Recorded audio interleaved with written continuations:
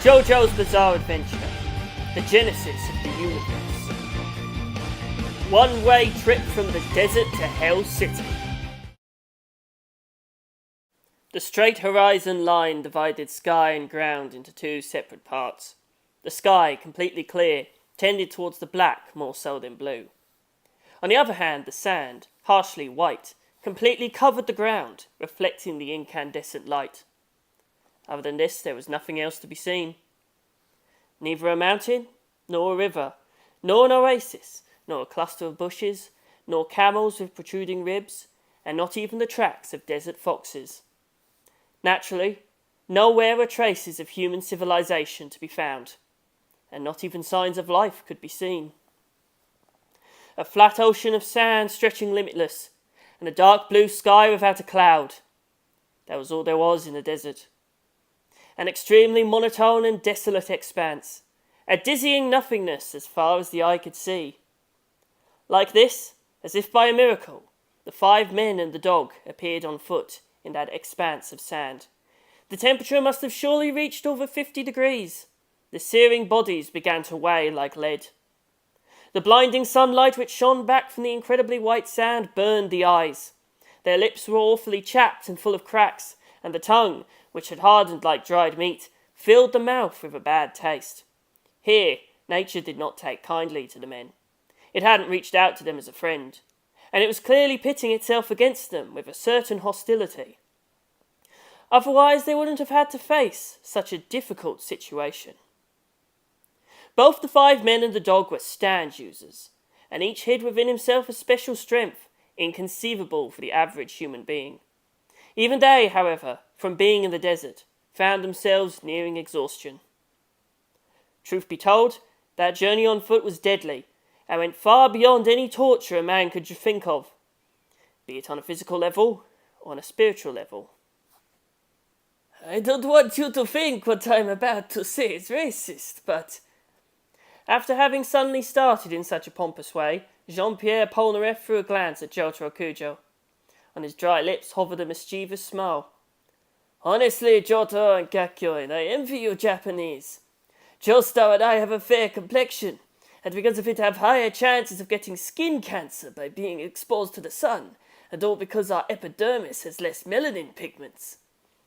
In clear contrast with that stately debut, the voice of Polnareff, a French young man which made an impression due to his straight silver hair styled in a punk rock manner and his typically Caucasian lean body, sounded terribly hoarse, enough to make it not seem gallant at all.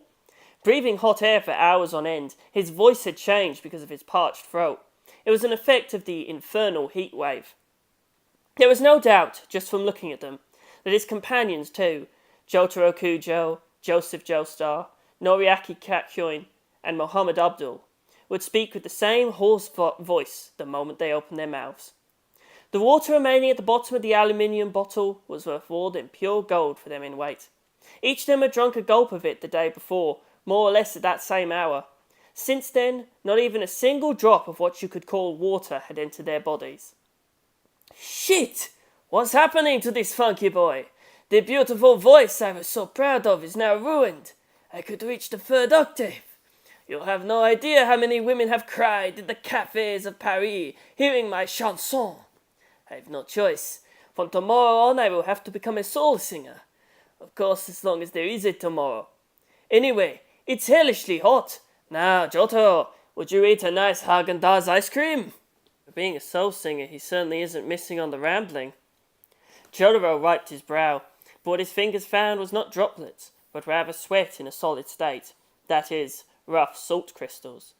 It had been a long time since he'd sweated. There was no more water left in his body that could be turned into sweat, and his movement had been a kind of reflex, conditioned from past experiences where he actually sweated when it was hot. My high school teacher was a die-hard naturalist, Polnareff kept talking with his hoarse voice. He always said this quote like it was his stock phrase. For the creatures of the sun is a merciful God. If the sunlight was gone, no plant and no animal could live. I really want to drag him out here now. The tip of my nose is burnt. If that arrogant impostor were here, he'd think twice before saying such nonsense. Don't talk too much, Polnareff. You'll waste energy. The low, hoarse voice of Joestar quelled Polnareff's incessant chatter. Still, Jotaro laughed bitterly. He also had more or less the same thought as Polnareff. What would the little kids who often happily brought home the sand from the park do if they were suddenly left in the middle of the desert? Right now, however, Jotaro couldn't help but feel sympathy for Polnareff, who had fallen silent, sporting an offended look. He could understand the Frenchman's mood almost too well. They had to think of anything. Even some nonsense would have been good. They needed to have the mind active, and to keep thinking. To stop thinking in that desert would be tantamount to death. If the spirit surrendered, there was no hope, even if the body lived. Polnareff became aware of it, and was bravely putting it to practice, as probably did all the people who'd found themselves in trouble in the desert in the past. The difference between Jotaro and Polnareff was that one said what he was thinking, while the other didn't. Jotaro once again looked at that dear and friendly warrior who loved chatting so much. He noticed then, for the first time, 3 days after the incident, that he wore clothes quite unsuited for crossing the desert. His muscled torso was covered only by a tank top. He was essentially almost naked. The skin on his shoulders and chest was puffed up and inflamed, and even if he didn't get cancer, he'd still be left with permanent marks on that white skin. Yada yada desert. Jotaro let out a small sigh. Now that he'd noticed, he had to do something. Joestar, who walked shoulder to shoulder with Polnareff, was dressed in military garb with ochre yellow jacket and trousers, as well as a soft hat of the same colour. There was no need to worry about the sun burning him. That English-blooded American with hooked nose and big eyes in constant movement, who wore in his lower face a shaggy beard, was Jotaro's grandfather. He must have passed his 50s long ago. With his toned, imposing build, he emanated a life energy no less than that of Jotaro and Polnareff. As young as one may look, if he's getting on in years, he's getting on in years. He certainly couldn't be asked to take off his jacket to hand over to the Frenchman. Besides, like Polnareff, Joestar also had the handicap of being white. Come to think of it, there was Abdul. He was Egyptian, and as such almost immune to the desert heat. From within an angular face, the penetrating gaze cast aesthetic flames. The black hair braided into dozens of short buns, and the auburn skin made him an outstanding lord of the desert. If it were up to him, he would have promptly accepted Jotaro's request and lent Polnareff a dress white enough to prevent a single sun ray from entering. But in the last 3 days he had walked with Kakyoin on his shoulders, who was devoid of sight due to an encounter with an enemy stand user. You couldn't ask him for that as well. And you couldn't even deprive Kakyoin of his school uniform, since he was gravely wounded. This was what Jotaro was mulling over. I suppose I'll end up lending him my school uniform. If I'm not mistaken, it was Polnareff himself who took off that outrageously ugly traditional clothing when he saw my uniform. The desert. Did it bring out the good side of him? Kakyoin faintly groaned at Abdul's ear. You hurt, Kakyoin?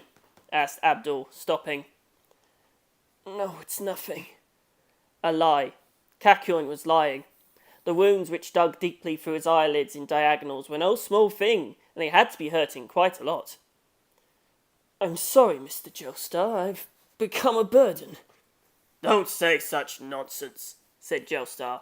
No one here thinks you a burden. If it hadn't happened to you, it would have happened to any one of us. Your wound brings you honour. Wouldn't it be better to rest for a while? Abdul took a quick glance at Kakyoin's face. No. Resting will lead to nothing. It's best to keep going as long as we can still walk. We'll rest later. Kakyoin's face, on which the eyes matched well with his thin lips, was so pale it seemed almost transparent. His slender body kept shaking, and the boy struggled to even keep standing. Soon we'll have to treat his wounds. The infection will get worse. Mr. Joestar. Kakyoin let a bitter smile spread on his cruelly wounded countenance. I wish you'd drop it for a bit. I can handle the sun and the pain from the injuries as well. But still, thanks. I understand how you feel. The truth is, the medicine hurts. Be patient, Kakyoin. Joestar made Kakyoin sit and drew a small bottle of whiskey from his trouser pocket. You're at a critical time. You could stay blind forever or get your sight back. Put it like this. The pain of today will be the joy of tomorrow. From what country came that saying? Jojo turned his face away from Kakyoin. They were pouring the whiskey directly over his wounded eyelids. A brutal treatment. He understood well why Kakyoin was reluctant to get treated. Hearing Kakyoin's sounds of pain behind him, Jojo took off the uniform that reached down to his knees and casually tossed it at Polnareff. Jotaro? Polnareff stared at Jotaro, incredulous. Shut up and put it on, came Jotaro's brusque reply. I can stand the heat better than you. But, come on, use mine. Apologies, I hadn't noticed, Polnareff. Having finished tending to Kakyoin, Abdul had started to get out of his white cloak. No, never mind. I said that as a joke. Surely not because I wanted to get you out of your clothes. Quit whining and being such a pain, Jotaro yelled in anger. I thought about it earlier. If you don't want it, I'll light a fire and burn it. Jotaro. To which Polnareff, unable to answer back any more, put on Jotaro's uniform. He stared fixedly at the sand by his feet, as if holding back the tears that would hardly come out of that dehydrated body. The desert. Had it managed to break that man? Jotaro and the others, each in his own way, sat upon the sand and passed around the water bottle Joestar handed them. Kakyoin, Joestar, Polnareff and Jotaro in turn drank a sip of hot water. Thanks to Iggy's participation afterwards, the bottle was emptied. That Boston Terrier, who stared wide-eyed, seemed to have a compelling need for water, much more than the men.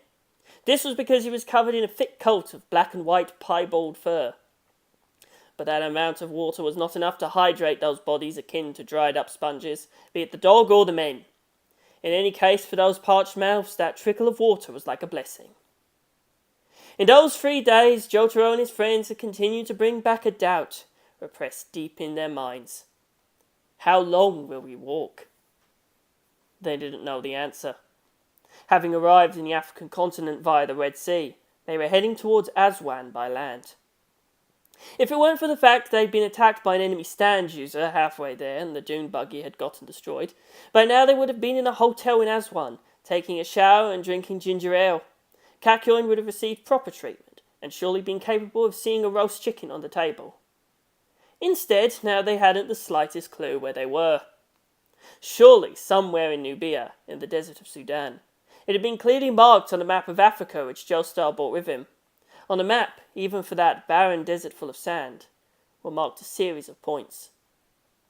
Villages, sacred ruins and oases. There certainly bubbled fresh, clean water. However, with no idea of where they were, having a map wasn't of much help.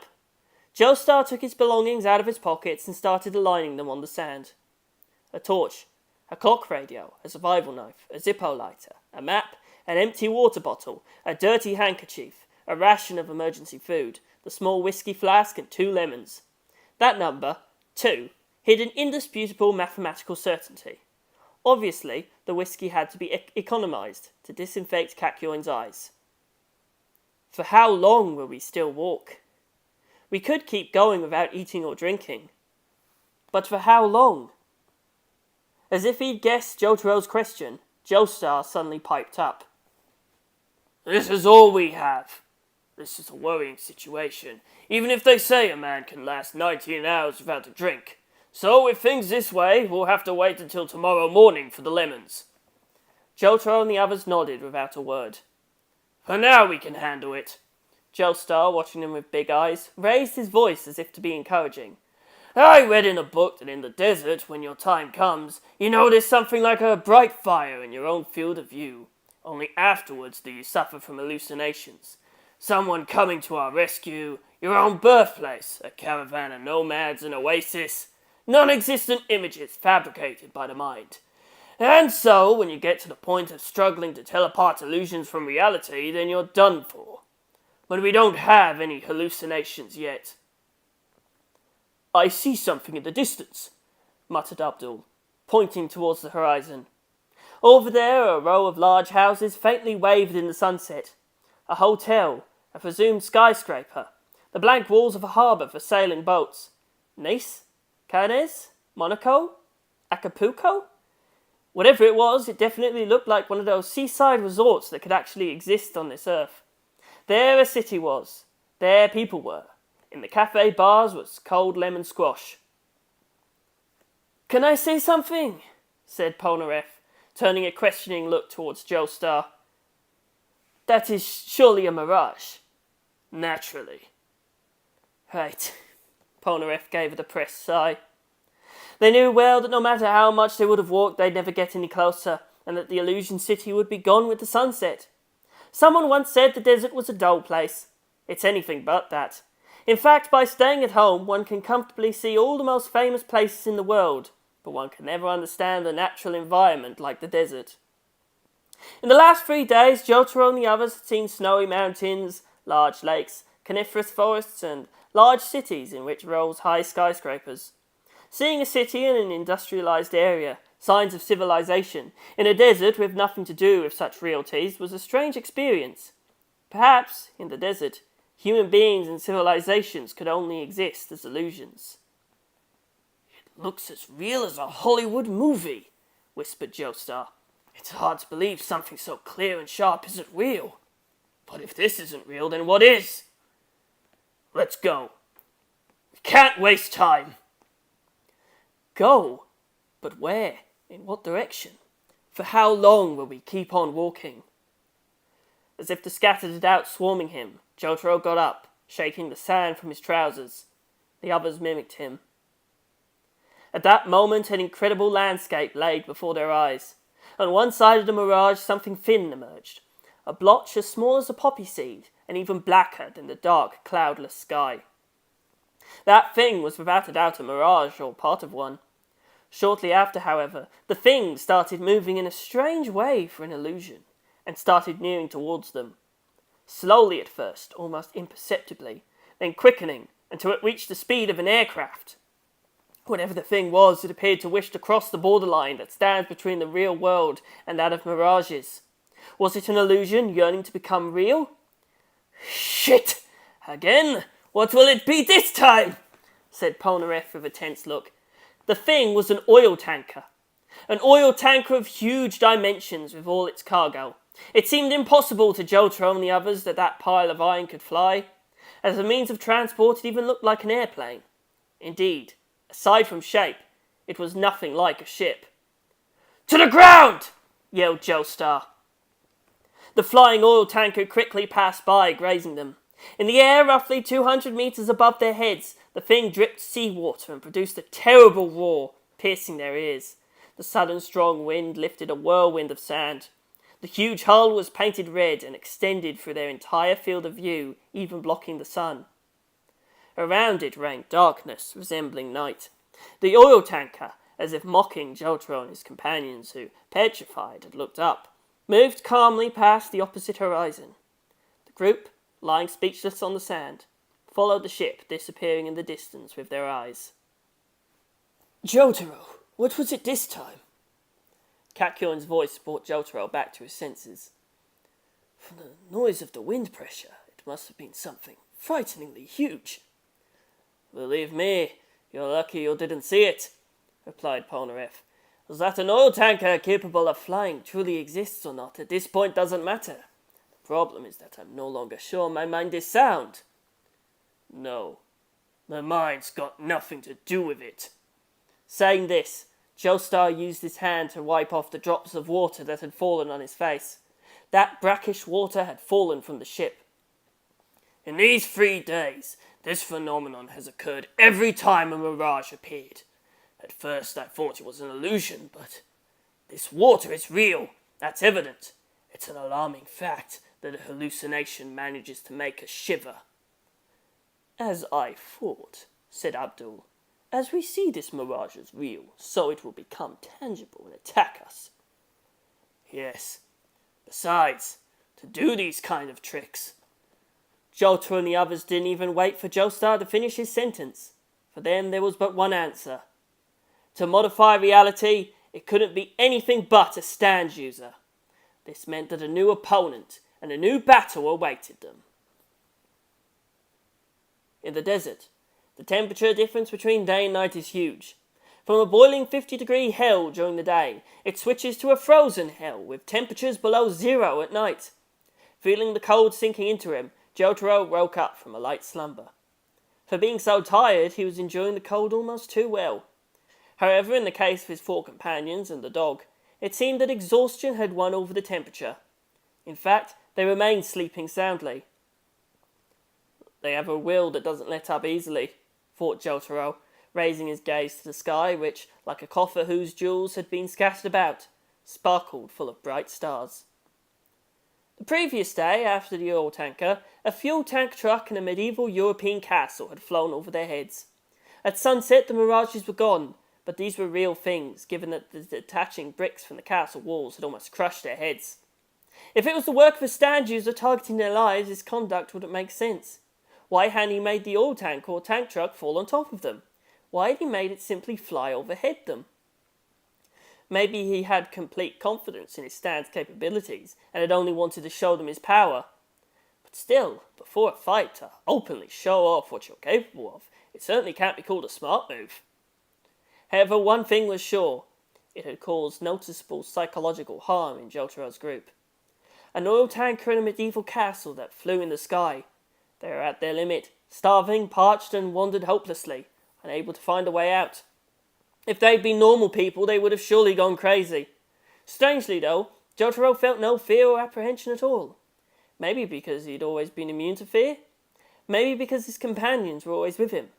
Or maybe because the days of brutal encounters with enemy stand users were distant, and their courage had unconsciously grown.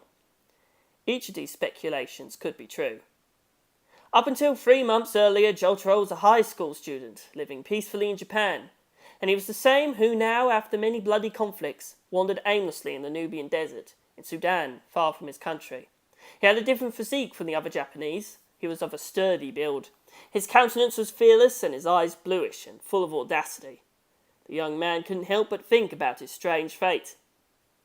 Indeed, it all started 3 months ago. Stand.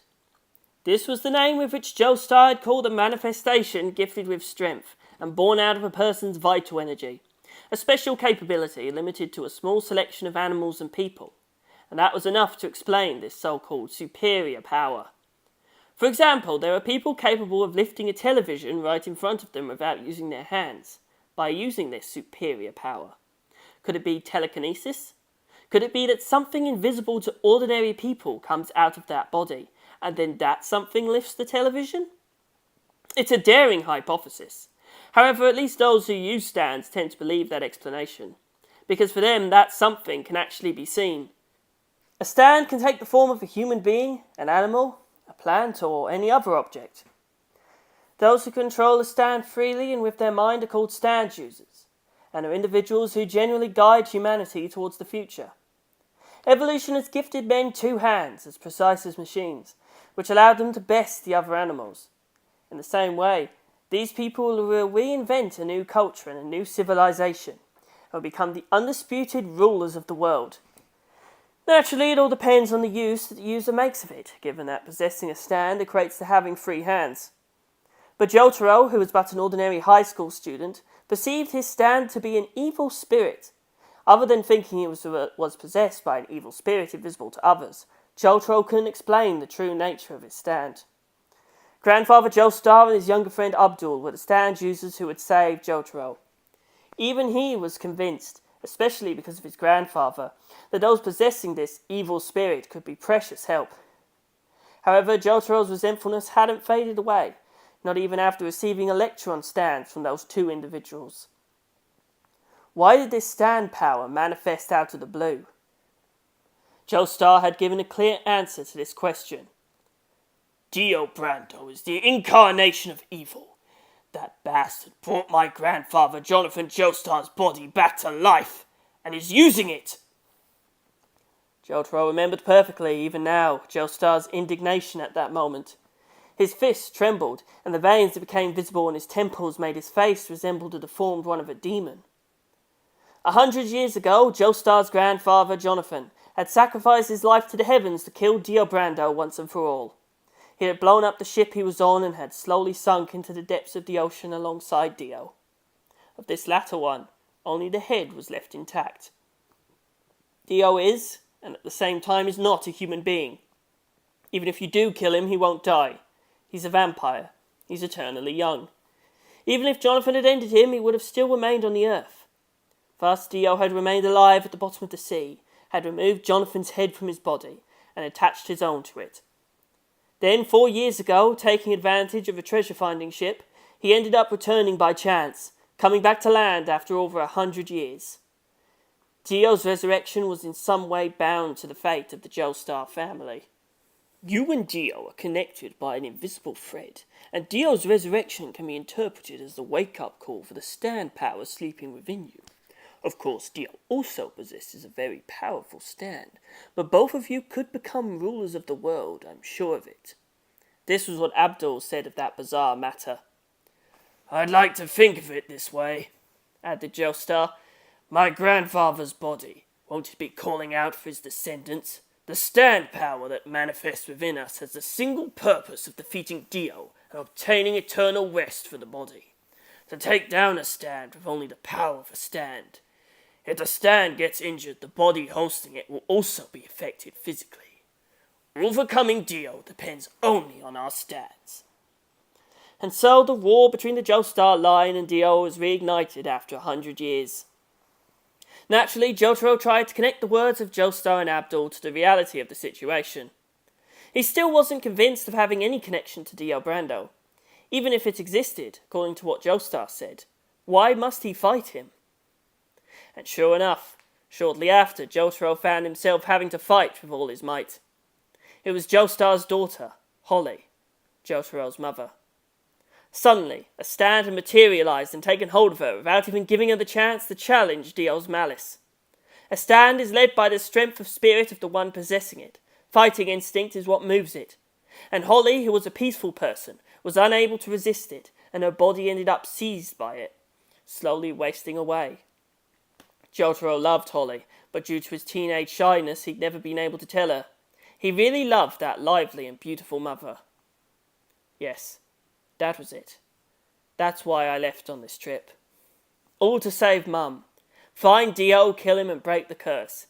If Dio were defeated, the fate that bound him to the Joestar legacy would be ended, and the stand draining Jotaro's mother neutralized. Judging by the speed with which it weakens her body, we have at most 50 days to save your mother. Nothing more, Abdul had told him. The old man, using his spirit photography stand ability, had succeeded in finding Dio's location. There's no time to lose. The first thing to do is reach Cairo, Egypt, within 50 days, and then kill Dio, who's hiding somewhere within the city. Of course, Dio, tied to us by some invisible thread, is already aware of the ensuing events. With his stand power, he knows all of our movements in advance, and to kill us he sent, one after the other, the most ruthless stand users. Their plane had fallen, their ship had sunk. They'd managed to continue by land, but danger awaited them in every city. They were constantly harmed, but had never resigned themselves to death. In order to win, Abdul found himself between life and death, suffering serious injuries. Kakyoin, who had his eyes wounded by a stand during a fight, risked losing his sight. Still, after so many deadly fights, we've surely gotten stronger. There was no choice. We wouldn't have lived to this day if we hadn't. So far, the enemy users have been formidable stand masters. One had to stay vigilant. Both Kakyoin and Polnareff were originally assassins sent by Dio. Only after the flesh buds hidden in their brains were removed did they offer to be part of this mission to wage war on Dio. The motive wasn't clear. Perhaps after the brainwashing, a sense of justice was born in them. Or maybe, being aware of Dio's existence, they feared his power. In any case, before leaving Japan, Kakyoin had said this to Abdul. Jotaro's mother, Miss Holly, is someone capable of warming the hearts of others. Just by being near her, you feel at ease. I say this because that's the kind of person I wish to fall in love with. I want to protect her. I want to see her healthy and make her smile return to her lively face. If Abdul isn't misremembering things, I should express my gratitude to Kakyoin. Indeed, I left on this quest to save my mother. Right now I'm overwhelmed by the dangers of the desert and tortured by excruciating pain like I'm being split apart. But I haven't let myself give in to panic, and I'm still alive without going crazy. All of this because it's the only way to save my mother. It's been a month since leaving Japan, and even now, at this very moment, her body's wasting away under a strange plant-like stand. She's climbing a ladder that leads her, step by step, to death. We're victims of the desert, victims needing to be rescued. But the real victim is my mother. She's the actual victim, counting on her help. No one besides us can save her.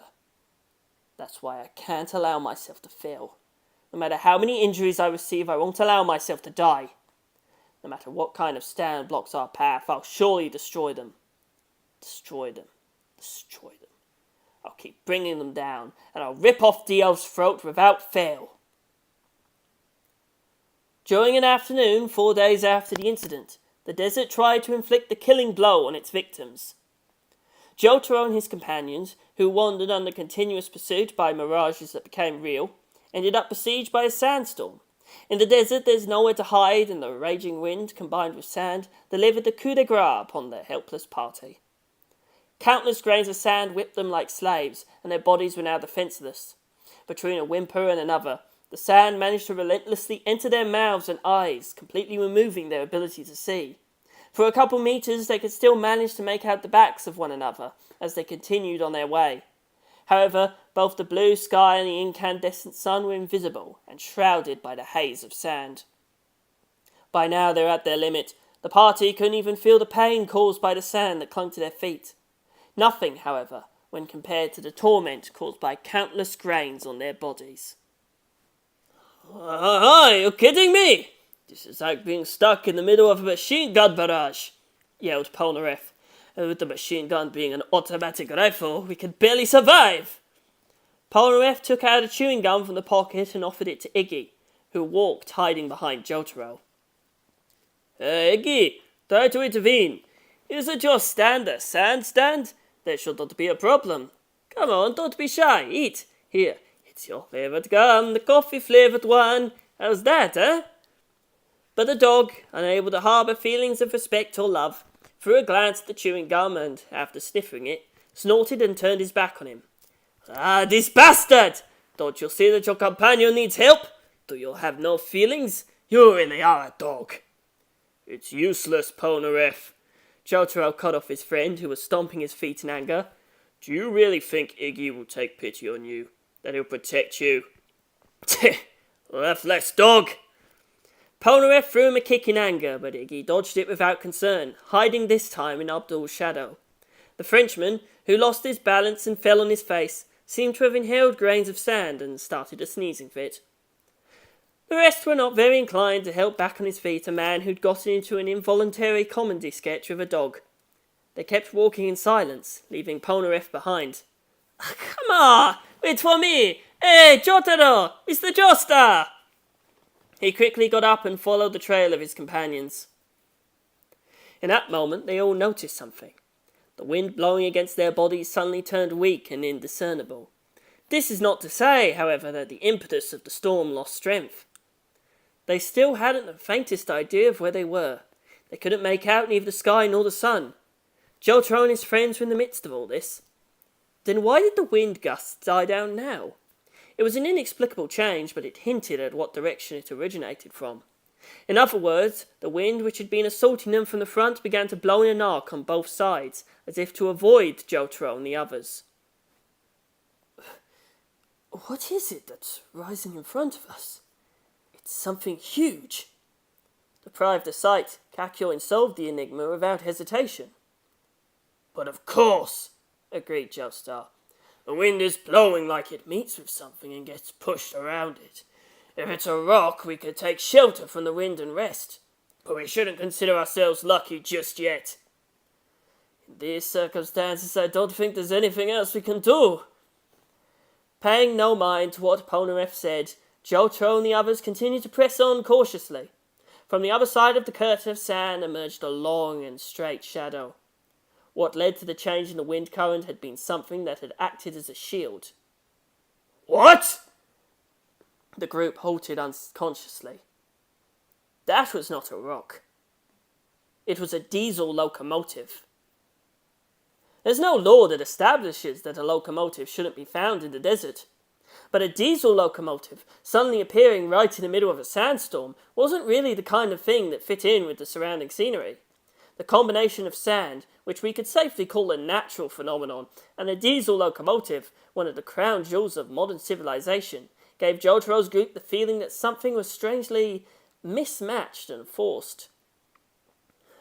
I'm amazed. Finding a locomotive in the middle of this desert is absurd, to say the least. The diesel locomotive sported on its orange side the initials SK in white, probably a logo. Yes, Abdul nodded in agreement. It's really a strange sight, like it's discordant, out of place. A deep, loud noise, like the growl of a dog, pierced through the air. It was that of an idling engine. It's working! The engine's on! It's not a pile of scrap. It arrived here on its own! As if in answer to Joestar's exclamation, the diesel locomotive turned on both the headlights and the interior lights. The blinding light of the headlights diffused in the air, amplifying the irregular glittering of the swirling grains of sand. The tracks, hidden in the sand, faintly emerged in the light. Jotaro took a look to see who was at the driver's cabin, but it truly seemed like it had stopped without anyone driving it. It was hard to see.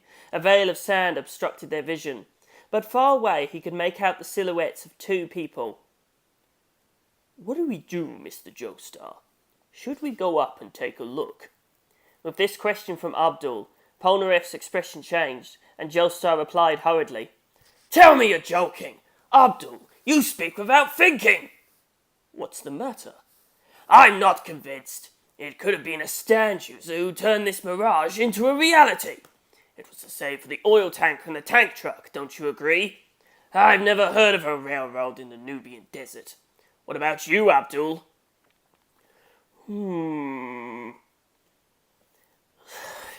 This is the very picture of suspicious. Too dodgy. Absolutely very, very dodgy, eh? Polnareff kept insisting, sending spit flying left and right, but Abdul replied with the utmost calm. On the other hand, about the physical mirages, they vanished at sunset and we didn't see one. In other words, without an actual mirage, it wouldn't be possible to have a concretized mirage. What are you getting at? Take a look around. In this sandstorm, there's no mirage to be seen. Cakes and biscuits can't be made without their ingredients.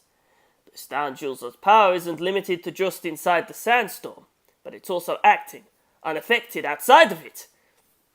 But how is that possible? Besides some exceptions, a stand usually only works near its user. Not to mention the fact that to know our location, he must surely be outside of the storm. Otherwise, with the locomotive right in front of us and a reduced visibility, it's impossible. You know what they say? Everything's possible, Polnareff countered, waving both his arms like a bird. Well, I find it a bit unlikely that we stumbled across a locomotive in the middle of an endless desert.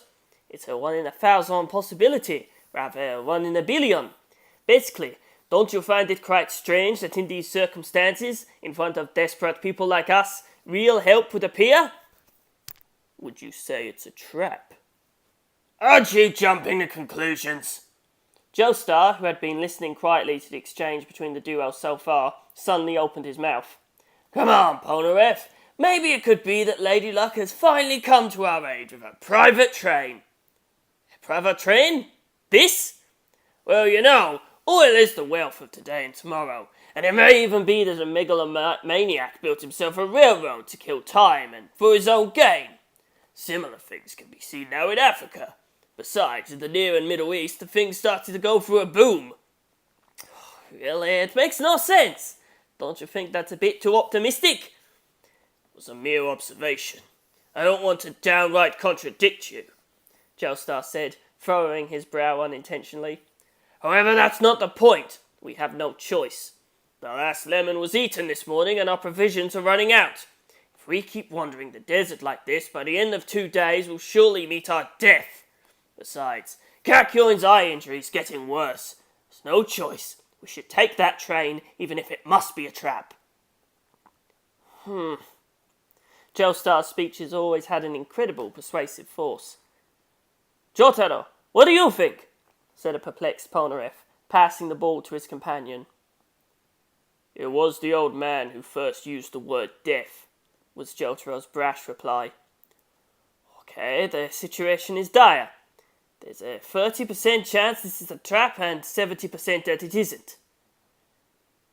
In a normal situation, we would never do it, said a resigned-looking Polnareff. They turned their gazes towards the diesel locomotive once again. That feeling of incongruity, which they had already felt before, took over again. The shape of that diesel locomotive was truly abnormal. A normal locomotive, be it a steam, electrical, or diesel one, always tolls a carriage which people can get on. The one they had before them, instead, acted as both.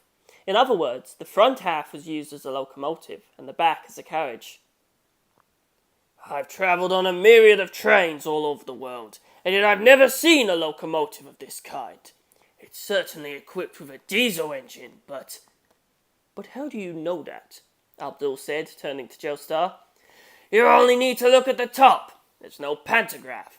The engine must be equipped with an electricity generator, but it shows no signs of life. Sure, it should be admitted, though, that the front resembles the DP-35 from EMD. DP-35? Yes, it's a locomotive that was in production from 1963 to 1966, one of the many achievements of American industry. It became a great success because of its peculiar shape.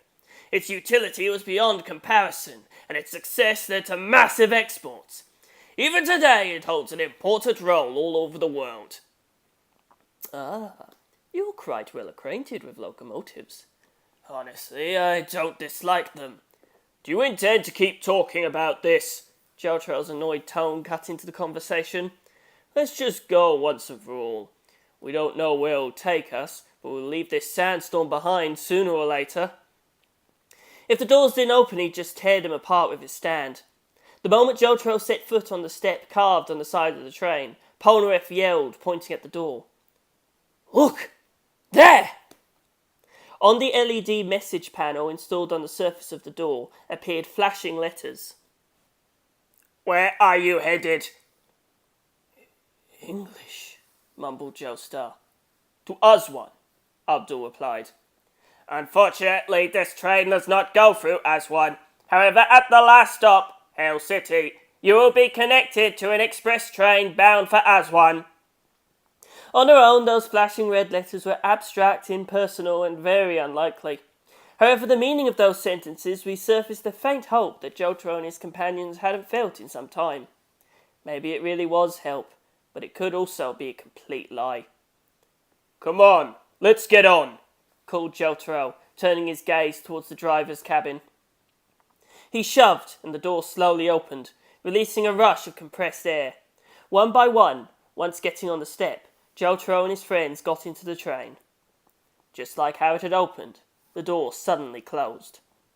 At the signal of a frenzied steam siren, the diesel locomotive, with a jolt, started to slowly leave. The whole group took their places on rough wooden benches set by the windows. The train gradually gained speed and, disregarding the sandstorm, pressed on into the desert. The tempest continued raging on outside the windows, and now for them there was only the unknown. They were not worried, but simply relieved to have escaped such a storm.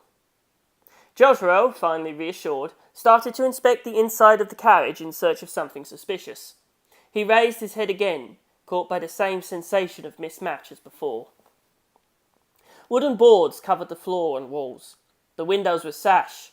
The shiny black ceiling had a ceiling fan installed, now decrepit, an antique chandelier, and an old-fashioned loudspeaker shaped like a trumpet. All this reminded the style of the years preceding the Second World War, by which the train should undoubtedly be from the 30s. Yet according to what Joestar claimed, the locomotive dated back to the 60s, while the message panel clearly belonged to the technology of the 80s. That train, packed full of contradictions between old and new and the obvious imbalance of it all, arose a vague sense of unease in Jotaro. The ceiling fan, almost as if mocking Jotaro's growing anxiety, started slowly stirring a fetid and suffocating air. Ugh, it's punishment for having been so demanding, said Polnareff with a disgusted look. Besides, what's with this suffocating air? I can't bear with this either. My God, so hot! This stench, Joestar said, shifting in his place non-stop. I've been feeling strange vibrations from below for a while. Is it because of the dampers? If it's from the air valves, it would be real trouble. Huh. Given it's a train this old, it pays to expect the impossible. Okay, but the herniated disc I suffered as a young man could return. Neither of them were able to finish their sentence. A breeze of cool air caressed everyone's cheeks. The air conditioning system had opened its outlets, and a cooling and refreshing air started dispersing. At the same time, the stagnant air was vented out, and the violent shaking of the carriage stopped, as if it had been replaced with a new one. Was there a ventilation system here before? Said Polnareff, looking at the ceiling with an alarmed air. Surely, sir! Who had answered was neither Jojo nor any of the others, but a masculine voice broadcast by the trumpet loudspeaker. The group instantly got up on reflex and tried to assess the situation. Still, the voice pouring from the speaker kept expressing itself in an excessively educated and professional way. Greetings. Allow me to welcome you aboard the Satanic Coupler. My sincerest thanks. Let me introduce myself. I'm the train driver, and my name is Absalom. I shall take care of all of you until the end of the journey. I'm at your disposal for any request you might have. That announcement in a courteous and hesitant English leaked something strange about the accent. However, Jojo and the other members of the group relaxed. The Satanic Coupler will arrive at Hell City at 4 o'clock sharp, taking exactly 2 hours and 47 minutes. Until then, please make yourselves comfortable. Our prime duty is to ensure the safety of our passengers, and we'll do everything to be at your service. Don't hesitate to ask for the air conditioning to be adjusted. The Satanic Coupler's really an infernal machine. Jotaro's whisper, who was starting to have enough of those announcements, caused a grimace upon Joestar's face. Hey, don't be rude. After all, what Absalom said helps us. You should be infinitely grateful. Don't you also think suddenly everything's become comfortable? If you say so. The man who went by the name Absalom hesitated for a moment on the other side of the loudspeaker. Truth be told, this morning the condition of the dampers was slightly worse, but now they've started working properly again.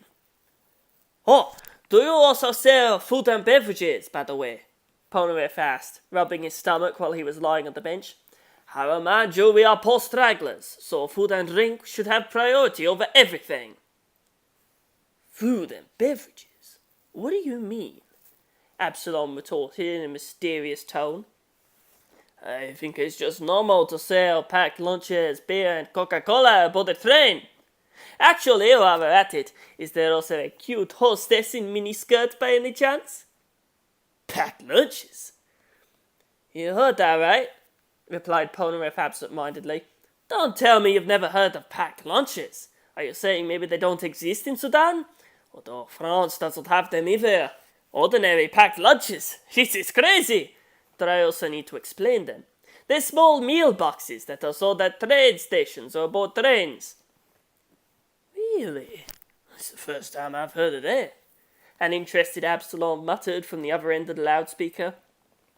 I know it's no excuse, but I remind you we find ourselves in a remote desert, and that such metropolitan services do not exist here. From now on, we'll have to make sure to meet your every need. Fine, we'll keep that in mind. From now on, if all's not up to par. Worry not. This is the first and only time such a disservice will occur. The announcement closed with a cheerful and amused voice. I forgot to ask if he was an oil nouveau riche. Then I don't think a stand user would be honest and declare, I'm a stand user anyway. Joestar hinted a yawn, and Polnareff, infected by it, opened wide his big mouth. Thanks to the air conditioning set to maximum, the carriage's temperature began to be pleasantly livable. The cooling air that was nearly absorbed by the party's overheated bodies vaguely resembled the rain water filters through the spaces of dried-up sand. There wasn't a more pleasant sensation in the world. Right afterwards, however, from the depths of the now exhausted bodies, a powerful drowsiness took over, which led to Jotaro and his companions dozing off. The repetitive mumbling of the reels on the rails played out like a lullaby, but it was absolutely necessary to be on guard for Absalom, who, after all, was always in the diesel locomotive's driver cabin. From where did this cool feeling and this placid sleepiness come from? Could it be a trap set by an enemy stand user? If the stand user's intentions are to kill us, it makes no sense to offer such paradisiac sensations. We're like damned souls coming from hell, having suffered unprecedented heavy trials. Why take the trouble to kill us, or send us a diesel locomotive? Without any intervention, by the end of 2 days we would have been swallowed by the desert and ceased living, suffocated by the sand. If I'd been in the enemy's shoes, I would have surely adopted an infallible and safe method. Is this very peaceful reality perhaps a trick? And the diesel locomotive, isn't it a means to remove suspicions of any connection with a stand user? Well, perhaps trusting him this quickly was okay. Finally, the threat of the desert is being left behind for good. We've survived. Come on, wake up. The sandstorm seems to have finally stopped. It had been roughly an hour, and with Kakyoin's voice, Jotaro and the rest of the group woke up together. Kakyoin, who'd lost his eyesight, had figured out these past couple days how to interpret situations.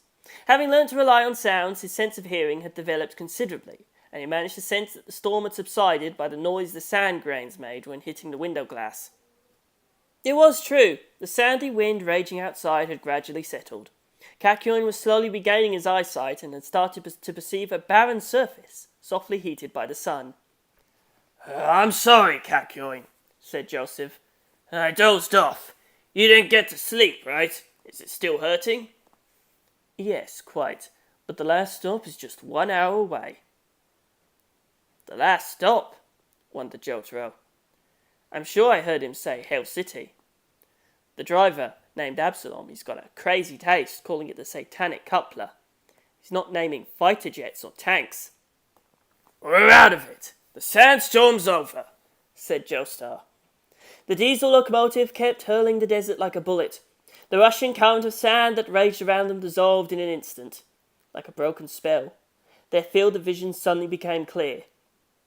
In that same instant, a vast mirage was reflected in the eyes of Jotaro and his friends, becoming lost in the horizon. This is bad, Jotaro yelled without thinking. From within the mirage, its constituent pieces emerged one after the other. It's getting closer. The process was the same they had seen during the previous days, but extraordinarily amplified. Countless pieces swarming like bees, flying at an incredible speed towards the diesel locomotive. It took less than 30 seconds to recognize the identity of each of them with the naked eye. Austere snowy mountains, large rivers, highways, public parks, residential neighborhoods and entertainment districts, wheat fields, and still many other mirages of miraculous, limitless freedom. All of these pieces of the United States of America. The image spread over the horizon was a projection of the USA. Those pieces that came flying like missiles lunged one after the other at the area surrounding the diesel locomotive, quickly forming a city, as if laying out pieces on a diorama board to create a model railroad layout. I can't believe this, whispered Joestar with an astonished look. A city materialized in the middle of the desert! What nonsense! Such a huge scale for its stand ability! It's completely surrounded us, Abdul said in a sore tone.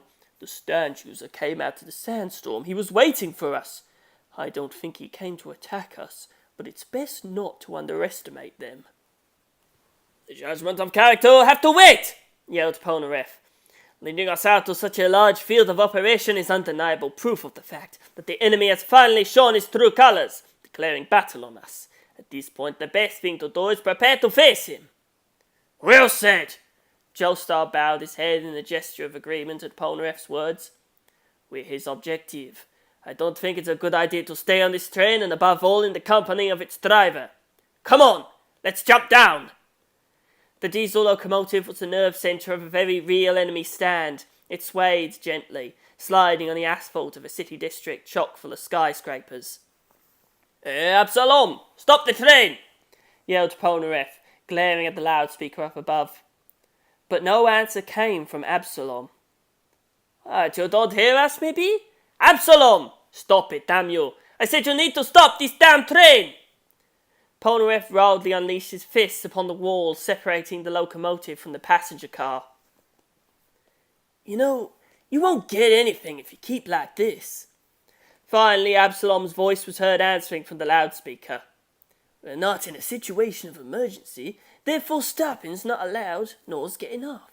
Do you act like this on trains? What's your problem? Don't you see? Wash your eyes and look closely. Don't you think this might be an obvious emergency situation? Really? As I understand it, everything's going according to plan. After crossing the sandstorm, we'll pass through this mirage city. Such is what's foreseen on the schedule. What? A trap. It really was a trap. An instant after realizing it, the group searched in vain for a way out, regardless of where it led. Adapting quickly to the sudden changes in circumstances and immediately taking adequate action. This was obvious proof of their caliber. They were proficient warriors, capable of getting by in an infinite variety of ways. However, even through the adequate actions of proficient warriors, they didn't easily find an exit. The fixed windows remained in place, and not even a crack appeared on that very thick glass. Neither did the opening and closing valves of the automatic doors give signs of life. It's useless, Absalom said in an amused tone. The manual valves work only in case of emergency. You could sense our every move, shouted Polnareff, grinding his teeth in anger. Like I already said, the terminal is in Hell City. Absalom's tone had changed. In that slightly muffled voice, a malicious intention was clearly felt. Gradually, as the diesel locomotive made its way, the rails ahead and behind vanished. It ran along, composing its own rails. Under the rails it dropped a track of about 3 meters over which it ran. At this point, the group realized that this diesel locomotive, which was going through the Mirage City, was an enemy stand, and they were trapped inside of it. It seems you've noticed it a bit too late, came Absalom's compassionate voice from the speaker. Yes, that's it. My stand satanic coupler solidifies the displace's matter. Unlike yours, it's visible and tangible. And if I skillfully shape it into a locomotive, it's most unlikely that it will be taken for a stand. This has been demonstrated by you, and made collecting all sorts of information worth it. Is he some trained nerd stand user like the old geezer? Yada does it, Jojo whispered. And so I am a nerd, It's not completely wrong. Satanic Coupler, as it's known, is the biggest and most original railway model in the world, said a deeply moved Absalom, letting out a brief sigh. To be honest, it took a long time to obtain such a result. As you can well imagine, by living in the desert, one's easily cut off from civilization, and gathering information becomes a challenge. Fresh news like that of earlier on air conditioners or on the spring dampers never reached me. I don't really know what an air vent valve is, but in any case, I pieced together excerpts of news, and by materializing them, I managed to create this diesel locomotive. He's the kind that loves talking, huh? But being too full of yourself ends up being risky in the long run. Jojo and his companions all released their stands together. Each of them condensed his own life energy in the air, and immediately all assumed a well-defined form. Silver Chariot, Polnareff's stand, was a skilled swordsman with a body covered in solid armour. Hermit Purple, Joestar's stand, appeared in the shape of vines and thorns that unravelled from both wrists. Magician's Red, Abdul's stand, was a flaming colossus with the head of a bird of prey. Hierophant Green, Kakyoin's stand, consisted of a mysterious amphibian man with green skin. The Fool, Iggy's stand, was a winged robot dog. And finally, Star Platinum, Jotaro's stand, was a powerful warrior with a fearless and valiant face like a bygone Roman gladiator. The 6 stands bravely appeared and formed a circle around Jotaro and his friends, as if to defend them. He believes he has stalked and defeated us, said Polnareff, a bold smile displayed on his lips. You must be so stupid. Do you think that the poison you swallow won't wreak havoc in your stomach? Up and down, left and right, your stupid stand is wherever we look. If you expose your defenseless insides like this, we don't even have to bother aiming. Like Pinocchio swallowed by the whale. We'll go all out! Star Platinum's fists moved in a flash, hammering the walls of Satanic Coupler with a flurry of violent punches at supersonic speed. Simultaneously, Silver Chariot's saber thrust deep into the floor, even causing a blinding glare. Meanwhile, the incendiary flames that burst out Magician's Red went to hit the ceiling. However, that onslaught was very easily countered. No, it didn't reciprocate. Satanic Coupler had avoided every hit. Each part under attack expanded unbelievably to the outside, like a large rubber balloon cushioning all sorts of blows. Damned bastard! Jojo and his companions commanded their stands to launch an attack yet again, but the result was nearly the same as before. Until now they had taken down plenty of enemy stands. However, they'd yet to figure out Satanic Coupler. What a bunch of idiots! Absalom's cheerful voice flowed onto Jotro's head, leaving him stunned. Haven't I told you before? Our prime duty is to ensure the safety of our passengers. Therefore, in order to protect our most esteemed clientele, Satanic Coupler's interior is made up of soft and impact-proof materials. Don't you find the shock absorbing to be marvelous? It's a great difference when regarding Pinocchio's will, and so I highly recommend you abandon the idea of releasing any attack aboard my train. I see. Jotro's pupils dilated, giving off a cunning spark. Now, if I'm getting it right, there's a huge difference from Pinocchio's will. So you'd find yourself hopeless against an attack from the outside? Absalom gave an annoyed snort, as if mocking them. You'll never be able to attack me from the outside, 'cause you'll die here. You didn't answer the question. I asked you if you're vulnerable to exterior attacks. You'll be going outside after you die. Didn't answer this time as well, huh? Well then, we'll have to test it ourselves. Jotaro, don't you think that's being too optimistic? Shouted an irked Kakyoin. Do you have anything in mind? Why don't you keep fighting?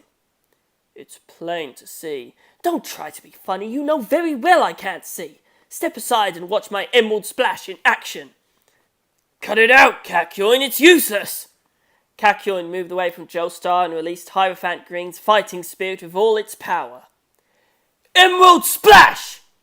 From the palm of Hierophant Green's hand burst out a destructive energy made of emeralds that fired in succession against the walls and ceiling of the train. But even this time, Satanic Coupler puffed out like a rubber balloon, cushioning the blow, and it didn't stop there, but created an inverse reaction. Similar to emeralds, the burst of destructive energy whirled like bullets in every direction of the narrow car, bouncing off the walls and ceiling. Alongside an excruciating cry, a large quantity of blood soaked the floor. The massive energy used in that attack was consumed, and it morphed into imperceptible particles of a green colour.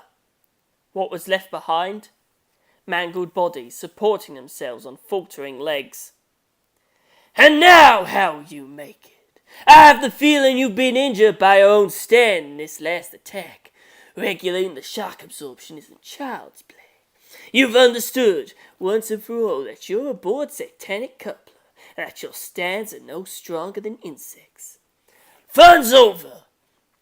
Absalom's arrogant voice boomed all around, and from the floor of Satanic Coupler emerged long tentacles that had once wrapped around Jotaro and his friends and threw them on the floor. Then they released a viscous and paralyzing liquid on the defenseless bodies of the group, who squirmed in vain to avoid certain death. Meanwhile, the walls and ceiling started to lose colour, like a tide slowly receding, little by little becoming as transparent as glass. All of a sudden, something crossed into the group's field of view, blocking out the landscape. It was the materialization of a mirage, a landscape similar akin to a bizarre and lamented nightmare. I see. That's what it is.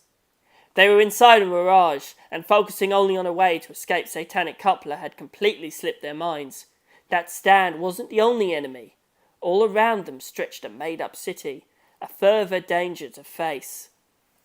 Isn't it a wonderful sight? There's nothing obstructing your view now. Admit it. For a moment you even let yourselves get carried away by this magnificent scenery. It was Absalom's triumphant and crystal clear voice propagating from the loudspeaker. One hell of a replica, Jojo replied. But why do all this? Simply because killing doesn't interest me. Basically, crushing you so easily doesn't satisfy me. Absalom suddenly changed his tone. His voice wavered, but it openly showed his disdain. It's fair that you should suffer a bit. I will never concede to you the luxury of a painless death. Generally in the desert, it's hunger that does you in. But a death of this kind is certainly not the punishment that suits you.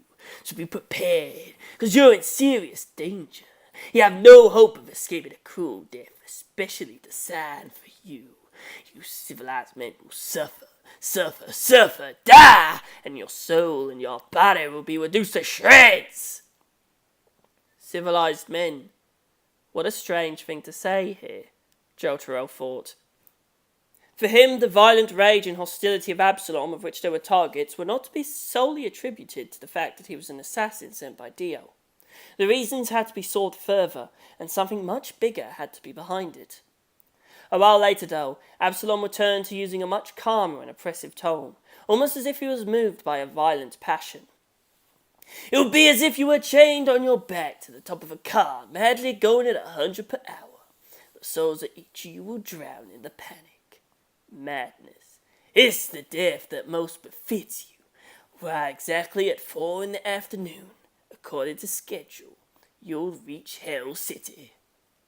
For Jojo and his companions, the situation seemed certainly dire, but despite being terrified, they didn't let themselves become discouraged. Even because speeding at 100 or 200 kilometers an hour was not the only thing they feared. In a way, they couldn't stay indifferent to the scene unraveling before their eyes, and for the first time a shiver ran through their bodies. They were proud of their hearts of steel, and they would have challenged Dio at the cost of their lives, without any hesitation. The environment surrounding human beings has its laws. If within it there was no common thread, books on quantum physics and philosophy would turn out unintelligible. On the one hand, we have the law of the so-called practical sense, which we can define as clear and satisfactory. On the other hand, we have the laws of common sense, whose existence is hardly noticed. For example, roofs generally sit upon buildings, and buildings are vertically built atop solid foundations. However, Jojo and his companions only first came aware of these laws when they found themselves face to face with a radically reshaped world. Among other things, the environment surrounding us follows its own logic, according to which order is maintained.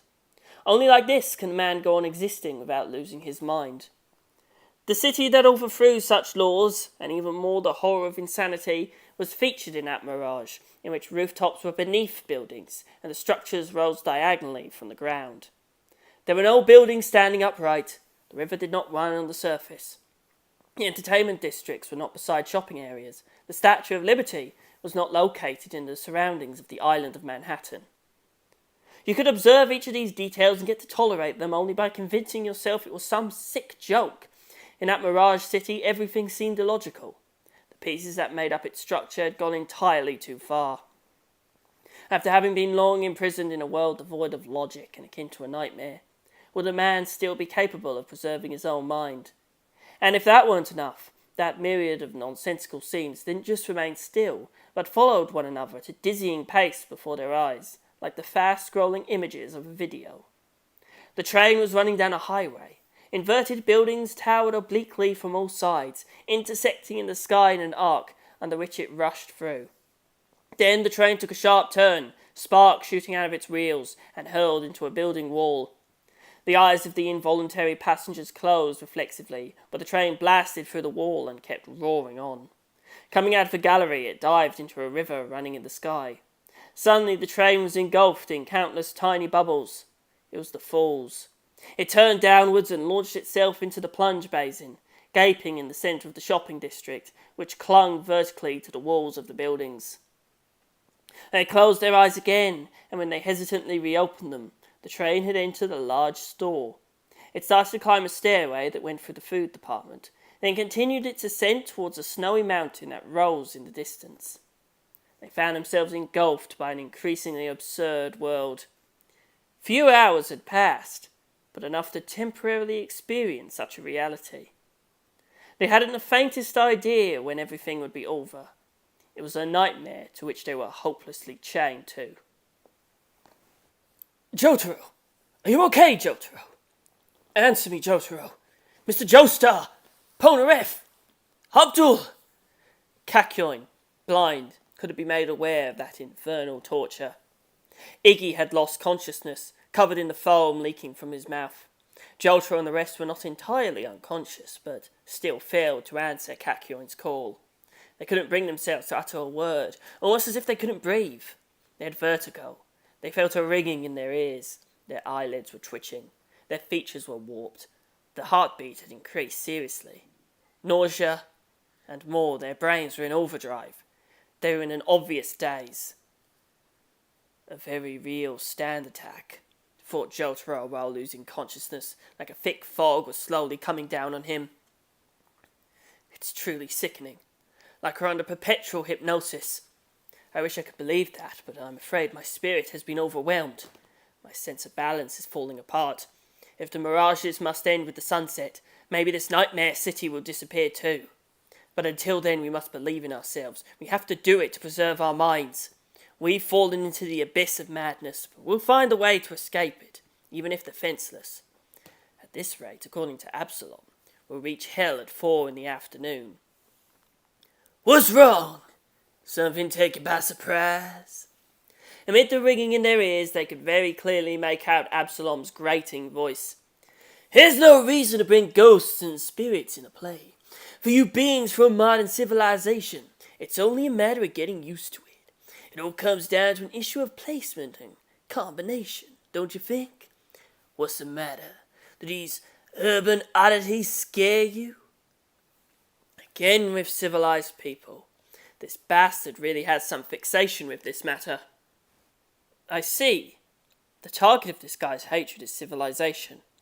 He sure seems to hate modern civilization. He's trying to torture us to death using an elaborate and vicious method just because we're civilized people of metropolitan origins. Honestly, this isn't funny at all. Is he a naturalist? Or is it some hatred for the modern that's common in the countryside? Or does he believe in some made-up religion that worships nature? Whichever it is, this is a great nuisance. Hating civilization is a selfish act. Sure, we don't come into this world by our own choice, but taking it out on those around you is certainly pointless. Absalom, however, hates it to the point of having to pour it out on other people, even if his vast railway points to the contrary. Not to mention he uses a diesel locomotive stand. By the way, before reaching our destination, I want to ask you something. Absalom's muttering poured crystal clear from the loudspeaker. If I extracted from your brains the info on the latest model produced by the railway industry, my satanic coupler would achieve perfection. The tentacles clinging to their bodies started pumping blood in gushes from their veins, as if they were trying to suck out their very souls. Ah!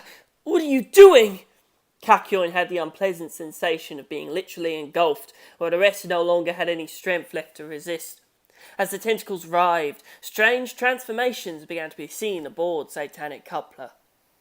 The entire equipment and interior style were suffering an intense metamorphosis, hard to witness due to their transparency. Shortly after, the train mutated into a copy of the latest model. The rough wooden seats turned into luxurious individual armchairs, and the walls and ceiling, initially covered with wood, became stiff and smooth plastic. The chandeliers were replaced by fluorescent neon lights, and the fans by a modern air conditioning system. Even the windows grew larger, and were upgraded with rippling lace curtains, embroidered with palmette motifs. Yada yada, such a thorough interior renovation, thought Jotaro from deep within his now weary consciousness. That son of a bitch Absalom, thanks to the information he could collect from our brains, he's been able to modernize his own stand. I could fill it with bullshit. On the latest trains there are karaoke facilities, the commodities are countless, the drivers dance stark naked. Who knows?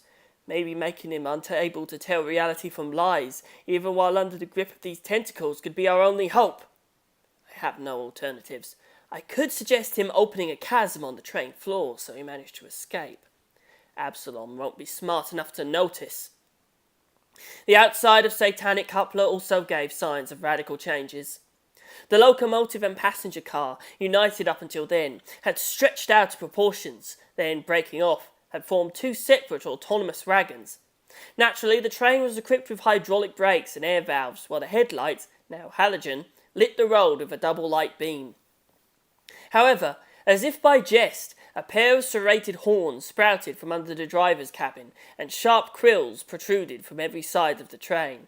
The headlights on the left and right extended outwards, and the whole thing formed a strange silhouette, somewhere between a deer and a hedgehog. This outcome was perhaps thanks to Iggy's imagination. After all, for a dog, a locomotive could look like a monster. For Absalom, all of this was probably within the norm, committed as he was to faithfully materialise with passion all the information he had gathered from the brains of Jojo and his friends. "It's truly of extraordinary beauty," he whispered, pleased. "I couldn't have done better. As expected, the more it embodies the new, the more beautiful it becomes. It truly approaches perfection. But it's missing a single detail. For now, on-board sales must be postponed. I was unable to create a cellar. In the end, the packed lunches aren't all that important." Packed lunches, packed lunches, packed lunches, packed lunches. The words echoed around inside Jotaro's mind like a wizard's incantation. Suddenly a light bulb goes on in his head. An idea. Jotaro recalled for a moment the darkness that would surely suck them in, unrelentlessly dragging them towards certain death. Can I pull it off? Will it work? Is it worth a try? No, I must do this. There's no other way for us to escape. There's no chance but to give this stupid plan a try. Meanwhile, Polnareff also had put a start to his own idea. He was sending information on trains to Satanic Coupler through the tentacles. Naturally, if they weren't realistic data, they'd be immediately excluded. He had to send data about how a train should be that wasn't false and seemed common sense. Jotaro's plan clearly coincided with Polnareff's. Was it pure coincidence, or teamwork dictated by mutual understanding? The two tried with all that they could muster to imagine in their minds the information necessary for a change in the train. While the tentacles pumped data from their veins in streams, new information was hopefully gathered. In less than 30 seconds, the two plans obtained vast results. The tentacles retreated into the ground as if frightened, and Jotaro managed to free himself as well as the others. In addition, the fixed windows had changed into manual opening ones. "What's going on?" yelled a confused Absalom. "Come on, let's get out." Jotaro picked the fainted Iggy up in his arms and, rushing to the window, he jumped out. Polnareff followed suit, but Joestar, Abdul and Kakyoin, unaware of the plans, let precious time for their escape slip by. They understood the situation too late and were left staring at the window panes which had become fixed like before. They could do nothing but vent their rage by punching them. Meanwhile, Jotaro and Polnareff bounced repeatedly off the asphalt they threw themselves onto, before slowly coming to a halt. Since they immediately released their stands to cushion the fall, they got out only minimally injured. "No way! Only the two of us managed to escape!" "Us and the dog," Jotaro said, showing Iggy. He grabbed him by the scruff and dropped him. Iggy thumped on the ground, waking up with his own yelp. There were skyscrapers everywhere besides the main road. Satanic Coupler suddenly hit the brakes and, spraying sparks everywhere, turned around. "It's coming towards us! Jotaro, what do we do?" yelled Polnareff. "Mr. Joestar and the rest are still inside. How do we help them?" Jotaro mumbled something and glanced again at Satanic Coupler, which noisily hurled towards them. "Can you stop it with your silver chariot?" "Don't think so. What if you use your star platinum? What do you think?" "It'll be rough, given our state." "Come on, let's show that asshole who he's dealing with. I hate him. He makes me sick." "Yeah, he's unpleasant." "Still, we've got to come up with a way to escape this place." "Agreed." Jotaro and Polnareff retraced their steps and started running as fast as they could. Iggy followed them closely. What do you have in mind? Polnareff asked while running. Good question, Jotaro replied with the hint of a smile. The two plans had really been a huge success. In the end, Jotaro and Polnareff had managed to escape Satanic Coupler by utilising its own ability. Train trips are pleasant. There were a bunch of people selling packed lunches on board. Among those, I also saw an octopus restocking the packed lunches every time it stopped by a station. If aboard there's no satisfactory food service, it's determined that all windows are movable. Like this, without leaving, the passengers can acquire their packed lunches directly through the window. That was what Jotaro had thought to free himself. A filthy train such as this is certainly not created from our experiences. I've never seen a train where the floor was swarmed with vermin.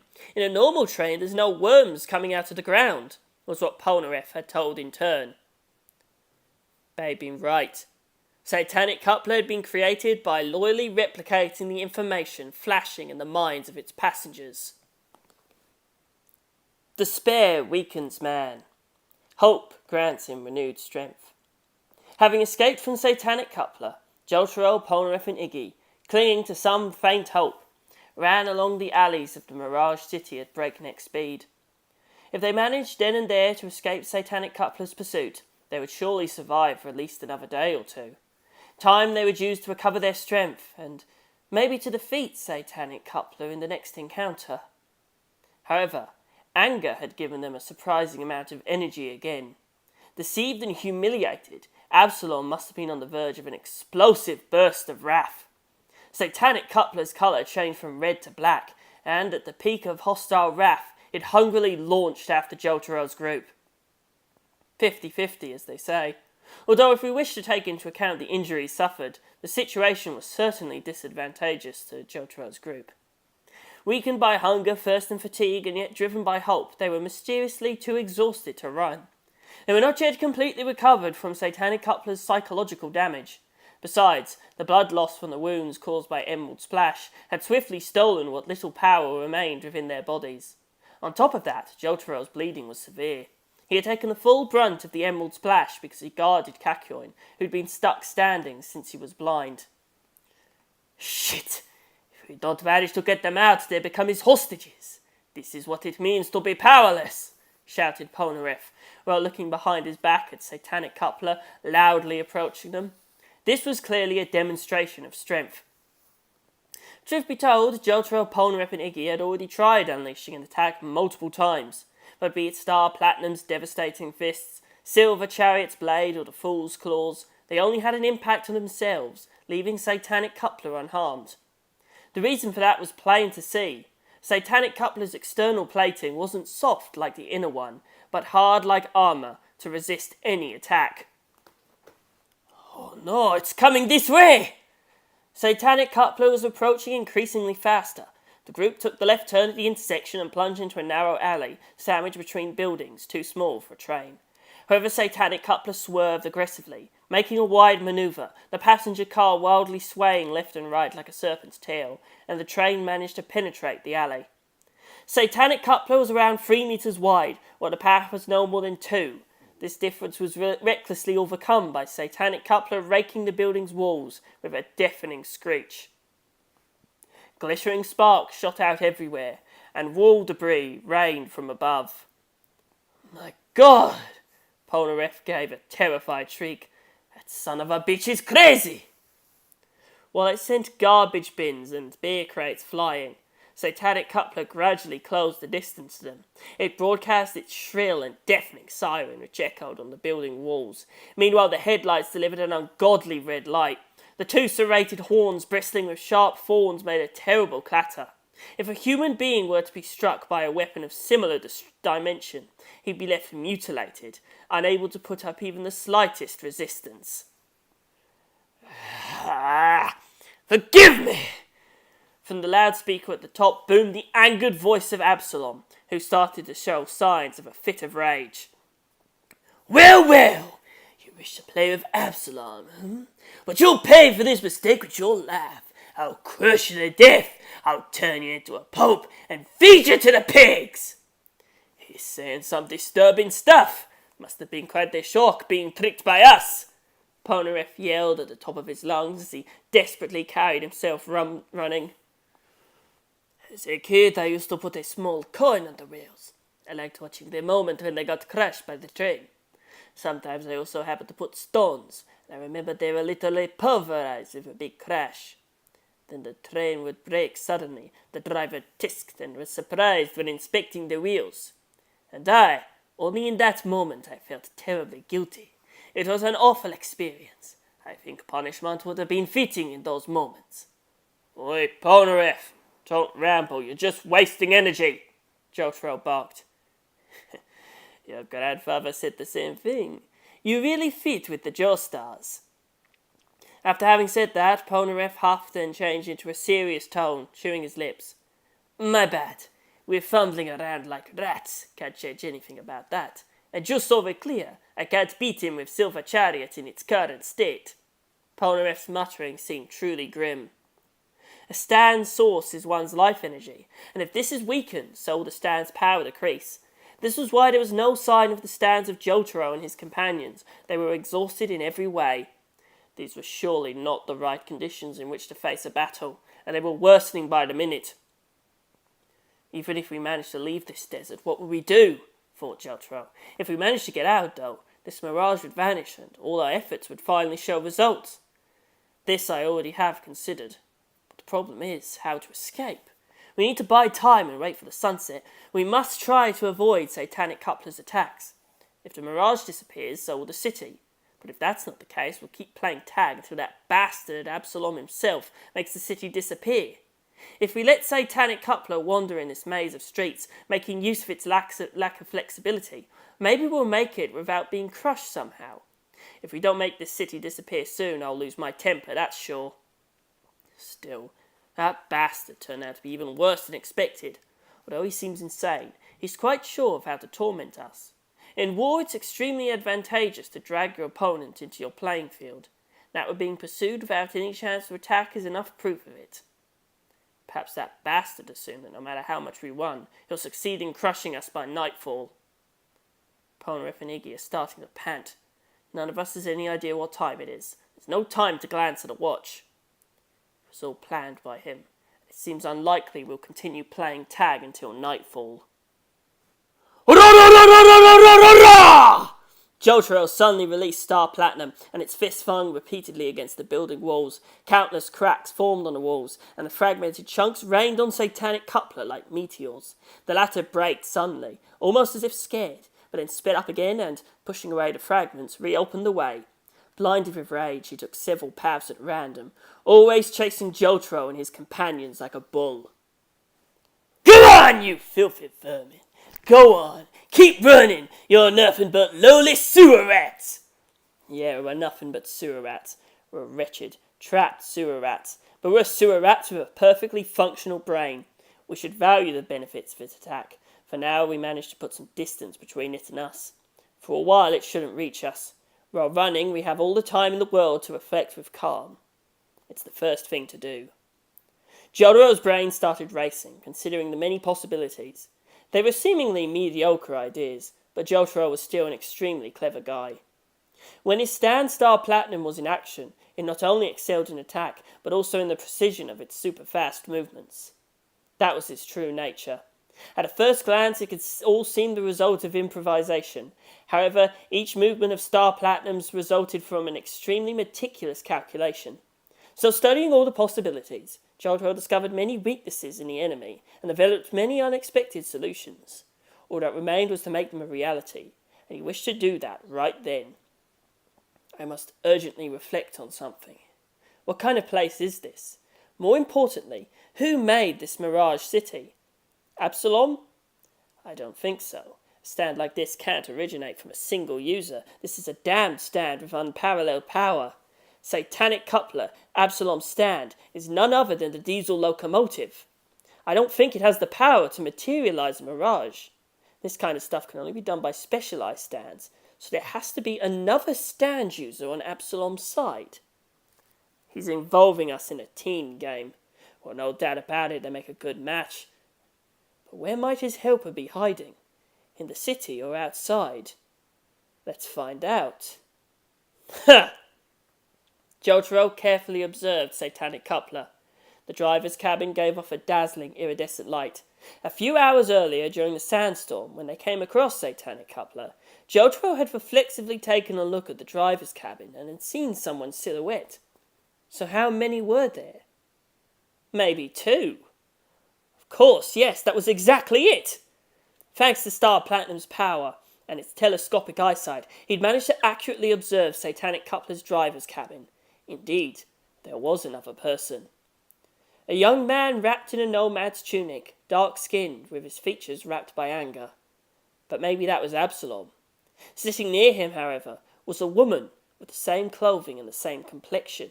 She was about 16, 17 years old, with a pretty face and a terribly shy look. With Star Platinum's eyes, the still outline of a stand with a crystalline body could be clearly discerned next to her. On a large lens embedded on its chest converged rays of light, and on its surface stirred a viscous and iridescent light. There. That was the stand with the power to materialize mirages. Shit! You said dead end! Polnareff and Iggy, who were running across the road, stopped in surprise. The alley was suddenly interrupted. There was a wide valley impeding passage. It extended vertically like a precipice, and like this it didn't allow them to jump, nor slide down. Go on. Call out your stand, Iggy. At Jotaro's menacing voice, Iggy took flight and the fool extended its huge rings, hovering in the air. Right, cheered Polnareff. We hold on to the fool and go over this valley, eh? Well, we'll have another chance for that. Star Platinum seized hold of the fool by the scruff and steered towards Satanic Coupler's driver's cabin with a Herculean force, Jotaro's voice reverberating in the air, chasing the locomotive. Come on, let's terrify him as much as we can. I want to scare him to death. For that, the fool's threatening at the same time frightened look was already enough. Absalom and the girl would have been incapable of defending Satanic Coupler for a long time from the fool, which was hurtling against it. Iggy's stand launched itself against the locomotive's windshield, pulverizing it, and the girl's face assumed the guise of terror. In that same moment, the city vanished without a trace. Not even a fragment of the buildings were left, nor of the shopping centre. Everything vanished out of nowhere like a dream. In place of the city extended no more, no less than the same monotonous flat landscape they had to endure for more than 4 days. Jotaro, Polnareff and Iggy were left standing in the desert, feeling the sand under their feet. Meanwhile, in Satanic Coupler's driver's cabin, that settled 20 metres ahead, Absalom and the girl stared at them, shocked. In those strained expressions, the tint of disappointment surfaced clearly, like having watched a victory with 99% assurance crumble to dust. Jojo and his companions didn't wish to let escape that brief and glorious moment of advantage. With a cry from Polnareff, Silver Chariot, which rushed proud and fierce beside him, thrust into Satanic Coupler's pilot, his blade made of fighting spirit. However, it couldn't even leave a scratch on the steel armour. Without hesitation, Jotaro shouted in a hurry. Move, Polnareff! Polnareff focused all the energy left of his fighting spirit in Silver Chariot. Jotaro followed suit and unleashed a barrage of fists.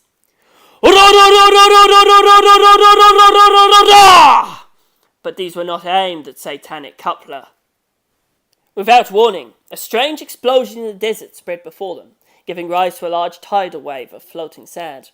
Absalom tried in vain to get back, but the huge wave of sand was faster and engulfed Satanic Coupler at once. The windshield of the driver's cabin was obscured, and the train fell in darkness.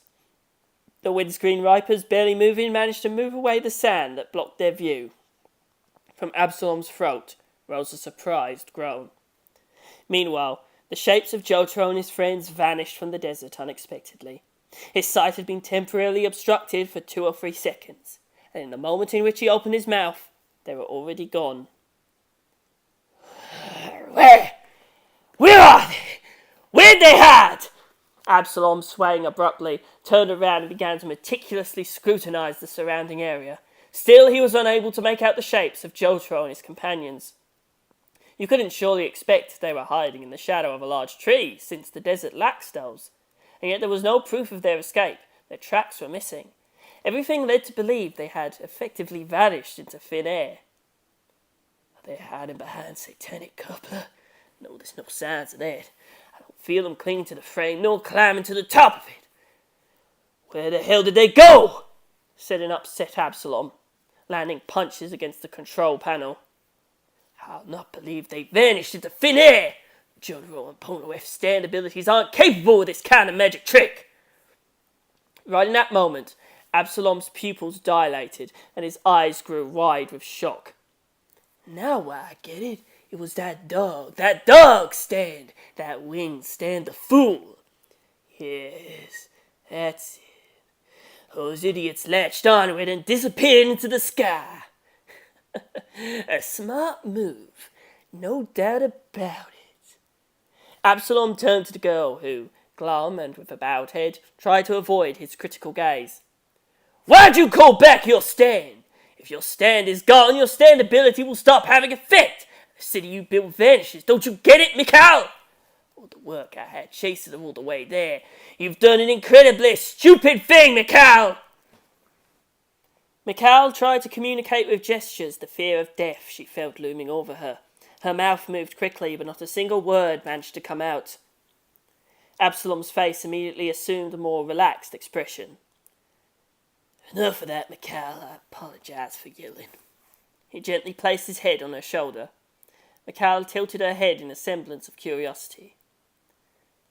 I lost my temper. I'm a despicable being. You're a woman. You've subconsciously stifled your fighting spirit, intimidated by that dog's infernal stand. And even if this is why, it's not your fault. I'll always be your brother, and I'll never stop protecting you. Mikhail tried in vain to mumble something. She was still a young girl, but there was something twisted to her pretty face. Come on, enough. Don't worry. There'll be other opportunities. If they manage to survive, they'll surely return to save the hostages. We could set a trap for them, and when we meet face to face, it'll be the end of them. I can already taste the moment when we hand Lord Deal the bloody heads of these 5 stand users. Satanic Coupler clambered away, leaving a large dust cloud. In the immediate vicinity were Jojo and his companions, unsuspecting. Absalom had overestimated the fool's flying capacity, which in reality could be compared to that of a glider. Not only could it fly in the absence of wind, but neither did it have the strength to stay in the air for long carrying 2 people. Perhaps he'd been aware of this, he would have certainly noticed that Jotro's group hadn't been in the air, let alone escaped to who knows where. Satanic Coupler's shape vanished beyond the line of horizon, leaving a cloudy trail of sand. Jotaro, Polnareff and Iggy showed up in the immediate vicinity, covered by the school uniform. That was close. Polnareff, raising his head, let out a huge sigh of relief. That damned machine flew low to the ground. Another 30 centimeters and we would have died, torn to pieces. At least we've stopped playing tag at that speed. Mimicking a mole was the right idea, Jotaro. I no longer even have the strength to kill a flea. Polnareff gently hugged the uniform. It's the second time it saves our asses. At this rate we should call it Jesus Uniform Superstar. Thank you.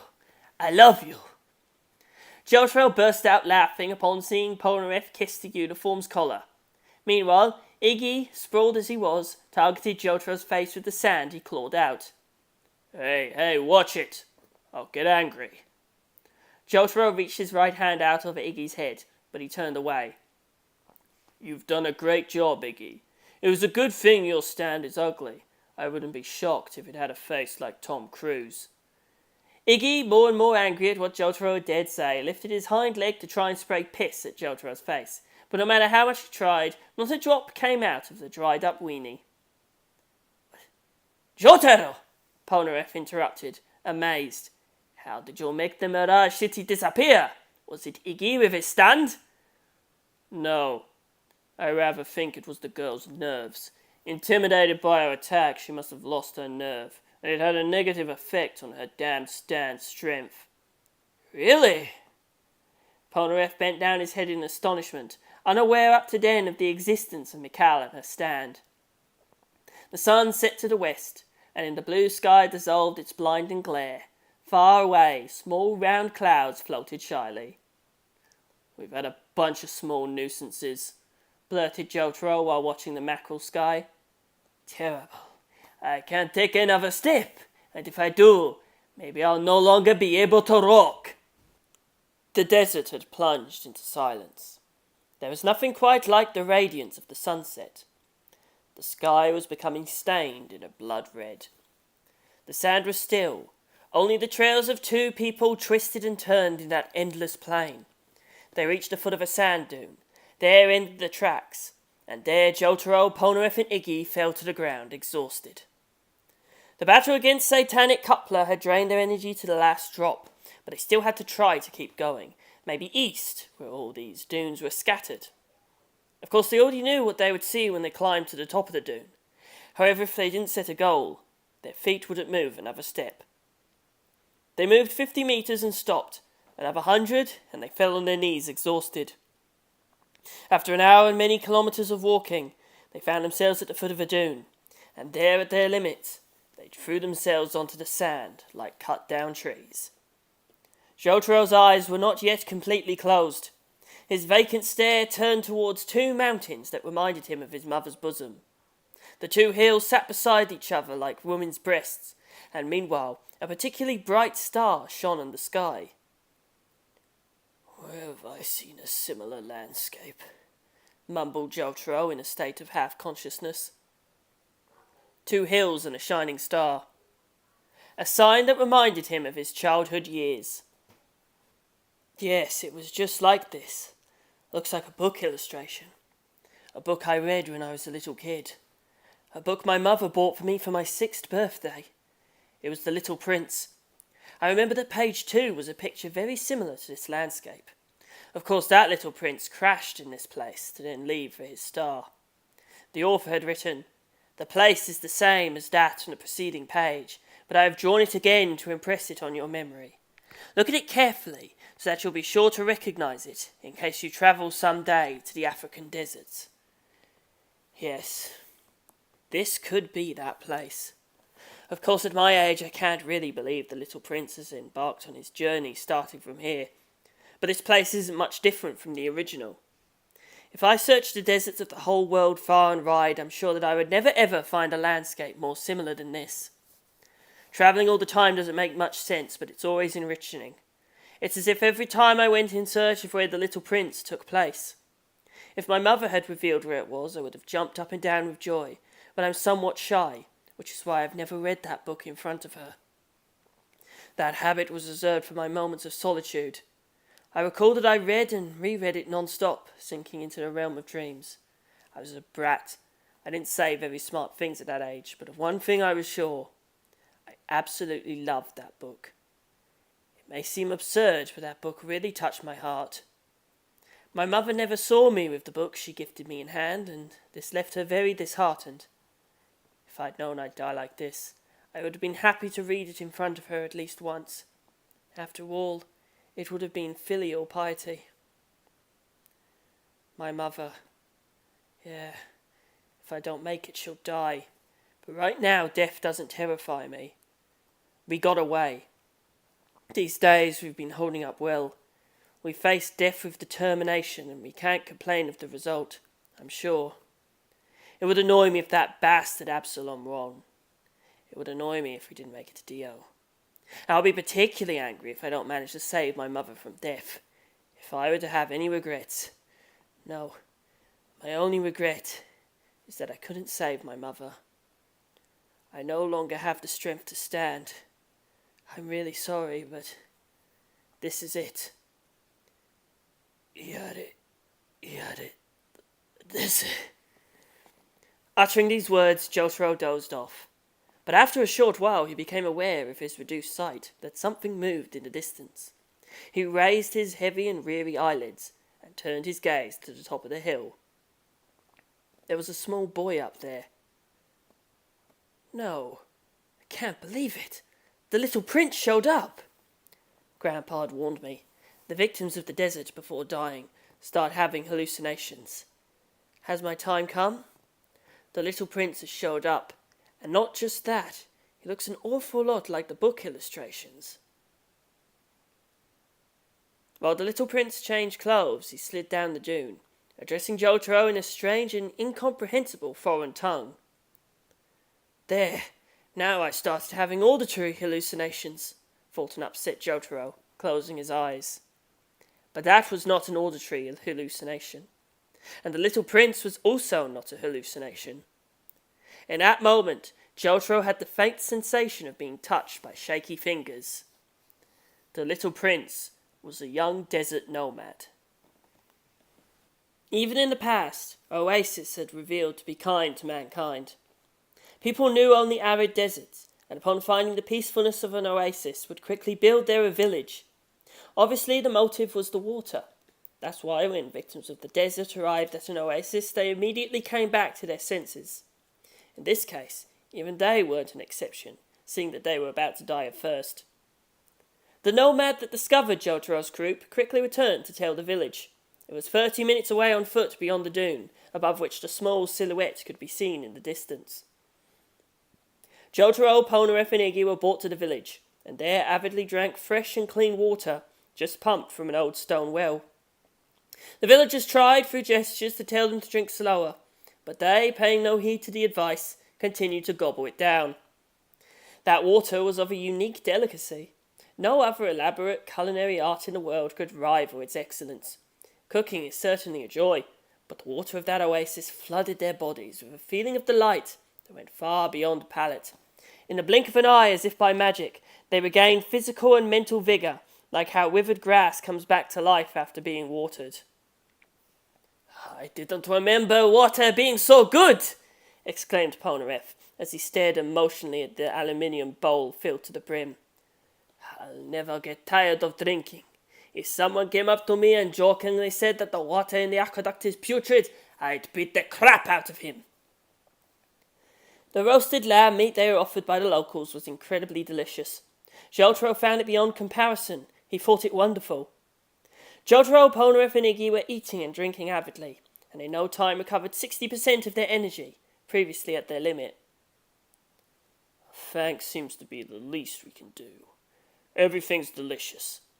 Thanks to you, we've escaped certain death," Jotaro said, turning to the village elder, the only one who could speak English. He learnt it during the Second World War. The old man gave a small nod with his head to indicate approval, and called Jotaro and his companions to warm up near the fire. What was that? Some sort of custom in honour of those fallen in the desert? Or were they simply gathered round the fire? Jotaro and Polnareff took a look around them. The people of dark skin wore white tunics and were particularly taciturn. They seemed preoccupied and at the same time suspicious. The bonfire's flames cast deep shadows on their faces, heightening even more that atmosphere of prudence. Jotaro thought that whoever had lived silently and at length in a cruel place such as the desert world would, in the end, inevitably wear an expression of that kind. "Seems like Absalom isn't here," Polnareff whispered in Jotaro's ear. "Yeah, seems so," muttered Jotaro.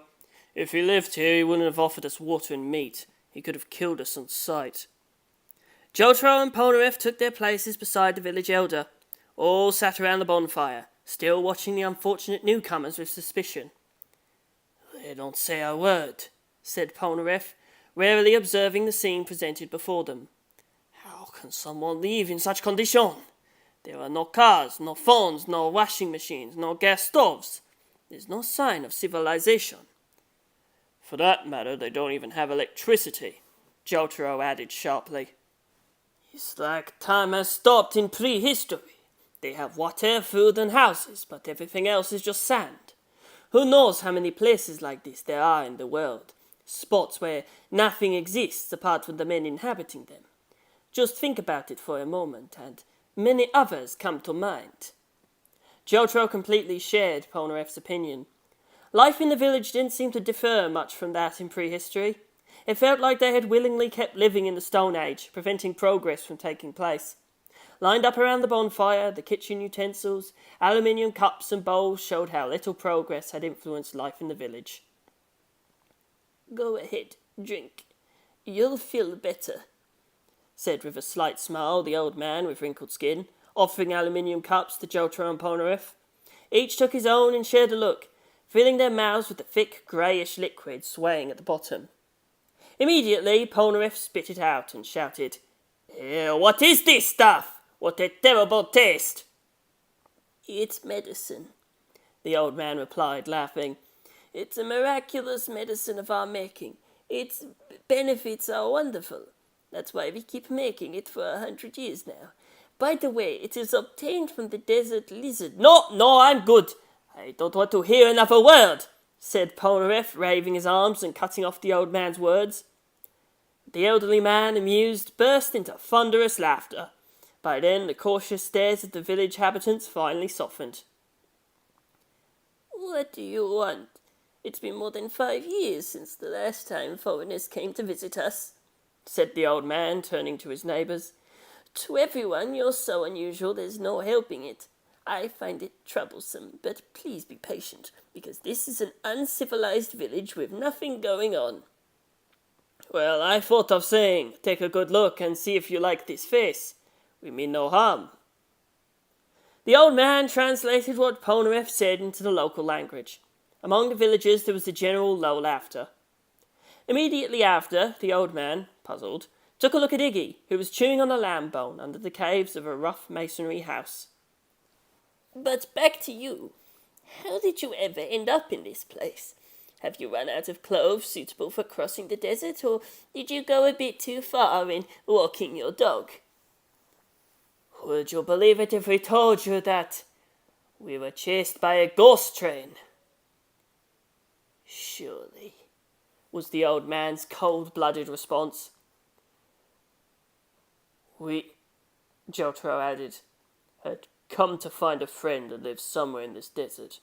But along the way our car broke down, and later we were also taken by surprise by a sandstorm. That's all." "Ah, a friend." The old man translated into the local language what Jotaro said for the villagers, then turned again to him with a mirthful expression. "And who is this friend?" "Absalom." There was a commotion among all the villagers. "Why, you know him, Gramps?" Jotaro asked, ready to bombard him with questions. "But surely," accused the old man, "he used to live in this village not too long ago." You don't say!" Jotaro and Polnareff barely held back their surprise. "But the same Absalom who loves railways and trains?" "Exactly. And so you should be the friends who shared his passion and of whom he talked at length." "I suppose so." "Good." The old man gave a pleased smile. "Well, Absalom will be surely thrilled by your visit." "Indeed. Now, where is he?" "If you walk for around 2 hours towards north, you'll find him at a small oasis with his sister Mikal." "Sister?" Jotaro thought back to Absalom and the stand as a girl. "Poor Absalom. We should pity him," whispered the old man, saddened. "After losing both his parents in an accident in Cairo, he changed radically. He moved away from the village with his sister. From 4 years ago, we've barely ever seen him." 4 years ago? In Cairo? That might be the year and place of Dio's return, thought Jotaro. But what happened to him 4 years ago? Jotaro asked with the utmost caution. The old man pondered for a bit, then, with a gentle smile, looked Jotaro in the eyes. "Might as well tell you. You're his friends, so it's best that you know. All the more so if you come from the civilized world." All the while, the wood kept crackling in the bonfire. The sky was teeming with stars, and among these an immaculate full moon stood out. It shone so bright it seems you could reach out and touch it with a finger. The old man, squinting his eyes as if he were focusing on something on its surface, slowly began to tell, word by word. "Absalom is 20 years old. His younger sister, Mikal, is 16. In fact, she probably just turned 17. Once they both lived in this village with their parents. The two got along so well as with their parents, that it could make anyone envious. Absalom, since he was little, has always been a clever boy and has one single flaw, that of having such a big and persistent curiosity. He would often stop adults to ask questions such as, why doesn't the moon fall, or how much sand is in the desert, bothering them. By contrast, Mikhail, due to being extremely shy, was a girl who spoke little, but her wonderful features were Absalom's pride. The two siblings had a passion for mirages.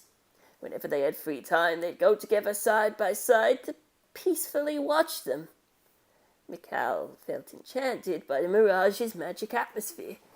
Absalom's hobby, however, was exclusively about the civilizations of the many countries reflected in the mirages. This was because, be it the cities, the factories, or the ships as large as mountains, all were full of charm and mystery, which was more than enough to capture the heart of a boy. In young Absalom's eyes, the civilized world was as marvelous as that of magic. The tales that he occasionally collected from caravans and travellers that stopped by the village constantly spurred him on. Beyond the desert is the land of happiness, more commonly known as civilization. There stretched dream-like landscapes. Absalom thought so. Buildings tall enough to reach the clouds, roads in the sky, steel pipes in which water flowed endlessly. Thousands of people travelling down two parallel paths aboard large iron vehicles. It was the trains. What captured his interest was not the civilized world at large, but the railways and the trains. Those were what stole his heart. For him, the trains were the heroes created by human wisdom and embodied the symbol of civilization. Well, that in itself wasn't a problem at all, but the issue was, as he grew up, his admiration for the civilized world increased significantly, until it became his only faith. He believed it with all his heart. When he met civilization, he would become a happy person. Rather, only in the civilized world could mankind know happiness. Meanwhile, as he loved the modern world, he started feeling extremely ashamed of the life he led in the desert. I, too, was worried. I told Absalom many times, "No, Absalom, you still don't know the true face of civilization. In the desert exists the day and the night, while in modern civilization what seems to shine may hide a dark side. If you limit yourself to simply gazing at its best side, you'll never fully appreciate the modern world." If, in that moment, he'd paid only a bit of attention to what I said, maybe that tragedy of 4 years ago wouldn't have happened. It's already been 4 years since that regrettable and unfortunate incident. The incident in Cairo, where he lost both his parents, which you mentioned earlier? Polnareff asked the old man. Exactly so. Absalom was 17 back then, but was already plenty obstinate. Actually, in the end, his parents, giving in to his nagging requests, took him to Cairo alongside his sister Mikhail. Absalom, needless to say, was in heaven, essentially being able to visit his so-beloved civilized world. He'd been waiting for that moment for a long time. But destiny was cruel, very cruel. I don't know the exact details. I know only that the bus on which they travelled stopped on a level crossing, and shortly after arrived the moving train. I'm sure of this. Both parents died on impact. Absalom broke his legs. Mikhail, instead, was on the brink of death from a metal splinter that tore her throat. But that's not all. Those who rushed to help gave priority to the locals and to those who offered rewards. Absalom and Michael, who were outsiders, were left for last. Needless to say that medical help came too late for Mikhail. Sure, she managed to escape death, but from then on she could no longer speak. Trains, the passion he held from a young age, what ended up killing both his parents and depriving his beloved sister from her voice.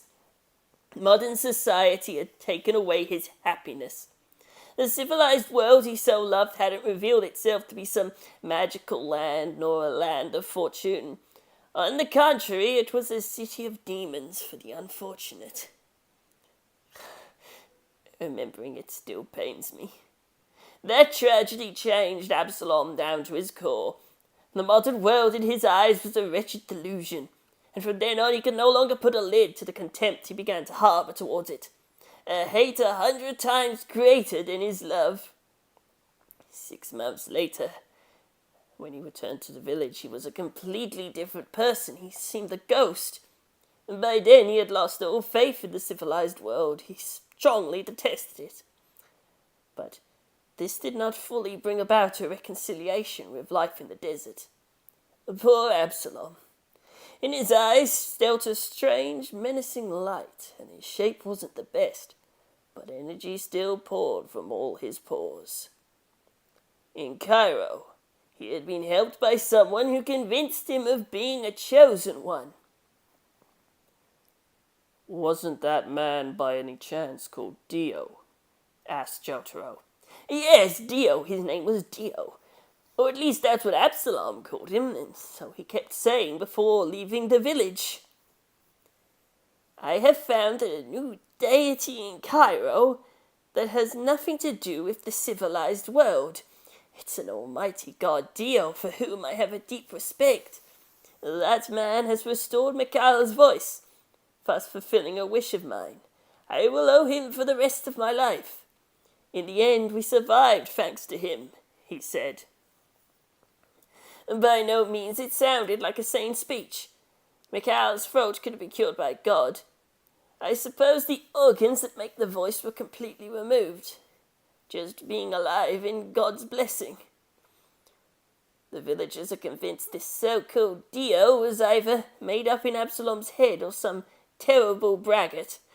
But I still admire him, whoever Dio is. Absalom has grown very fond of him, and he restored his peace. He became Absalom's support. How could you blame him? Modern civilization betrayed him, took away both his parents and almost his sister's voice as well. His morale was shattered, but some way or another, he was able to make it, thanks to that Dio that now has a place in his heart. At that point, the old man's tale ended. Jotaro and Polnareff, speechless, stared at the medicine shimmering at the bottom of the aluminium cups. The bonfire's flames scattered all round. The old man sighed and began to speak again. It's not that I renounce progress. I simply have the feeling people are poisoned by it. Naturally, you civilized men don't appreciate the desert and surely don't compare an oasis to a city. But this village and its people, in their own way, don't wish for the winds of modernity to blow in. I think that only those who ignore civilization can be happy. And Absalom's tragedy is evidence of that. "Nice speech," said Polnareff, holding out the aluminium cup before the old man's eyes. "And what is this? Is it not perhaps a modern utensil?" The elder, amused, burst into a thunderous laughter and went to drink the coffee from his own cup. Well, in truth, it doesn't rust. It's unbreakable and also handy, but I don't think that this cup incarnates the worst side of civilization. "I get it. It's not corrupted enough. After all, it is yours," Polnareff added, making fun of him. "There's some theory which claims that the liquid that aluminium utensils release is a dangerous substance, probably the cause behind Alzheimer's." Alzheimer's? Never heard of it, but the medicine I made you drink also works on foreign diseases. "I'd like to believe it," Polnareff replied, humming. Meanwhile, the old man toyed with the aluminium cup between his hands, staring silently at the bonfire. Anyway, I was saying that in this world, those who ignore reality are their happiness. If you don't want to spoil the desires you've grown in your heart, might as well ignore reality and be happy anyway. "So it could be anything," said Polnareff with an interested look, making himself comfortable. The old man turned his gaze to Jotaro. Then, letting an affectionate smile escape, he squeezed his hands tightly. Absalom has changed. I don't know if it'll please him to meet you civilized people, even if you're his friends. Whatever happens, I beg of you to forgive him. Do it for me. Even if he were to be unpleasant. We'll do what we can. Jotaro turned away from the old man's gentle smile. In that moment, Absalom and Mikhail were hiding north of the oasis, and Satanic Coupler was finishing its umpteenth metamorphosis. Its metallic and aerodynamic shape resembled the TGVA high-velocity train of SNCF, the National French Railway Company, that on May 9th of 1990 had achieved the speed world record, reaching 515.3 kilometers per hour. Nowhere could the rough and angular features of the previous model be seen. It matched Absalom's aesthetic tastes. In fact, those sword horns that protruded from the pilot and the sharp spines growing out of the convoy here and there had remained intact. He moaned with a satisfied look. Thanks to you, Satanic Coupler's been revived in excellent shape, incarnate in the latest model, exclaimed Absalom, arrogantly turning to Joestar, Kakyoin, and Abdul. They remained attached to the ground, wrapped by tentacles which still left their right hands free. And right in these, Mikhail, afraid, handed them a piece of cheese and a bowl of water. What are you up to? Mikhail curled up, terrified by Joestar's intense look. We don't want to poison you, Absalom reassured him. I've decided I'll let you live until tomorrow. What are you insinuating? Tomorrow I'm thinking of making you witness how Satanic Coupler will torture Jotaro and Polnareff to their deaths. A train journey to mark the end of their lives. The view from the car windows will have some changes. And naturally, after having some fun, we'll ask our guests to set out on a one-way trip to Hell City. At his maniacal laughter, Joestar and the others felt a shiver run down their spines. To make an attempt on the great Lord Dio's life is an extremely foolish act. Tomorrow I'll kill all you rotten civilized people, as a debt of gratitude to Lord Dio, and on behalf of Mikhail and myself. Do you believe so? Abdul cut in, chuckling ironically. That might be for you, but that girl beside you, Mikhail, doesn't look like she's too eager for tomorrow's event. At least, that's what my eyes see. The girl was about to say something, but she lowered her face, dejected. Quiet! Mikhail's my sister! We're a unit! With that, Absalom dug his shoe tip into Abdul's side. Absalom watched the coughing Abdul with hatred, but Mikhail, frail and frightened, didn't make any effort to raise her head. In the evening, Mikhail's stand couldn't manifest itself. There weren't any mirages on the horizon, and consequently, there wasn't even the possibility for her stand to build mirage cities. Meanwhile, Jotaro and Polnareff were focusing on what was the best strategy to take down Absalom once and for all, and to rescue Joseph and the others, who'd remained in his clutch. They considered the idea of a nocturnal attack. However, only needing a look to understand each other, they decided to leave the village the morning of the next day, after a good night's rest. Even if they had recovered their physical and spiritual strength, it was just at 60% capacity. To be able to defeat Satanic Coupler, one should have been at least 100% of their physical condition. Joestar and the others were their main worry, and the only way to rescue them was victory. Jotaro and Polnareff fell asleep in an old shed of coarse bricks, enraptured by a starry sky that invaded the place through a crack in the roof. The moment has come, but how will we save them? Asked Polnareff. What's the plan, Jotaro? I don't know, replied Jotaro. We'll talk about it as we go. The first move is to save Gramps and the others anyway. And after that? We'll improvise. It'd be troublesome to be trapped inside, but the outer wall of Satanic Coupler is pretty much the same as an ordinary stand. In that case, we should be able to come up with something. The problem is, how are we going to get that guy into our stand's range? Or better, how close we need to get.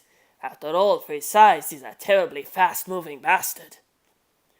This will be doable. So far, we've managed to solve things as we go. You can say that again.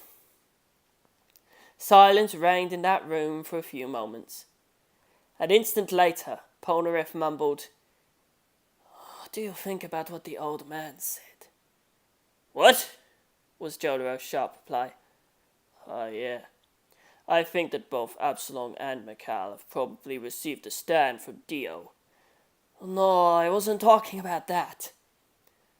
Don't you find Absalom's story weird?" "How so?" "I mean, it's curious. Absalom should be mad at trains. After all, they killed his parents. Instead, would you look at that? He manipulates a diesel locomotive stand. Rather taking advantage of our brains, he even enhanced it, scrupulously painting it like one of the latest models. No matter how you look at it, it's no different from a railway enthusiast giving his train model a new coat of paint or using sandpaper to give it a glossy finish. Don't you think it's a big contradiction?" In the end, I suppose he never cast away his admiration for civilization. "What are you getting at?" Polnareff sat up to scrutinize Jojo, however the latter turned in bed and, annoyed, faced the other way. Surely what happened in Cairo must have been quite the trauma which changed his mindset. But his passion for trains didn't just fade. He both hates and loves civilization at the same time. Of course it's a contradiction, but it's always his conscience. After all, it's a considerable psychological trauma. It's difficult to be coherent in these kinds of moments. Without a doubt. It must have been hard. Worse, he must suffer terribly. Poor guy. I feel pity for him. Even if he's one of Dio's underlings, even if he's tried to kill us, I really do feel pity for Absalom, thought Jotaro. Anyway, Polnareff said, yawning. "Is there anything else?" Jotaro asked, irritated. "I don't think we're on a school trip. I'm not planning on staying up all night chatting." "You're so irascible. This is the last thing, I swear. Actually, somewhere in the village I must have dropped my pass case. That's where I usually keep girls' phone numbers, so it'll be really bad if I can't find it." "Whatever you say." Jotaro brusquely got up and went outside. In the sky shone a silvery moon, while the desert embraced its reflection. In Jotaro's heart, a little mark of compassion for Absalom took form. I hope this won't have an influence in the fight. But no matter how much Jotaro stared at the desert lit by that silvery light, no reply came to placate that apprehension of his. The morning sun coloured with silver the horizon line to the east. The desert released the humidity accumulated during the night in the air, and a warm wind made the panorama waver slightly. "Be careful, and on the way back, make sure to come visit again," the old man said, handing a leather sack containing water and dried meat to Jotaro and Polnareff. "We won't fail to, and we will bring our 3 friends with us." Turning their backs on the oasis, they resumed the trip. The desert was monotonous and desolate as always, but for Jotaro, Polnareff and Iggy, fully recovered, it no longer constituted a threat. In 2 hours we'll be in the middle of a battlefield, and this battle will never end in a draw. For the losing side, there's only death. While the vital energy began to flow inside their bodies, the 3 advanced towards north, where the oasis in which they would have found Absalom and Mikhail was. Fortunately, there was no mirage in sight. They wouldn't appear until the sun rose to some extent. Therefore, for a few hours after the sunrise, there was no reason to worry about mirage cities. Of course, if the battle were to become drawn out, the time when mirages can appear would arrive, but they settled that matter with, "We'll get there when we get there." At the moment, the most important thing was to safeguard their own physical conditions, now that they were restored. During the itinerary, Jotaro explained to Polnareff the plan of action he had elaborated the previous night. "It's not a bad idea, aiming at the train's coupler. Clever!" shouted Polnareff after learning the strategy. "The couplers are the pivot of the whole train. If we knock out that, the cars will drift apart from each other. This way we'll split Satanic Coupler's locomotive from the passenger's car, where Jost are and the rest are. I get it, but since those are fundamental parts, maybe Absalom's chosen really sturdy first-quality components. We should give up the idea of destroying them by force. In the remote hypothesis that the mechanism of the hook is the same as that of real trains, then Star Platinum should be able to intervene without any problem. But at that speed it won't be easy to get close. There, I'll make an entrance. I'll move around Satanic Coupler to grab his attention. What do you think? Seems like a game plan. Well, you're a team. At this point we're on the same wavelength, no? Jojo and Polnareff started mentally simulating the plan of action in every detail while they continued to walk. When they finished, their attention was grabbed by a cloud of dust that rose on the horizon in the distance. A sandstorm? Oh, I don't think so. Something's happening over there. Polnareff clenched his fists and became tense. A ship? A dune buggy? No, that's not possible. Whatever it was loudly moving forward, lifting a cloud of sand. An aerodynamic and metallic body, a hysteric siren rissing as much as it could, headlights of a crazy red, and a pair of saw-toothed frontal pincers that opened and closed, making a terrible noise. "It's Satanic Coupler!" yelled Polnareff. "It has changed again! It goes a lot faster than earlier!"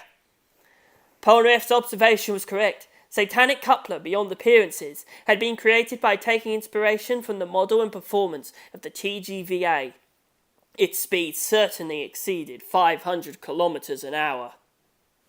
"So, you're still alive, Jojo and Polnareff. I thought you would have hidden in some oasis in the south, taking advantage of your smart move the other day. Well, right today, you'll be victims of my Satanic Coupler." While the despicable and angered voice of Absalom boomed, Satanic Coupler charged in the direction of Jojo, Polnareff, and Iggy. They managed to dodge it by a hair. However, Satanic Coupler's supersonic speed generated a shockwave, which hurled them high in the sky like they'd been hit by a giant invisible hand. They landed sliding on the sand, and once again Satanic Coupler furiously charged against them. It was like a missile, flying close to the ground. The group suddenly recovered, only to throw themselves to the side once more. A huge shockwave hit their backs, their clothes flapping violently, but they didn't suffer any damage. "Good, we avoided it. That shockwave is nothing to be afraid of. All right, time to put Polnareff's game plan into action." The moment in which Jojo thought that, he heard Polnareff's horrified scream. "Ah! Look over there!" A young boy was standing, blocking the way of Satanic Coupler that was advancing at top speed in the desert. The boy opened his eyes wide, stunned and frightened. "Watch out!" Just as Polnareff shouted, the boy was hurled by Satanic Coupler so hard that Jojo heard the thud. Absalom, disgusted, clicked his tongue and stopped Satanic Coupler diagonally. The boy twirled in the air like paper scraps, and his blood started to fill the gashes dug by the wheels. From his hands bounced a black squared object that appeared to repeat the trajectory of the boy. Jojo and Polnareff approached in a hurry. From his lips spurted out a rivulet of blood. His eyes were rolled back into his head, and he had heavy convulsions. That boy was the little prince, the one who had rushed to Jotaro's and his friend's aid the previous day. "It's my pass case!" Polnareff whispered in shock, grabbing that square black object from the boy's hands. "This boy came all the way here just to give it to me." Polnareff glared furiously at Coupler, determined to deal with it at once, but the voice of Jojo prevented him from doing so. "Polnareff, take this kid back to the village. He's in urgent need of medical care." Polnareff stopped suddenly, and for a moment hesitated between the bleeding boy and Satanic Coupler, who had atrociously altered his features. "Come on! This little prince was our saviour." His worrying condition left Polnareff no room for doubt. "You go back. I'll fight to avenge him," he said without leaving any chance for a reply. "I got it, Jojo. At least try to hold out until my return." Polnareff picked up the boy and began heading south towards the village. Jotaro followed him with his gaze until he vanished on the horizon. Then he carefully got up, shaking off the sand from his knees. The diesel engine of Satanic Coupler was idling, ready to charge at Jotaro and Iggy. This leaves a bad taste in my mouth, but I must turn back on my word. It's too bad, but it doesn't seem like the old man's wish will be fulfilled, muttered Jotaro with his eyes cast downward. What are you mumbling on about? Did the fear mess with your head? Absalom's sneer filtered through the speakers. Absalom, why do you do this? I heard that both of your parents died, crushed by a train. You hate the modern world and you want to kill us. I don't exactly know why, but now I'll give you a good lesson. Answer me! Why do you act like this? Jotaro lifted his head abruptly. It was as if a laser beam, sharp and blood-curdling as a flash of lightning, had released from his eyes and, crossing Satanic Coupler's windscreen, pierced those of Absalom and Mikhail inside the driver's cabin. Mikhail was left petrified, with her gaze paralysed by fear, and Absalom immediately sat back down. An intrepid fighting spirit with murderous intentions made its way into Jotaro's body. You bastard. You just pulled off the same accident that happened to your parents, the thing you hate the most. Worse, that kid isn't one of the civilized people you detest. He was one of yours. What are you insinuating? Said Absalom with insolence through gritted teeth. Who or what I hurt doesn't concern me. I don't belong to the civilized world, nor to the desert. Thanks to Lord Dio, we had the opportunity to embark on a journey into a third new world. And the destination's Hell City. There's not a single place in the world where you'll be able to catch your breath, except that. What? The veins on Absalom's temples bulged. Jotaro, spitting out the sand that got in his mouth, coldly replied, I pity you a bit, but you made me get past it. You're the lowest of scum. You're a bastard. And you deserve to rot. Shut your mouth! Crat, crat, crat, crat, crat!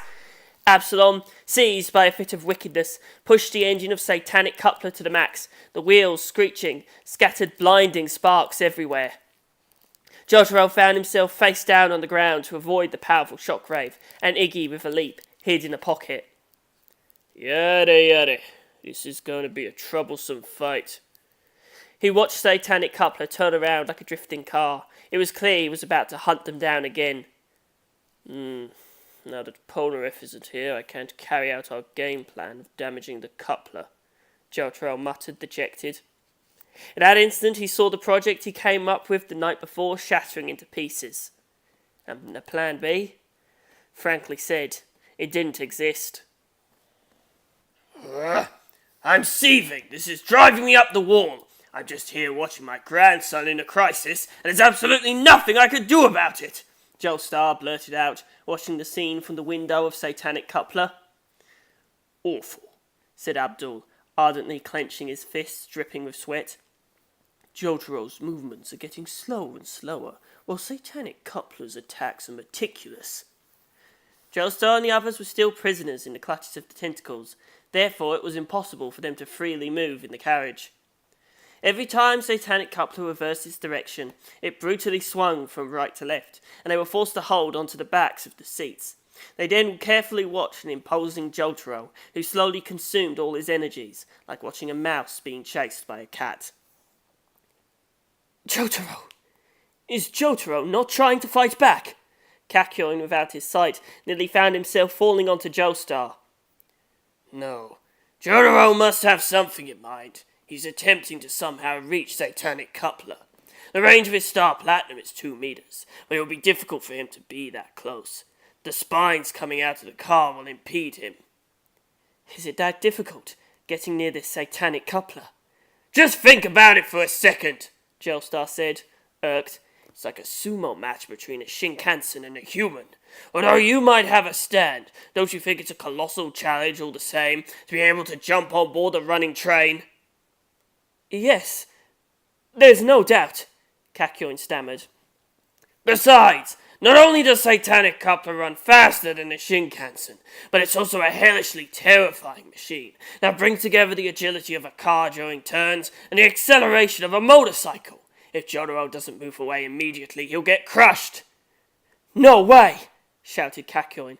Isn't there anything I could do, Mr. Joestar? I've tried everything I could think of, but there's no way to escape!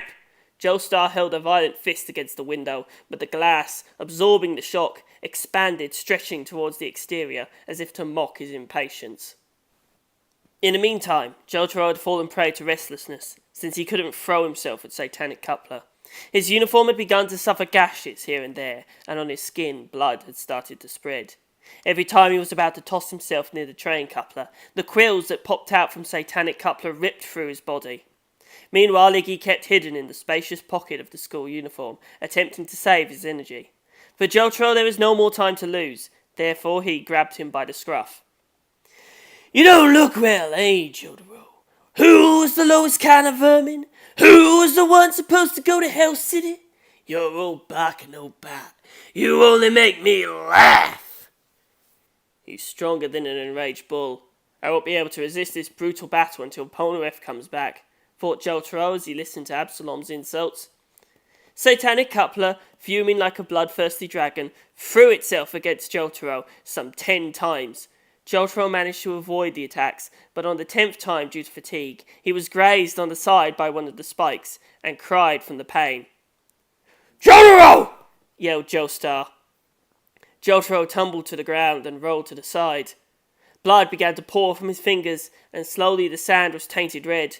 Satanic Coupler kept speeding through the desert to deal the killing blow upon Jotaro, and skidded into a large arched curve. Die, Jotaro! Absalom turned the throttle to the max. Satanic Coupler was now going at full speed, the pincers that protruded from the pilot spread wide. Having exited the curve, Satanic Coupler's windshield caught a struggling Jotaro, trying to move away. However, there were 2 Jotaros.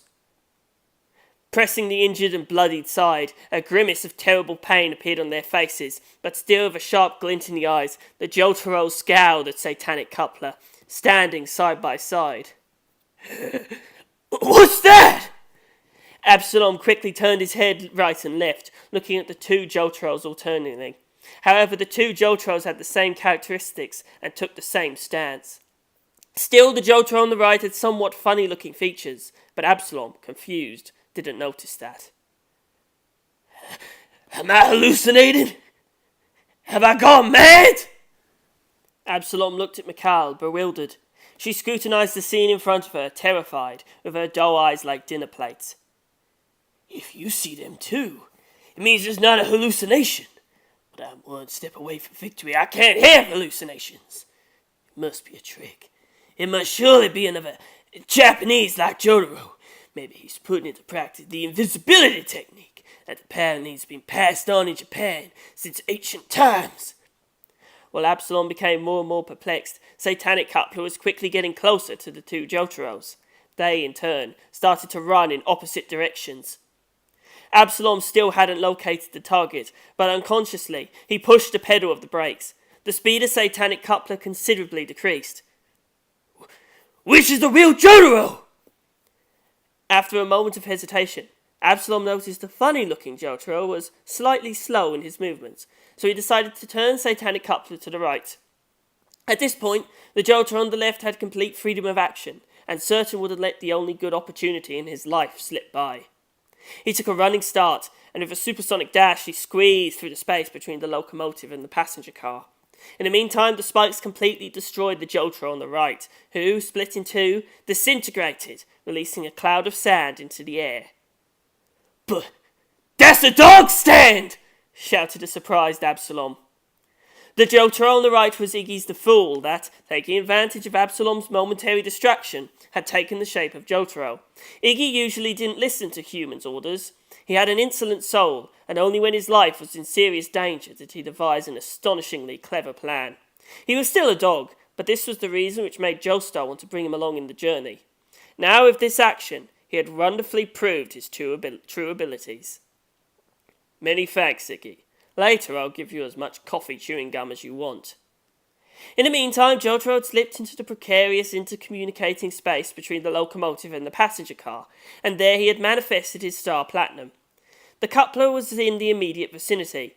The eyes of Star Platinum had rapidly located the mechanical device. It didn't differ much from those of the original trains, and the individual parts had been assembled with some bolts. It's like I thought. Normally it would be difficult. With the ultra-precise movements of Star Platinum, it would be a piece of cake to take them apart, blow by blow, Jotaro evaluated. Therefore he ordered Star Platinum to unscrew the 4 bolts from the coupler. Then it didn't take much for Jotaro to jump on the other side. Pulling out the 4 bolts, the coupler of Satanic Coupler broke down, separating the locomotive from the passenger car. From the speaker arose the desperate screams of Absalom. The locomotive of Satanic Coupler stopped with a turnabout.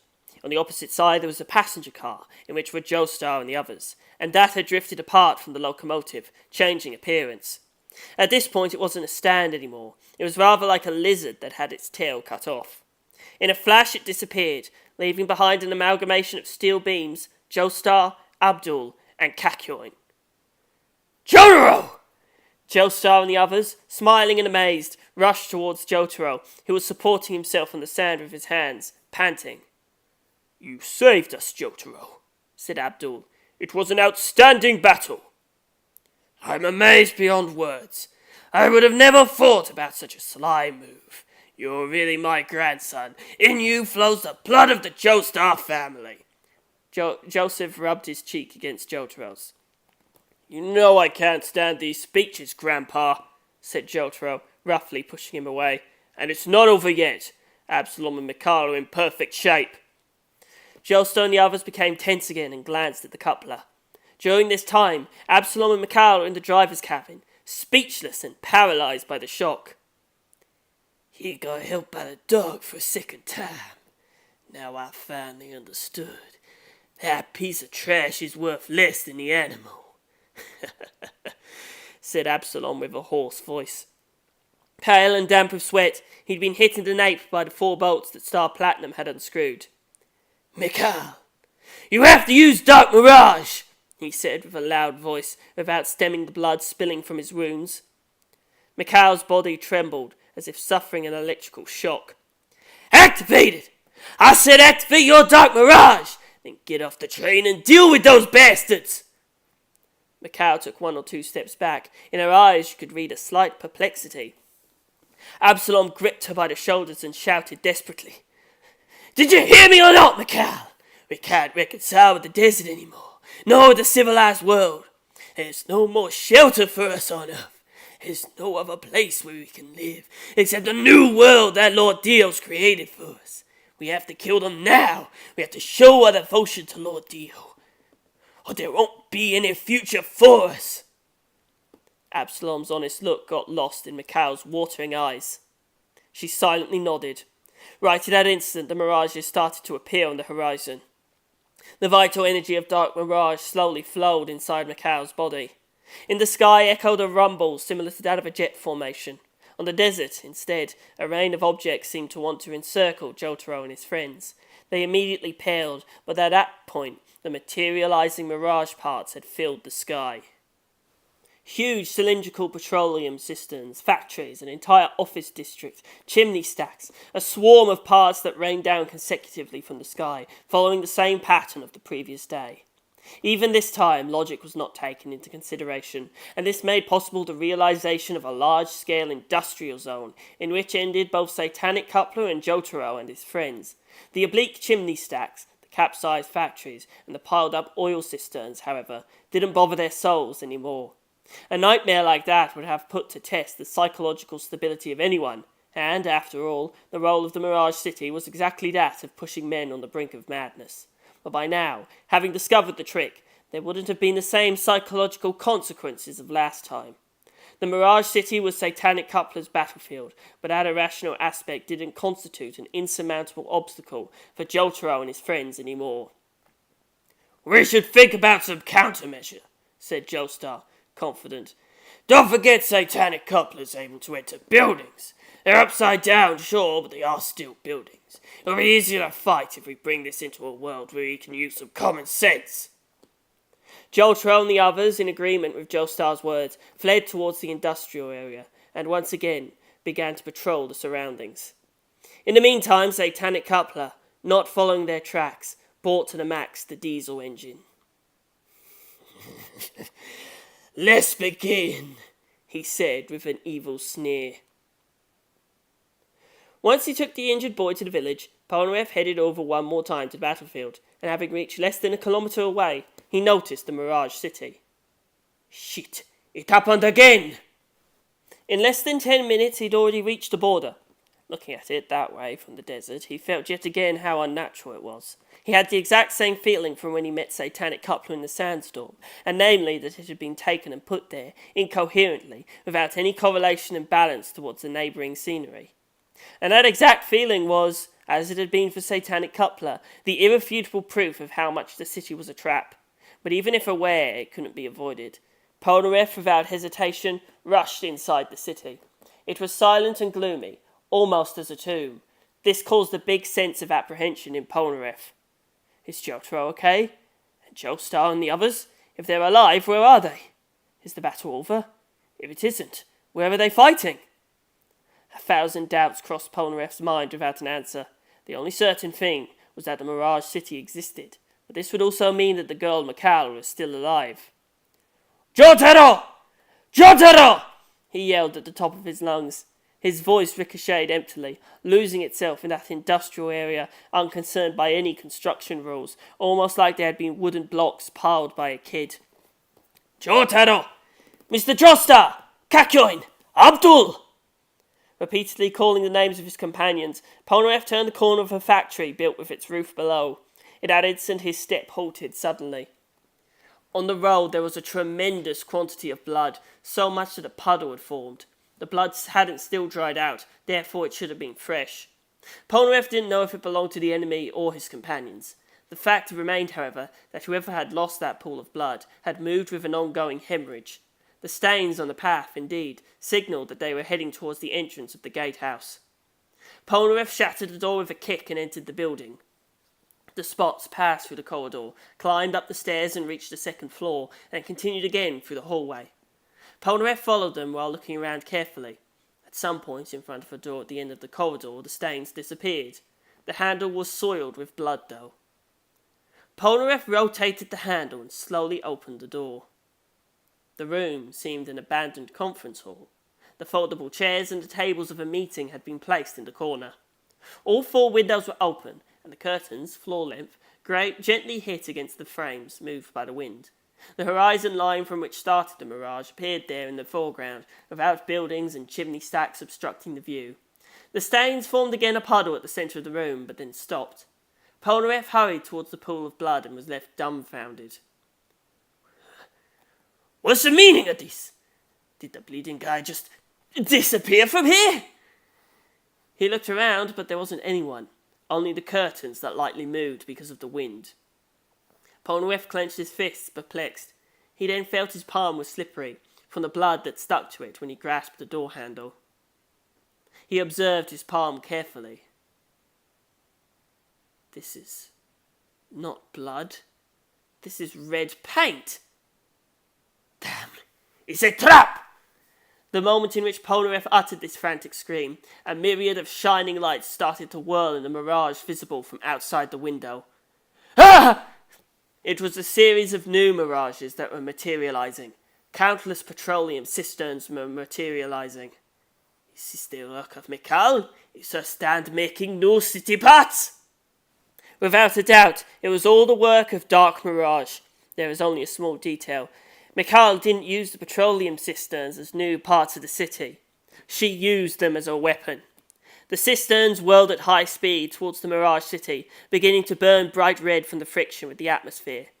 And then, unbelievably, the cisterns ran through the 4 windows of the conference room, one after the other, attacking Polnareff like a meteor shower. Gah! Each one of them was about 20 centimetres in diameter. Polnareff threw himself face down on the ground, but the petroleum cisterns, already turned into fireballs, exploded consecutively against the walls, spraying in the air the aflame petrol. In a short time, the floor became a blazing field, and Polnareff, trying to dodge the threat of the fireballs, came to a point where he couldn't move anymore. He was at the centre of a pyre. Am I dreaming this? Just the materializing mirages are a nightmare, but even the size of them is so incoherent. Dark Mirage was apparently able to freely modify the Mirage's scale when they materialized. Of course, in the case of teleportation or telekinesis, the weight and dimensions of the objects involved cannot be modified. However, Dark Mirage's ability is to materialize objects that don't exist in reality. Since they don't really exist, Mikal can change them at will, and their size was at her discretion. When Polnareff noticed the flock of spinning cisterns in the Mirage, it was too late. At this point, the fireballs had broken through the 4 windows of the conference hall, hitting the target. They blasted away energetically, chasing for every corner of the room after Polnareff, who in vain searched for an escape route from that hell. One of them exploded right above his head. His face was drenched in a huge quantity of fuel, just the time of emitting a sharp cry of pain, and then he turned into a human torch. When Polnareff got himself into this irremediable trouble, Jojo, Joestar, Abdul and Kakyoin were investigating the changes of Satanic Coupler. It would be a harder fight than expected. They were now 1 building away from Polnareff at the 3rd floor of a factory management building, stuck in the middle of a 200 metres long corridor. The shape of Satanic Coupler couldn't be found anywhere, but with its unreal speed, it had been able to inflict wounds to all 4 of them anyway, with the needles that protruded from the surface. Among other things, the injury to Joestar's left arm was particularly deep, but it wasn't spilling blood. It spilt oil. That arm had Joestar's artificial hand. Damn! I can't move the index! The mechanisms must be damaged. Now how will I blow my nose? Shh! Listen, it's coming again, said Kakyoin, interrupting the words of Joestar. The hollow and deep sound seemed that of a subway inside a tunnel. Jojo and the others, standing stiff, started focusing carefully. It's coming. It's coming, murmured Joestar, damp with sweat. But from where? Satanic Coupler knocked down the walls and swung vociferously. It was exactly 10 metres behind Jojo and the others, and as a reflex they leapt forward. Emerald Splash! Kakyoin, staggering from the force of the attack, released Hierophant Green, which in turn emanated from its wrist a flurry of destructive energy made of emeralds, but those scattered in the air. Satanic Coupler, after crossing the hallway, had dug a tunnel in the opposite wall of its horns and, bolting at the speed of 500 kilometers per hour, had gone through it, dodging the attack and leaving intact its metallic convoy. It all happened in the blink of an eye. Coupler's 20 metres of length crossed the less than 10 metres wide corridor rather than running along it. The train went from one tunnel to another, and crossing the 2 holes dug in the walls to its surface, managed to travel the whole hallway in a 1/10 of a second. Like this, all the attacks of Jojo and his companions inexorably ended up lost in the air. Satanic Coupler, instead, in that split second, was able to launch any attack. Rather, it was sufficient for it to move into their direct proximity to run over them. We must be quick to avoid it. It's too dangerous. It's better not to take reckless decisions, said Joestar, breaking out in a cold sweat. Wasn't it you, Gramps, who said it's easier to fight if you bring this into a world where you can use common sense? Tell me, what do you call common sense about this? Said Jotaro. The buildings themselves are magnificently common sense. What's irrational is that guy who's perfectly digging through the corridor. Don't tell me he's using the front horns for it. Did you really think those things were only useful to intimidate us? Why, what do you think? Yelled Joestar, losing his temper. Anyway, it's running at a supersonic speed and, using the horns as a pneumatic drill, it blows to pieces the walls of the concrete buildings as if they were crackers. Abruptly, Coupler passed along the corridor in front of them. Jojo and the others crouched down in shock. It was a mistake to come to this hallway, said Abdul. With this width, if it shows up right next to us, we can't avoid it. We should remain in wide spaces. Sorry, Joestar lowered his gaze apologetically. This was all my idea. I never thought he'd break through the walls to attack us. In corridor, we would only need to watch the front and back, or I'll quickly run. It's coming back! Yelled Kakyoin, interrupting Joestar's sentence. Satanic Coupler kept running impetuously like an enraged bull. Once more it leapt out from the walls, ending up just right in front of the eyes of Jotaro and his friends. Kakyoin was disfigured by one of his quills. In a heartbeat, a myriad of fierce flames scattered out of Magician Red's mouth, but these didn't even reach Satanic Coupler, protected by its shockwave. Kakyoin, everything all right? Asked Jotaro, rushing to his aid. It's just a scratch. We're trapped like rats. We'll end up being hit. We have to get out of this hallway quickly. But, said Joestar, the rooms on the other side of the corridor are narrower than the corridor itself. It would be even more dangerous. I get it. Then we need to leave this corridor and flee towards a wider space. Exactly. Even if after that it would be even more risky. Once we start running, we should be very careful. Even the smallest sound of steps could be fatal to us. After all, dodging it's impossible. Well, where do we start? Shouted Kakyoin. This city won't vanish until dusk. Do you think we'll be able to resist and avoid it until that moment? Hey, but what? Joestar lost his voice for an instant. Satanic Coupler, with a deafening noise, swept past about 50 meters away from them. Abdul, began Jotaro, do you think he's attacking to pinpoint our location? Now that you mention it, the attacks seem to lack accuracy, replied Abdul. Too many useless charges. Maybe he's doing it on purpose to torment us, but does he even have the ability to see through walls? Even a poor marksman will hit the target with enough shots, so there's a high chance he's just randomly charging over and over again.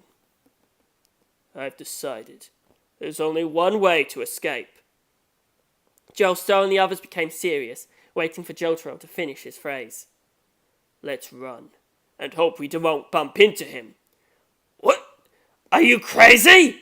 Joestar, head in his hand, signaled a no. There's no time to argue.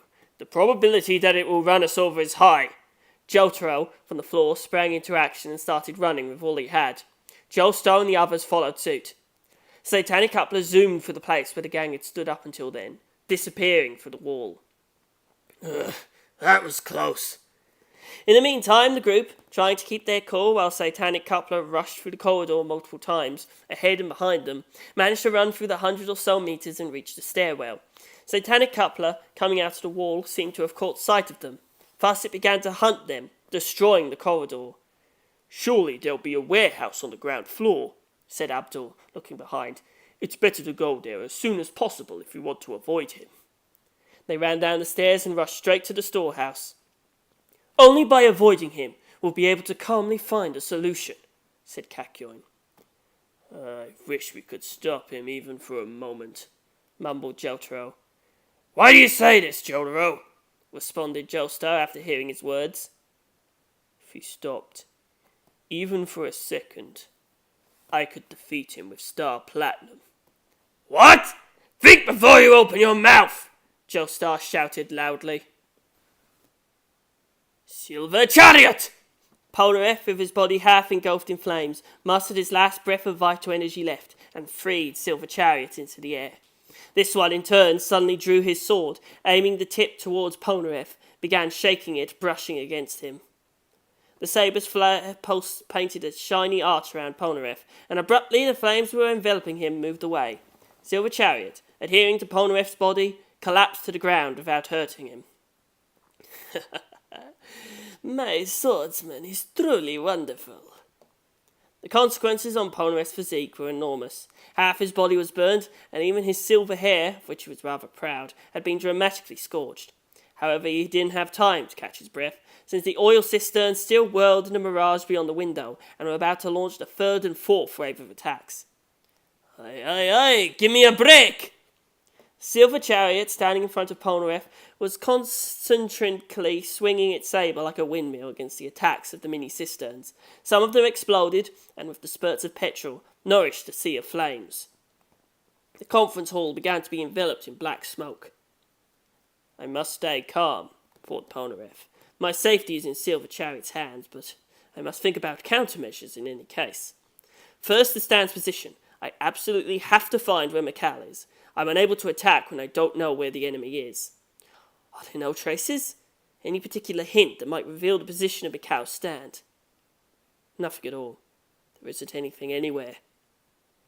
Well, guess I'll have to figure it out by the characteristics of her stand. The things I know about her stand are three. It possesses the power of making mirages tangible, it can operate without the mirages, and lastly, it can operate if the mirage is not visible to the naked eye from its position, for example, like when we're in the sandstorm. Therefore, excluding the first and the second, we're left with the third. The mirage can be visible from any place, outside and inside the city. I can't comb from corner to corner, even because it would be hard to get out of this burning room. The door's already covered in flames. But there's one strange thing that has been bothering me for a while now, which is why I haven't left the room yet. The aim of the oil systems that attacked me is incredibly good. I survived by a hair thanks to Silver Chariot, otherwise I would have been certainly overwhelmed by the flames. A human being lacking a stand surely wouldn't have survived. Maybe she sees all of my movements. Yeah, but where's she watching from? Definitely not from outside. Outdoors there's an infinity of mirages, and with the skyscrapers and the dark smoke, she wouldn't really be able to discern the movements here inside. Then, she must be somewhere in this room. Where? Where? She can see me with the naked eye, so there must be a spot from where she's also able to pick up the mirages. Oh! After having analysed the interior of the room, Polnareff suddenly fixed his gaze. His eyes had become stuck to the left side of one of the 4 windows. The curtain attached to the framework didn't flutter. The others flapped like crazy, fed by the flames. Over there, instead, it seemed there was a person. There she is! Silver Chariot, together with Polnareff, unsheathed its sword with a dash and, dodging the flames, pointed it towards the curtain. Well, there was something. Polnareff actually felt Silver Chariot brush her body with its sword. While they were hearing the insane roar of the reels, Jojo and the others carried on with their dash towards the warehouse. Do we really have a plan? Because if we stopped him for a second, I could destroy it. You still insist? We'll never be able to attack it this way. When he stops, the shockwave also disappears. It's pretty straightforward. Besides, old man, you can be the one to stop him, added Jojo, annoyed at Joestar's reply. Gotcha!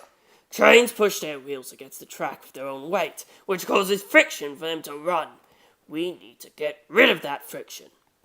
Anything's fine. Your old man Cunning should come up with something. Leave it to me! We won't fail a second time! From Abdul's shoulders emerged Magician's Red's half-bust that fueled its flames against the iron door of the warehouse. When it ended up liquefied, Jojo and the others rushed inside, scattering left and right, letting Satanic Coupler pass through, since it had followed their trails. After rushing for 50 meters, Satanic Coupler broke into a sharp curve, swerving around the group in circles, surrounding them. Let's not escape! Let's stay here! Following Joestar's indications, Jojo and the others didn't move any further, but turned their backs to each other to form a circle and prepare themselves for the coupler's attack. Little by little, the diameter narrowed and it got closer and closer to them, but they continued to remain still. The next move, whatever it was, would be crucial. They needed to calmly wait for Satanic Coupler's arrival. And so you all dug your own graves, from the speaker echoed Absalom's voice. I warned you. Your stand's attacks aren't worth a thing in the face of Satanic Coupler. And even if among you there's Star Platinum, of which Jojo is very proud of, you'll never be able to inflict even a scratch. You haven't recovered yet with the other day's fight. Your powers have run out, which means the winner will be me, Absalom! Suddenly, Satanic Coupler cut inward at a steep angle, launching the attack on the group, which quickly dispersed in all directions. Move! He's not giving up! Satanic Coupler entered in a turnabout, sliding on the floor. On impulse, Joestar freed Hermit Purple with its thorny vines from his left wrist and deliberately let it envelop his arm, which ended up being severed at the elbow's height. At this point, the artificial arm had been snapped in half. Mr. Joestar, what have you done? Cried Abdul. I didn't enjoy the humiliation of being a prisoner without doing anything. This is the result of one night of thinking. Satanic Coupler re-entered with a turnabout. Its wheels lost power, and a moment later halted completely. Now! Joestar hurled towards it the artificial arm, dripping it with oil. This got caught in the gap between the front wheels and the rails, and a huge amount of oil strewn across the tracks ran up, getting splattered in an instant by Satanic Coupler's rush. With a screech, the front wheels were out of order, and the evaporated oil caused a white smoke. Jostaro and the others opened their eyes wide. Joestar's move had an amazing effect. While Satanic Coupler's engine ran at full throttle, the wheels were skidding on the oil, bringing it to a full stop. Well, regarding my artificial arm, it's packed full of a macromolecular synthetic oil, recently developed by the Speedwagon Foundation, of which I'm an advisor. The quality of this lubricating oil is the best in the world. Joestar looked at Jotaro straight in the eyes. Then, what do you propose, Jotaro? I'm going to beat the shit out of him. That's enough for me, Jotaro said with complete frankness. Oh no! My grandson's so simple-minded! Leaving Joestar to struggle with this letdown, Jotaro hurried towards Satanic Coupler, shouting at the top of his lungs. In response, Star Platinum was released, its eyes anticipating a bloodbath. The two fists in a flash concentrated a pale, vital energy. Why is Satanic Coupler not moving? Why? Disregarding Absalom's confused state, Star Platinum went around to Satanic Coupler's side. Then, it struck with all it had, like machine gun shots, aiming at the underside where all the engine components were exposed.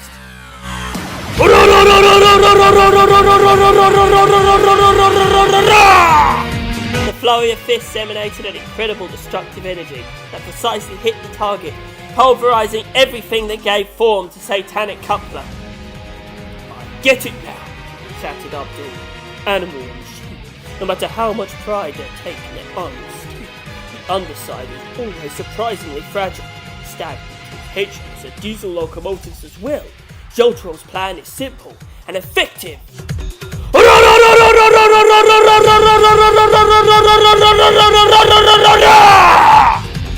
Star Platinum didn't give up and toppled Satanic Coupler on its side to better launch its storm of blows. It threw the fists on the exposed lower part and did its best to destroy everything without leaving any trace of the original shape.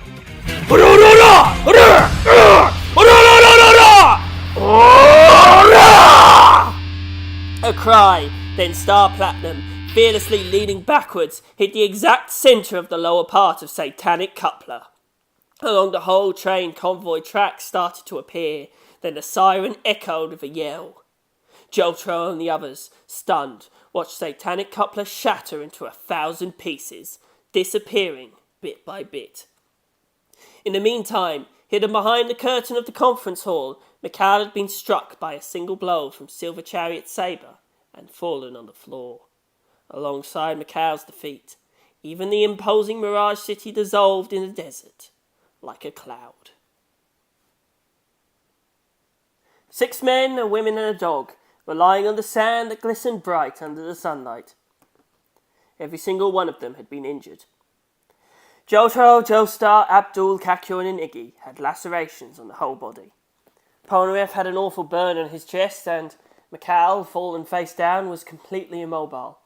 Absalom, instead, bruised and with multiple bone fractures, was vomiting blood from his mouth. At this point, the match had ended. Jolter and the others abruptly got up, while Absalom wasn't able to even lift his chest. His eyes were bloodshot. He hadn't yet realized he'd been defeated. His face, darkened by dejection, wrath and hatred, had a ghastly look. He seemed another person. Good. Mikhail killed them all. Come on! This is the last stop for you, said Polnareff.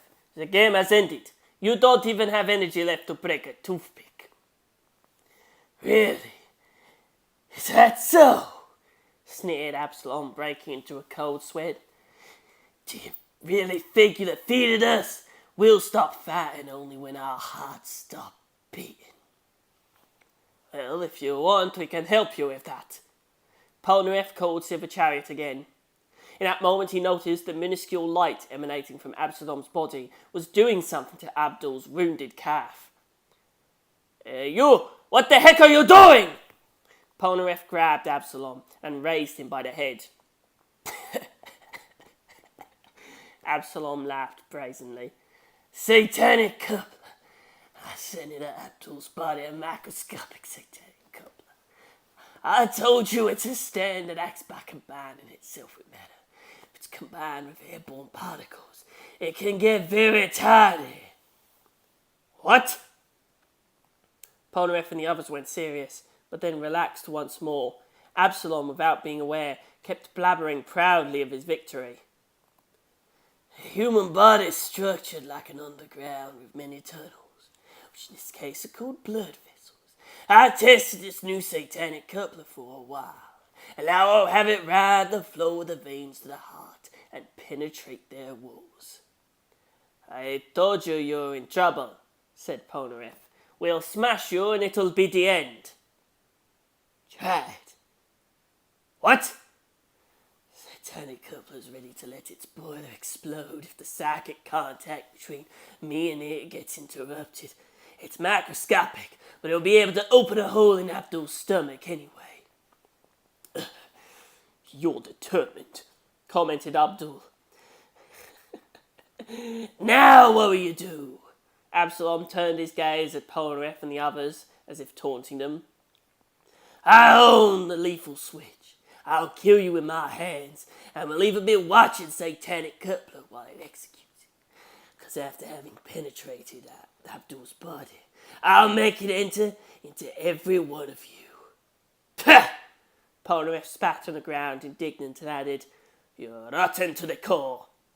Absalom, it seems the child you hit will be saved, abruptly muttered Jotaro, who had up until then been silently staring at Absalom with an intense look. Huh? Absalom, after hearing Jotaro's words, remained stock still in astonishment, but then whispered in relief. Is that so? However, he immediately began to yell as if he were ashamed of it. What about it? I couldn't care less if that kid's alive or dead. Rather, what do we do about Abdul, Jotaro? Will you kill him yourselves, or leave satanic coupler to take care of him? Which is it? We chose neither. You'll be the one dying. What nonsense are you saying? Give me a good reason to be able to believe it. You're not the only one to have the power to shrink, replied the relaxed Kakyoin, interrupting Absalom's speech. The stand is the vital energy's manifestation. If you really have courage, you shouldn't shrink yourself. No way. Absalom blushed out of shame. Don't tell me even your stand's in Abdul's body. Yes, I followed you immediately. You didn't quite realize who you're dealing with. But you still haven't located satanic coupler's position. If you can't pinpoint it at that labyrinth, your stand's worth less than nothing. What if I rip through Abdul's heart right now? My stand, said Kakyoin, can't see, but has a very developed sense of hearing. I'd say 100 times greater than a common human being. I clearly detect the sound of satanic coupler running. But, since I can't see it, I decided to entrust everything to Star Platinum.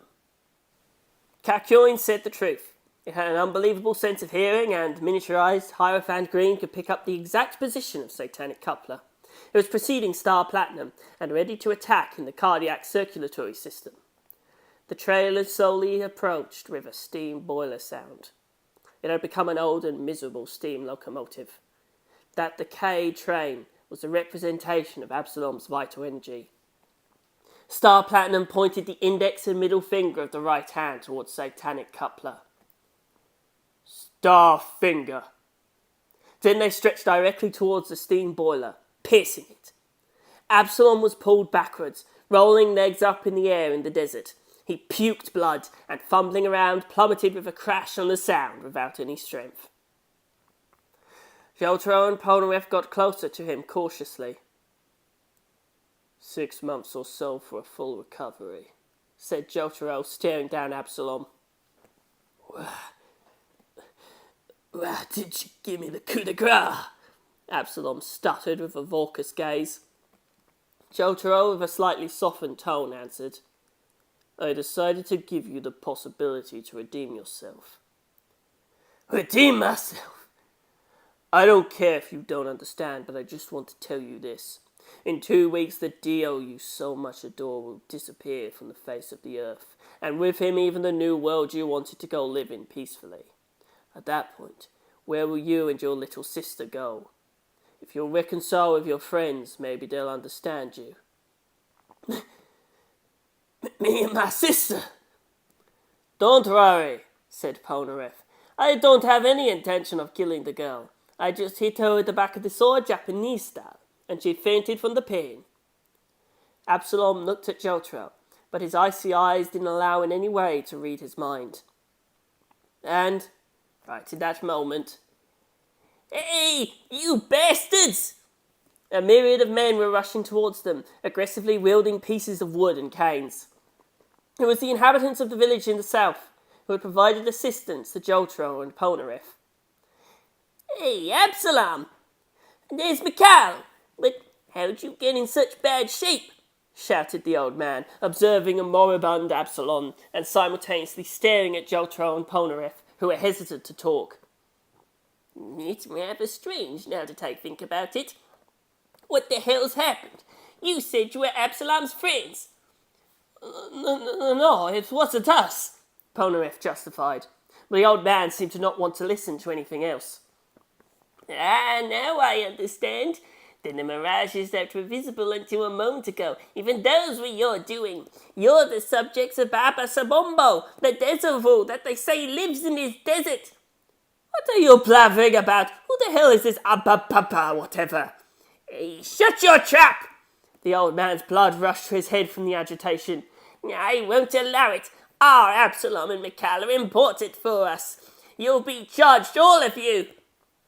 Jojo and the others fled like hell, followed closely by the villagers, which brandished canes and pieces of wood, raising a big uproar. And running through the desert, they slowly got away. Absalom, left there, watched the empty air. His worn-out face didn't let any thoughts transpire. A cheek, however, was streaked by a tear.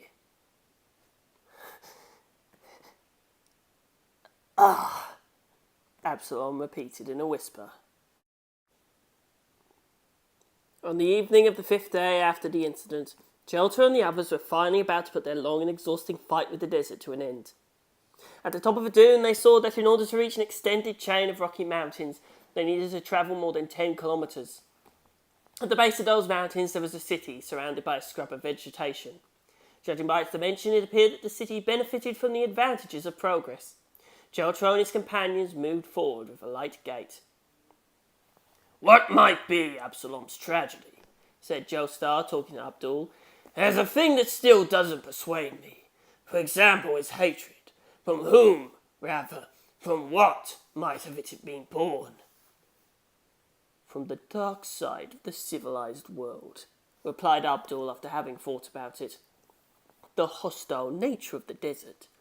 Absalom himself. Dio. I don't know. Would it be too convenient to always put all the blame on Dio? At Polnareff's words, Joestar and the others burst out laughing. As one got gradually closer to the Rocky Mountains, the desert shape gained undulation. Small and big dunes followed one another, and it could be clearly seen that now the sand was mixed with rocks.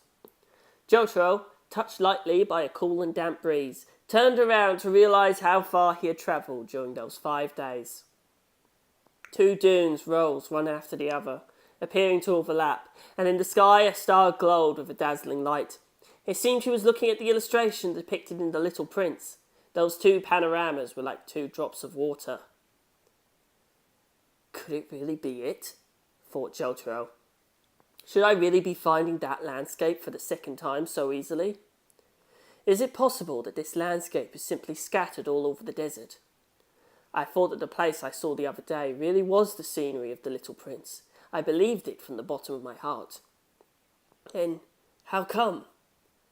I'm sure that in the book it was written as if this landscape was unique to the world. That's why when I saw it yesterday, I thought I'd made a great discovery. Shouldn't have turned around. If I hadn't turned around, I wouldn't have seen that landscape for the second time. If I hadn't turned around, I would have kept believing I'd found the scenery of the Little Prince, even if that landscape can be found everywhere. Jotaro felt a slight disappointment. He was angry at the harsh reality of it all. In the world, those who ignore reality are the happiest. If you don't want to spoil the desires you've grown in your heart, you might as well ignore reality and be happy anyway. For the first time, he had the feeling of having understood the words of the old man, and simultaneously, he was able to even understand Absalom's hell. "Hey, Jotaro! What's gotten into you? Get moving!" From the foot of the hill, Polnareff's voice was heard. The faint flare of the sunset slowly began to dye the sky red.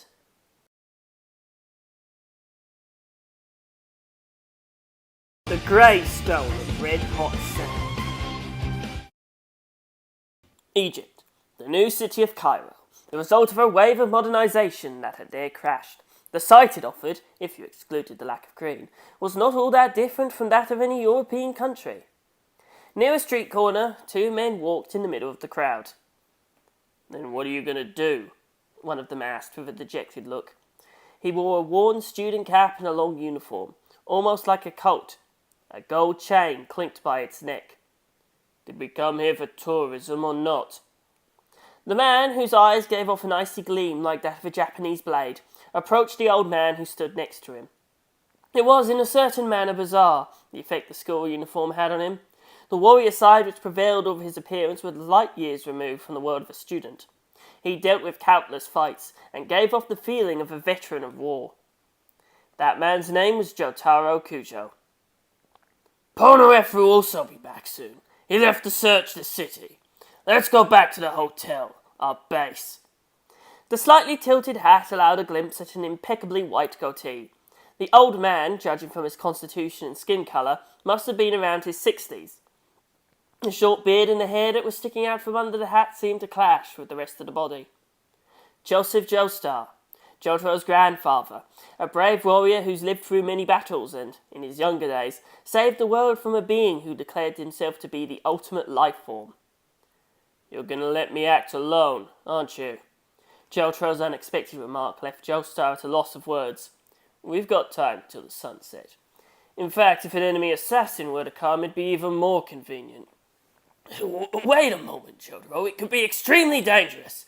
We are in Cairo, the headquarters of the assassins. As far as we know, there could be a ton of stand users in hiding here."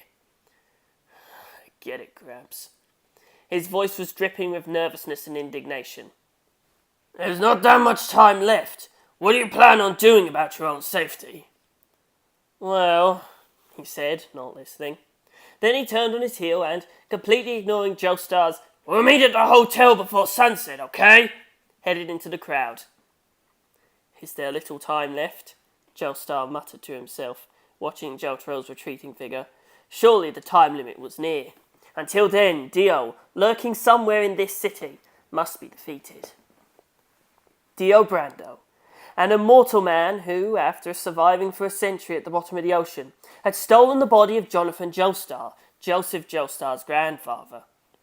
Indeed, Joestar had set out on a journey alongside his grandson Jotaro to defeat the man who was hiding somewhere in Cairo.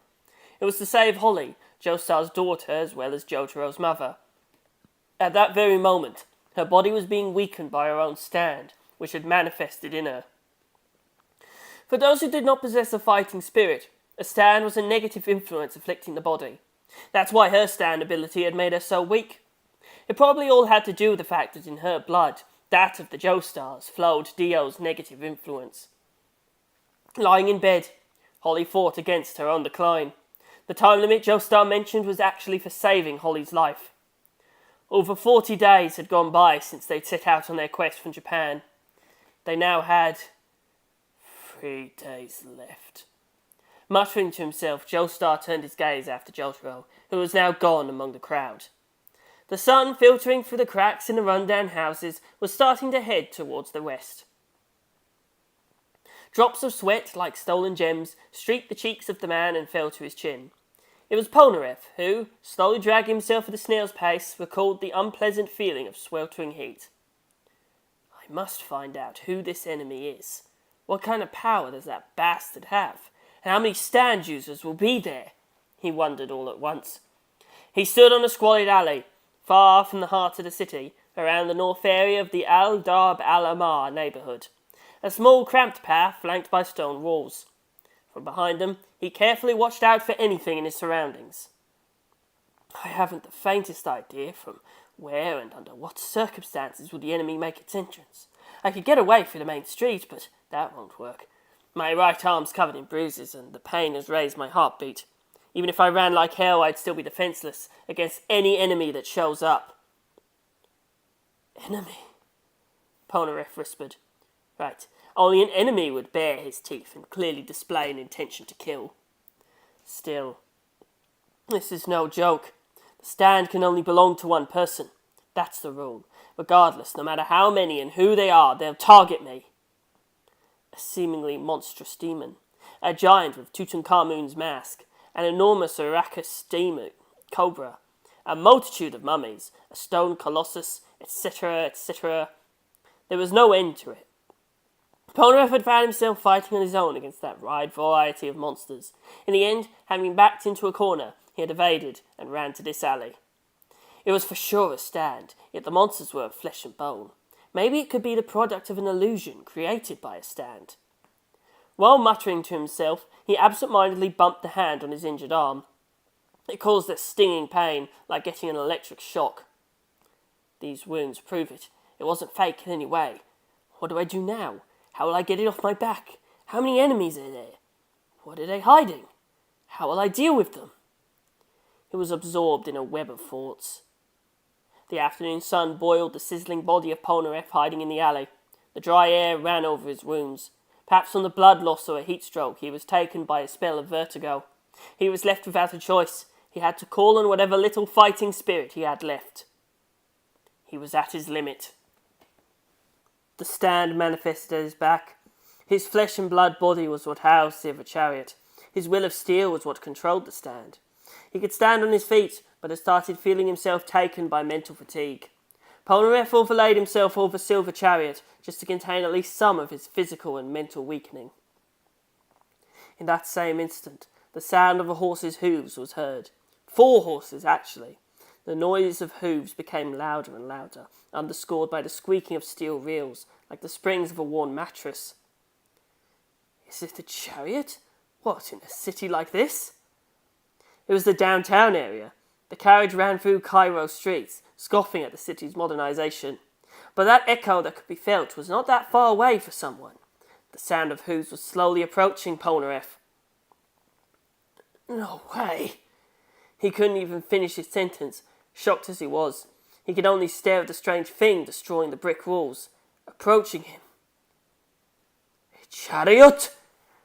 It was some sort of chariot of war, which also coincided with part of his stand's name. A chariot with 4 armoured horses, an iron-plated chariot, square and rough. In addition, atop it stood a soldier as motionless as a statue. That was certainly a war chariot used in the times of the Roman Empire. Indeed, there was no doubt. I must have gone mad. What the hell is something like this doing in the 20th century? And in a city like Cairo? Silver Chariot! An instant of confusion, and then he unleashed his stand. Too late! The crash of something falling apart was heard. The right arm was bent the wrong way, and the left leg was run through by an excruciating pain, like it had been struck by a hammer. Polnareff's deadly offence had been mitigated by the chariot's raging approach. Gah! He was launched into the air. The surrounding landscape, which blended seamlessly with the sunlight, flew away vertiginously from his sight. Only after, in a state of half-consciousness, did he realise he'd been thrown to the ground by the chariot. The shape of the hooves, which had struck him repeatedly, was imprinted on his forehead. It was after that fall that he fell unconscious. The chariot, after unleashing its destructive fury on the surroundings, came to a stop near Polnareff, who was lying helplessly on the ground. The 2 front horses in full armour neighed ravenously. Immediately afterwards, the chariot vanished into a mist without a sound. Perhaps that had been an illusion in broad daylight. But could Polnareff have really been defeated by some illusion? By no means. A cloud of dust had left behind hoof prints of the war horses all over the place, as well as the gashes of the chariot.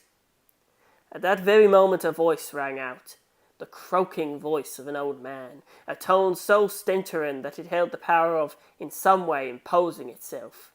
Would a demon speak in such a way? The year 30 BC, the voice began.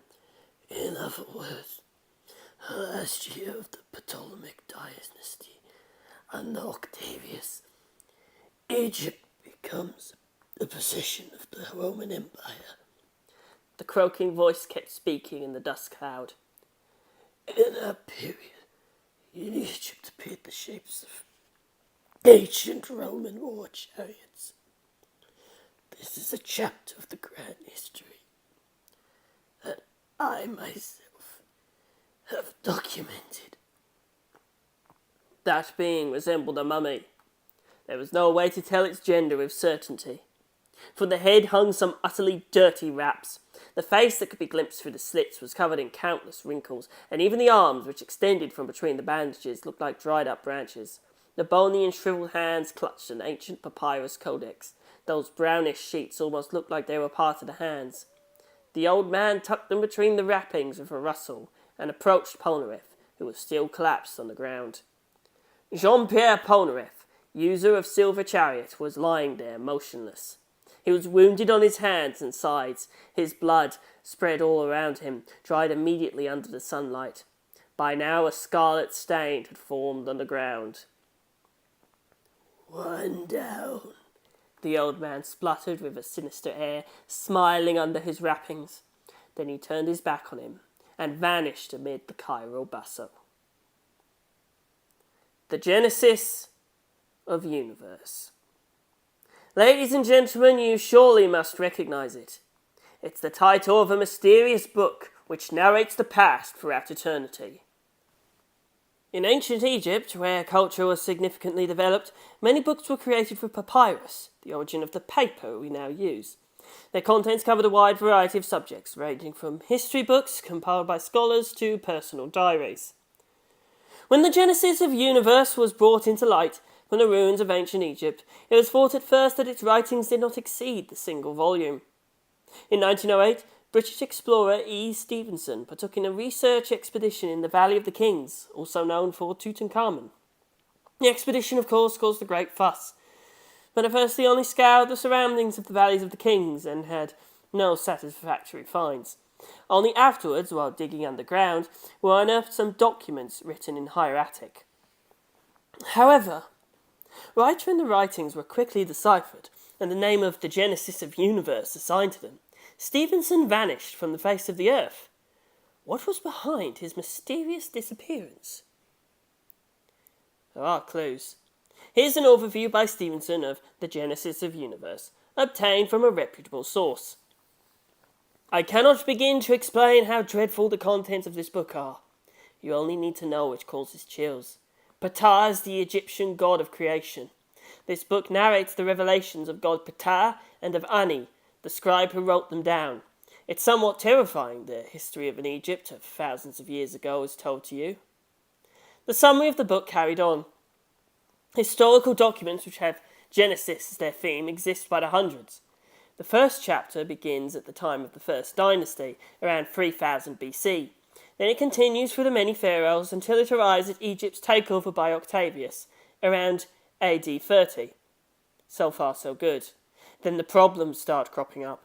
The fall of the Roman Empire, the invasion by the Crusades, the prosperity of the Ottoman Empire. The history follows up to AD 1500. But how come that's in a book written during the era before Christ? The Middle Ages also show up recorded. At this point, the writing begins to become tangled. Here we discover Stevenson's state of confusion, although we'll still try to reproduce his words. Still, I wish to continue anyway, because the real issue begins here. The outbreak of the conflicts between Turks and Egyptians, the opening of the Suez Canal, Egypt's declaration of independence. And it's at this point that it impossibly reaches our times. What sort of book could this be? Maybe it wasn't written in an era before Christ. Maybe I'm dreaming all this and I don't know it. And yet this book is real. Did someone add appendices? However, it ends here.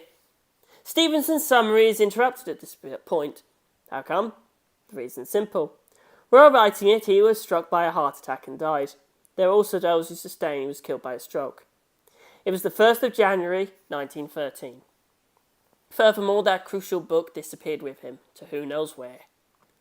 At the same time, Stevenson's report was written off as a fit of madness or of pure and simple mental disorientation. After all, the book, which could certify what he'd written, had suddenly vanished. What's the truth? By now we've gotten an answer.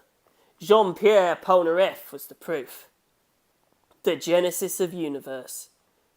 Joestar and Jotaro were still unaware of the existence of such arcane prophetic writings. By becoming a scribe, I would have hoped my name would be remembered for a long time. Not graved on a tombstone, but engraved in a book. The human being rots and returns to the ground as ashes. A book like this, instead, can reside in human memory for eternity. Joestar read in a low tone, while observing a souvenir papyrus seller in the middle of the street. Oh, these are famous phrases from ancient Egypt. Ah, indeed. This was written by a young aspiring scribe, unknown author. That's about right. Well, you seem to know a lot about Egypt. My family, the Joestars, come from England. The influence of that blood has always made me intrigued by ancient history.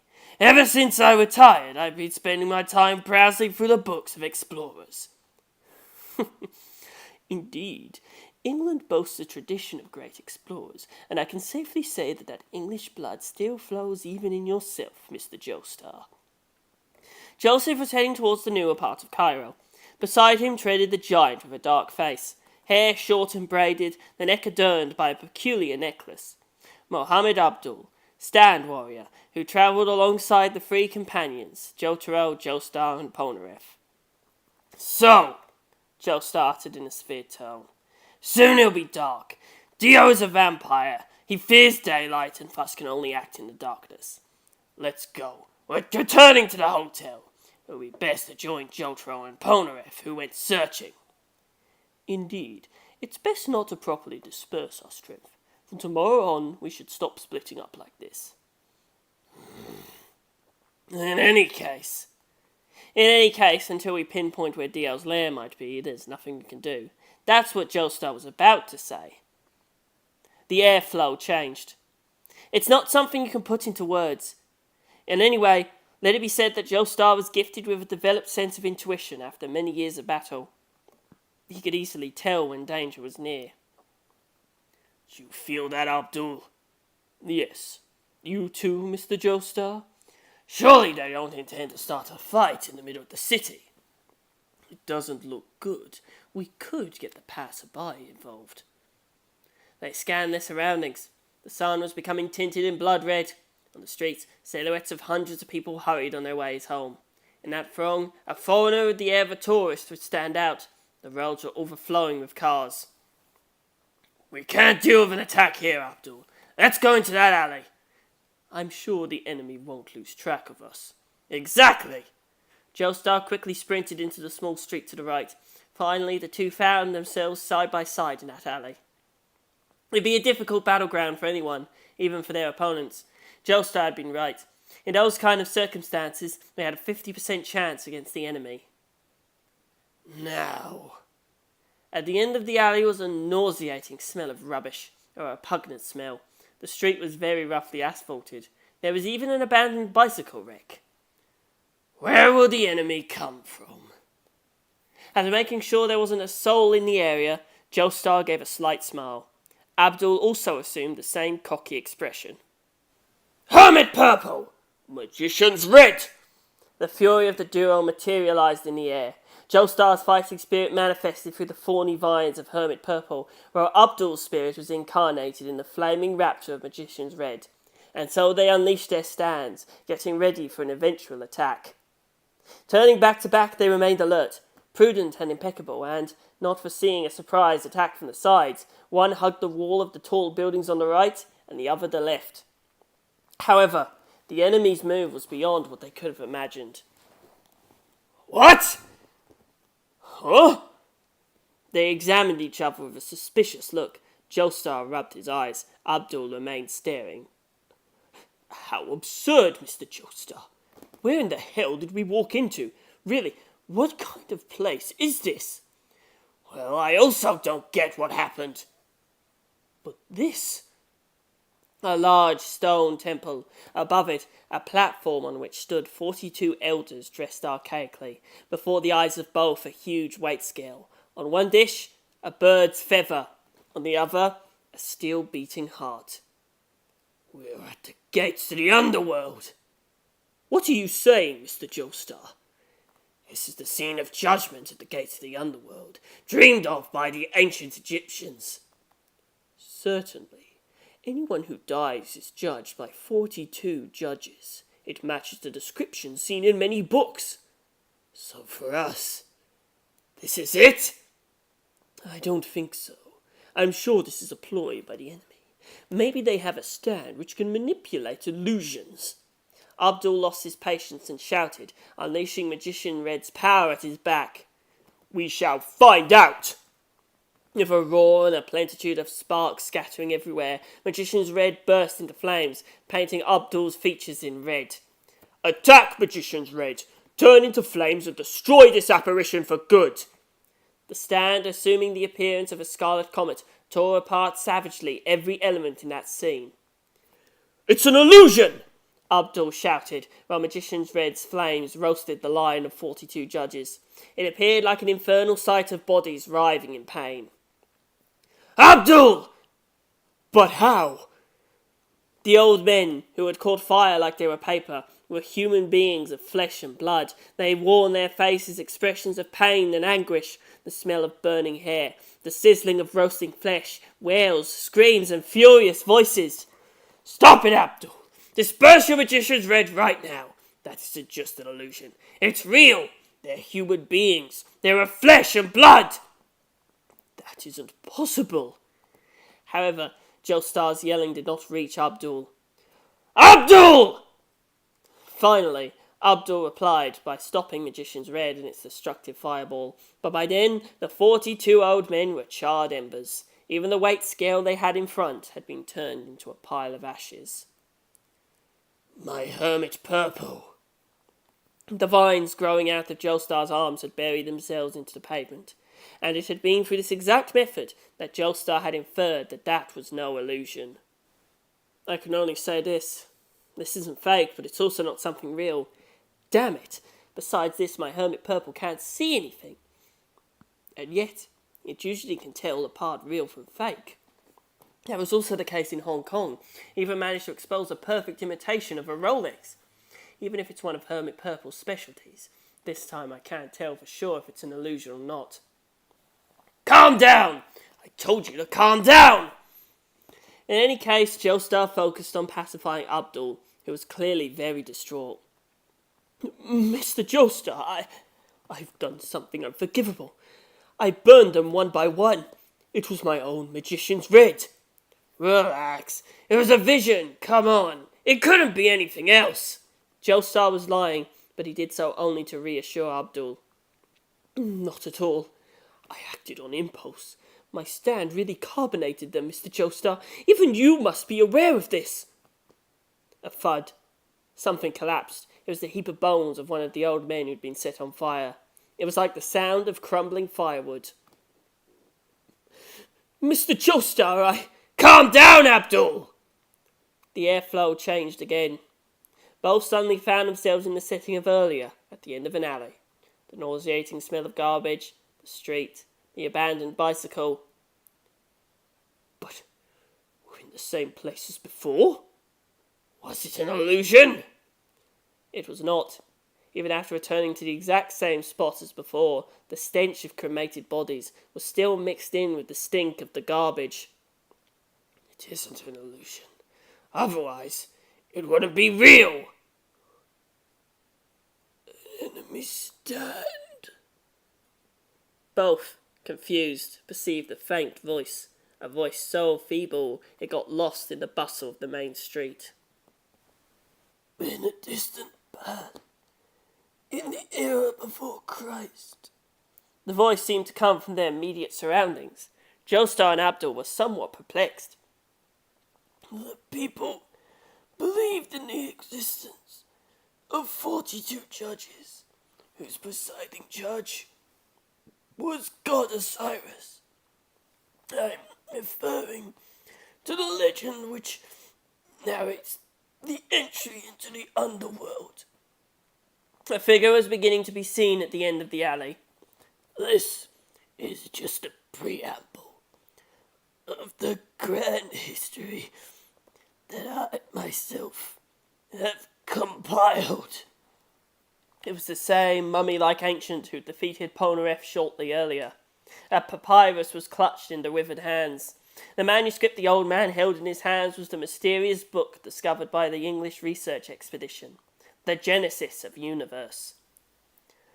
God, the one who protected Memphis, capital of Egypt during the First Dynasty, his stand holds the divine revelations of that God.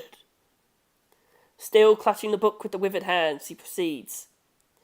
This the so-called the Genesis of Universe, in which history is wisely kept. The Genesis of Universe, shouted Joestar. That name sounded familiar to him. When he had retired, he finally allowed himself time for some hobbies, among which was history. But amidst all the reading, only one name had gotten to him, that of the explorer Stevenson, even if he'd always thought it had been a fake occult report. No way! So it really exists! And if that wasn't enough, it's also a stand! Joestar remained staring agape at the old man. Abdul instead had yet to recover from the shock experienced a moment ago. I must have read about it somewhere. The stand of the Genesis of the universe is very likely the posthumous image of the stand of a man who lived in ancient Egypt. In some respects, it's the same as God Anubis, which we ran into in Aswan. God Anubis, a sword made 5 centuries ago by a swordsmith turned into a stand, and even after the death of the actual swordsmith, lived on. The more people the sword cut down, the stronger it got. I don't know what kind of tricks you've used on the British explorer who found the book, but you stole it from him. Since then, you've been taken over by Genesis of Universe to this day. That's my guess. Joestar stared at the old man with a challenging look, as if he already tasted victory. The old man, motionless, started leafing through the pages. What's the matter? Don't tell me this stand is afraid, all because I cleverly saw through it and figured out its real identity. You are mistaken. In what way? Because in reality, that man is not dead. Don't say nonsense. The Genesis of Universe was discovered in the ruins of 1500 BC civilization. He can't still be alive today. As Joestar spoke, shivers ran down his back. The ancient was always motionless in front of him. Looking at him better, he really did look like a mummy. I can't believe it. He shook his head and added, He can't still be alive. The secret of Ba reincarnation, whispered the old man. The ancient Egyptians believed that even if the body was destroyed, the Ba, or spirit, was immortal and could be resurrected into this world. That's why they created magnificent tombs and turned the corpses into mummies, so that the Ba could have a body to return to. However, I won't believe that such a mystery exists in the world. Believe it or not, you're free to do as you please. In any case, my name is Ani the Scribe, of your so-called New Kingdom era. Ani the Scribe! Joestar had come across that name multiple times in ancient Egypt's history. He was astonished, worse than Abdul. In his heart, where enemy psychological warfare had never before reached, arose a feeling of numbness. In 1166 BC, During the Crusades, the Christian army from Jerusalem arrived at the Nile River mouth. Right. At that point, a considerable number of soldiers clad in a Western style of solid armour appeared. They seemed to surround Joestar and Abdul. On their large shields was seen a cross-shaped emblem. They were the Crusaders, that army which up to then he had only seen in religious paintings. Well, now it was right in front of Joestar's eyes. The Crusaders! A soldier brandishing his sword charged him before he could finish talking. Joestar barely dodged it, but still received a gash on his cheek. He began to bleed. So this is real. It's no illusion. It's definitely real! There was no time to lose. The soldiers still brandished their swords, advancing right towards them. No, it is no illusion, and neither is it something real, but the wound is really there. Help, Abdul! I'm coming! He'd since learnt something new.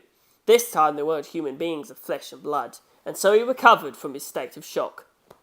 Abdul called back his magician's red with cunning, aiming to threaten the soldiers without killing them. Come on, before it's too late! Both bolted off.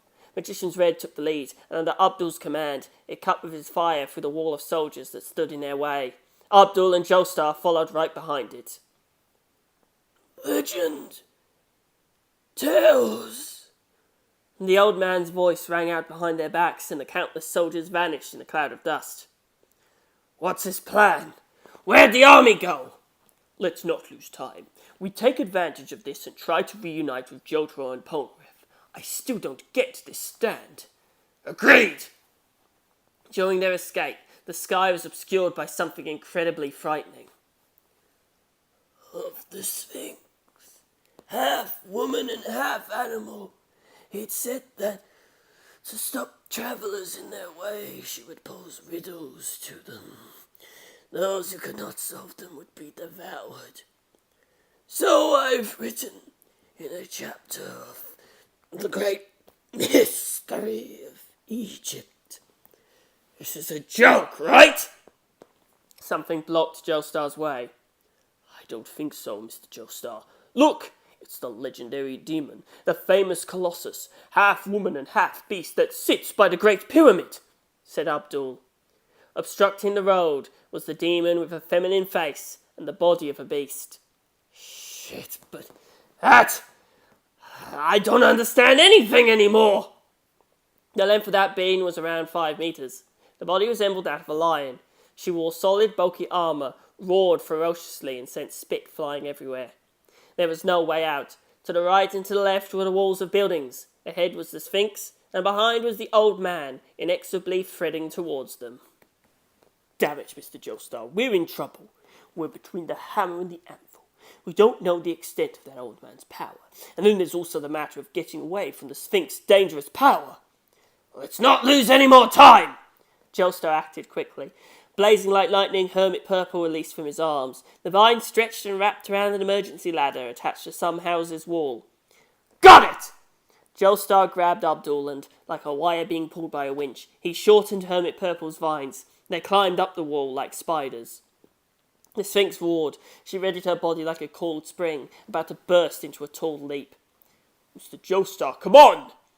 Damn it, we weigh too much! We can't lift up high enough! Meanwhile, a crash, like that of an explosion, boomed around them. It was the Sphinx, who had reached up the building's wall. They had just barely arrived at the emergency ladder. They were on the 4th floor. The Sphinx, upset, clawed at the walls, but even as she had jumped, she'd fall short of them. Let's get out of here! The knob of the emergency exit didn't turn. It seemed to be locked from the inside. Oh, shit! They slammed against the door violently. Even if it was thick and made of steel, with the strength of both of them, it almost came unhinged. Good grief. The enemy seems to have given up. Truth be told, the Sphinx's roaring had faded away. No! What is it? Abdul, turning around, had changed into an expression of chagrin. At the end of the corridor, surrounded in darkness and dust, was an ancient Egyptian boat. It had 2 bows and no stern, and inexorably headed towards them. These jokes have stopped being funny! The ship kept advancing, ploughing through the sea inside that corridor. How is it possible for a ship to be in here? After saying this, Joestar found himself standing before countless soldiers who, standing on the ship, all wielded their weapons at the same time. A moment later, they were swept under by a shower of blades. I'm looking for someone. He wears a hat. Old man, good for his age, dressed as an explorer. He's around 1.90 m tall. Have you seen him by chance? Asked Jotaro. But the street seller kept prattling on, with a small bottle in his hands. Yeah, I've seen him somewhere, but I don't remember where. This perfume's made with lotus flower essence. It's a curious treasure from ancient Egypt. It's not expensive and it's perfect for a gift. You'll see, your girlfriend will be amazed. It's a natural perfume. Everyone wants one. Jotaro remained impassive and calm, without letting his troubled state show. Night fell. He'd given up his search for Dio and returned to the hotel, but there were no traces of Polnareff, Joestar, and Abdul. Did Dio send an assassin? He had a bad feeling about it and started searching all over Cairo without a proper destination. Finding no signs of them, he started worrying. So he turned back again to the street vendor. He spent all day on the street trying to sell to the tourists. He surely must have known something. Well, shoot, if you help me out and buy this perfume, maybe I'll be able to remember something. Yada yada does it. He can't make an omelette without breaking a few eggs. Jotaro handed him 10 Egyptian pounds. The street vendor smiled and, holding out the perfume bottle, pointed at the alley next to the old building. Two travellers, at least they look like so, went into that alley roughly a bit over half an hour ago, searching for something. As soon as he heard those words, he dashed towards that alley. Indeed, Joseph and Abdul had plunged into that chasm between the buildings. The fight wasn't over yet. Joestar and Abdul barely avoided the deadly attack from the ancient ship and then took off. However, the situation was still quite dire. Rubble kept falling off everywhere. Again came that sinister voice. It was 1300 BC. Give or take a year. In other words, under Ramses' ruling. It was the old man's voice. The rubble kept accumulating on the ground with no end in sight, but the dust descended to the sky alongside that voice. In the region of Luxor, the temple of Amun was started by a large temple, accompanied by a colossal statue. The statue of Pinachum, a high priest. Then the rubble created a vortex, which was beginning to take the appearance of a giant. So, I've written in a chapter of the great history. The moment he stopped reading, the rubble and the dust had assumed a proper shape. A giant head with a leather hood, the body slender, arms folded, it was a stone giant of 7 meters. It's the statue of Pinegimon of Luxor, a relic from the kingdom of Ramses II. The giant's arms unfolded, and everything was enveloped in dust. The stone fists were flung at Joseph at full speed. Still, he, despite his age, could manage to avoid the giant's hits. However, while he was backing off, his legs bumped against something and he lost his balance. He tripped over the debris, and in that instant he saw his life flash before his eyes. The giant's fists kept chasing him. Mr. Joestar!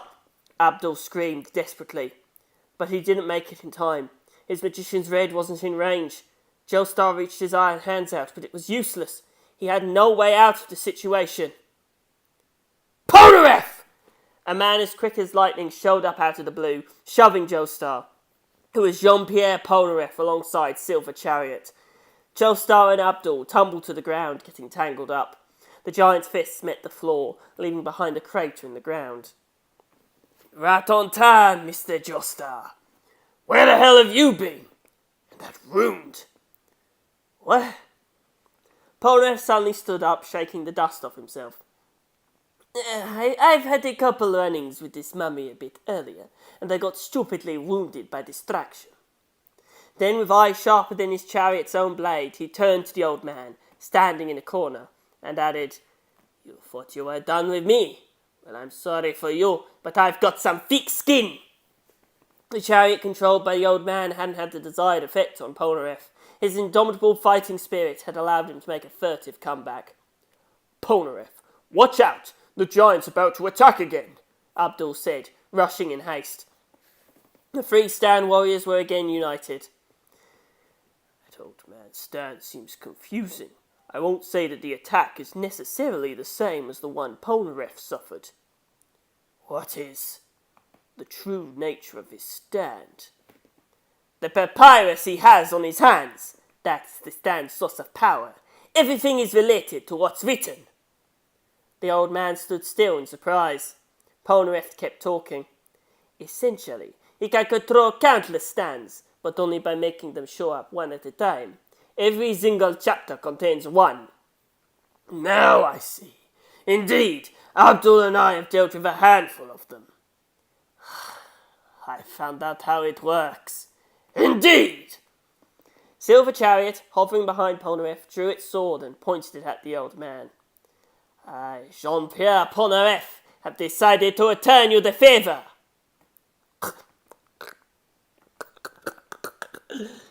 The old man let out an eerie chuckle. A chuckle that sounded more like the clattering of dry and rivered bones being dropped. You're only some stupid insects. The old man, in a quiet but apparently powerful tone, clarified. So is the story in the book. So is recorded on the papyrus. But there's still more to say. This is the power of the genesis of universe. All three, side by side, paid full attention to the ancient's words. At the same time, the stone giant returned to being motionless. I don't expect at all that you manage to understand the history I'm reading. It's the grand history of Egypt. You are proudly satisfied to shine for a few decades of life, of Fermin's existence. The old man raised the papyrus and once again breathed life into the gigantic stone statue, with the racket of 1,000 pieces of armour rubbing against each other. The Colossus took a step forward. Defeating this, the genesis of the universe, where the history of Egypt, spanning from the ancient times to the future, is kept, is... The giant, with a leap, turned itself into a projectile headed straight for them, in order to destroy them. Impossible! I'll turn you back into a relic. In fact, I'll kindly make you return to the cemetery you came from.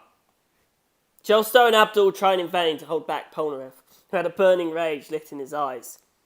His stone statue is nothing against Silver Chariot's sharp sword, Polnareff shouted, pointing right at the Colossus alongside his stand. He brandished the sword and its glow drew an arch. That trail of light split the statue in two in less than no time. It seemed to be... What the hell? Gone. The statue hadn't been broken. The pile of dust and debris was the same as before. The sword hadn't been fast enough. The old man had managed to cancel the Genesis of Universe's stand ability. However, immediately after, Polnareff was swept under an avalanche of 7 meters of rubble.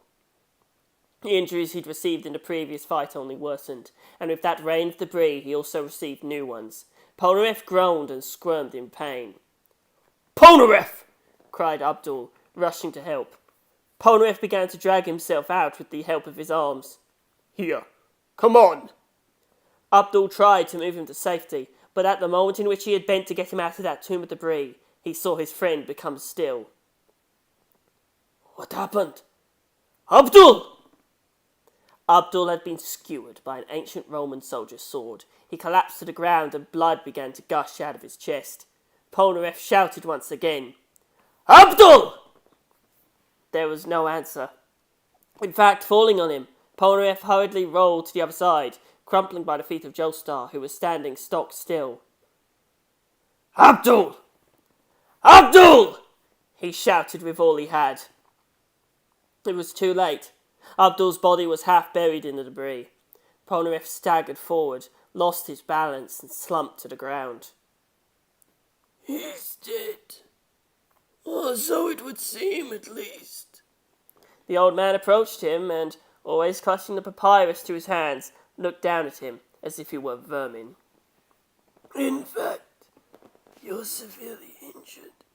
You're a fool, you inexperienced human beings with your stance cannot compete against the gravity of an Egyptian history of 4,000 years. The old man still clutched the papyrus in his hands when a Roman soldier responsible for Abdul's wound disappeared. And you too. Are you scared to death? Why, won't you help out your friend? Well, if you don't hurry up, this man will soon bleed to death, said the old man, laughing with a threatening and mocking tone. Then he stepped on Abdul's face with his bony feet. Abdul whimpered, unconscious. Stupid vermin. Then he spat on him. His viscous brownish saliva soiled Abdul's forehead. Hey, you! Polnareff couldn't take it anymore. Despite his brutally injured body, he found the strength to ignore the pain and charge against the old man, fueled by fury and indignation. However, wait! Joestar grabbed him from behind, attempting to quiet his rage. Let me go, Mr. Joestar. Abdul has saved my life in Calcutta. That bastard, that piece of shit. He has to pay for it once and for all. Even if it costs my life. I'm telling you, let me go! From his voice, it sounded like Polnareff was crying, but that was not the case. Let me tear that bastard to shreds! Polnareff! Yelled Joestar, grabbing him by the shoulders. Listen, you think I'm the only one who's angry. I also feel the same way. I'm seething. Try to understand, Polnareff. If we keep like this, we won't solve anything. Abdul will make it, you'll see. His heart's still beating. But Mr. Joestar, if we keep acting on impulse, we'll end up just like that. We must focus on the genesis of the universe. Its power depends on the book that the old man's holding in his hands. Calm down. Relax. We don't have the means to fight back. Relax. Yes, because losing your cool on the battlefield can end up badly. We must come up with a good plan. We must find an opening and unleash an attack, aiming at his weak spot. Understood. Okay, I get it, Mr. Joestar. If we don't make it, however, Abdul will be done for. Now, let's come up with a sound plan. Both started communicating through their stands. It was a mental exchange of ideas, a telepathic conversation. Normally it would have taken them multiple minutes, but the telepathic connection ended after just some seconds, since it was a conversation between stands. Well, what did you decide? It seems that in regard to your companion, his heart is no longer beating. Thus, he will be judged at the gates of the underworld by the 42 judges that he himself reduced to ashes. Having said this, he stomped one more time with his bony foot on the collapsed body of Abdul. With each hit, Abdul's arms twitched out and shook. Well, what shall we do? The ancient said in a triumphant tone. The only problem left to solve for the old man was the excessive attachment to life that Polnareff showed, but in the end it didn't matter to him anymore. All that was needed was to torture him. He'd sworn eternal devotion to Dio. He worshipped him, the ruler of the world, the immortal man who'd chosen Egypt as his lair. Joestar and Polnareff, yelling like madmen, threw themselves on the old man at the same time. Mr. Joestar! Now! They split up. Any direction was game, provided they managed to deal him the death blow to ensure their survival. Risking your own life, that's the harsh rule of war. Joestar and Polnareff approached with wild-eyed looks, and in an instant came up with an attack. You human beings can't make it. You've abandoned a friend and have charged without a proper plan, said the old man, gripping the edge of a page of the Genesis of Universe. Hermit Purple! Silver Chariot!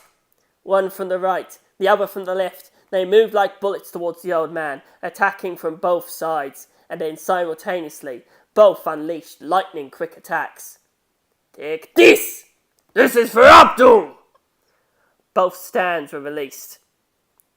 You will be judged at the gates of the underworld. Behind the old man's back appeared an army. It was the allied forces of Antonius, who had fought fearlessly against the Romans. Just a bit more! At least they stab on it or something. The Genesis of Universe. Joestar, at his limit, extended the vines of Hermit Purple as far as he could. In the meantime, Polnareff drew out Silver Chariot's sword. It was too late. They were too far to make it. However, Hermit Purple managed to brush the Genesis of the Universe the old man carried in his hands, and Silver Chariot left faint scratches on the cover. Meanwhile, the soldiers had pulled their bowstrings simultaneously, shooting out countless arrows. From the noise, though, it seemed like only one had been released. The shot had actually been instantaneous. The arrows released by the soldiers from the right ring aimed at Polnareff. Those of the left were instead headed at Joseph. The old man was in the middle. A successive attack at close range, hard to avoid. The arrows increased dramatically. Shit! Both tried to dodge the arrows, but there were too many of them. It was the end for them. They managed to avoid the first half, but then the arms, the stomach, the legs and the back were consecutively skewered by the rest of the deadly rain. Swept back by the vehemence of the arrows, they went to bump into an unseen wall. A crack, and then Joestar and Polnareff collapsed on the ground. The noise that had been heard was probably from the fractures they'd both received. They could no longer get up.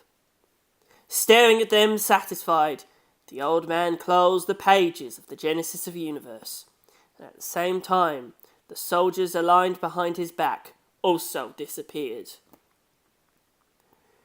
It has ended. The only ones left are Jotaro Kujo and his stand, and then that bug, Noriaki Gakyoin, that's still being treated. Soon even they will die, thanks to the Genesis of Universe. This is another chapter of the great history that I wrote. Reclamence could be heard in the air. It was the groans of Abdul, Joestar and Polnareff, helpless, agonized, and covered in blood. But the echo of the old man's laugh drowned that whining.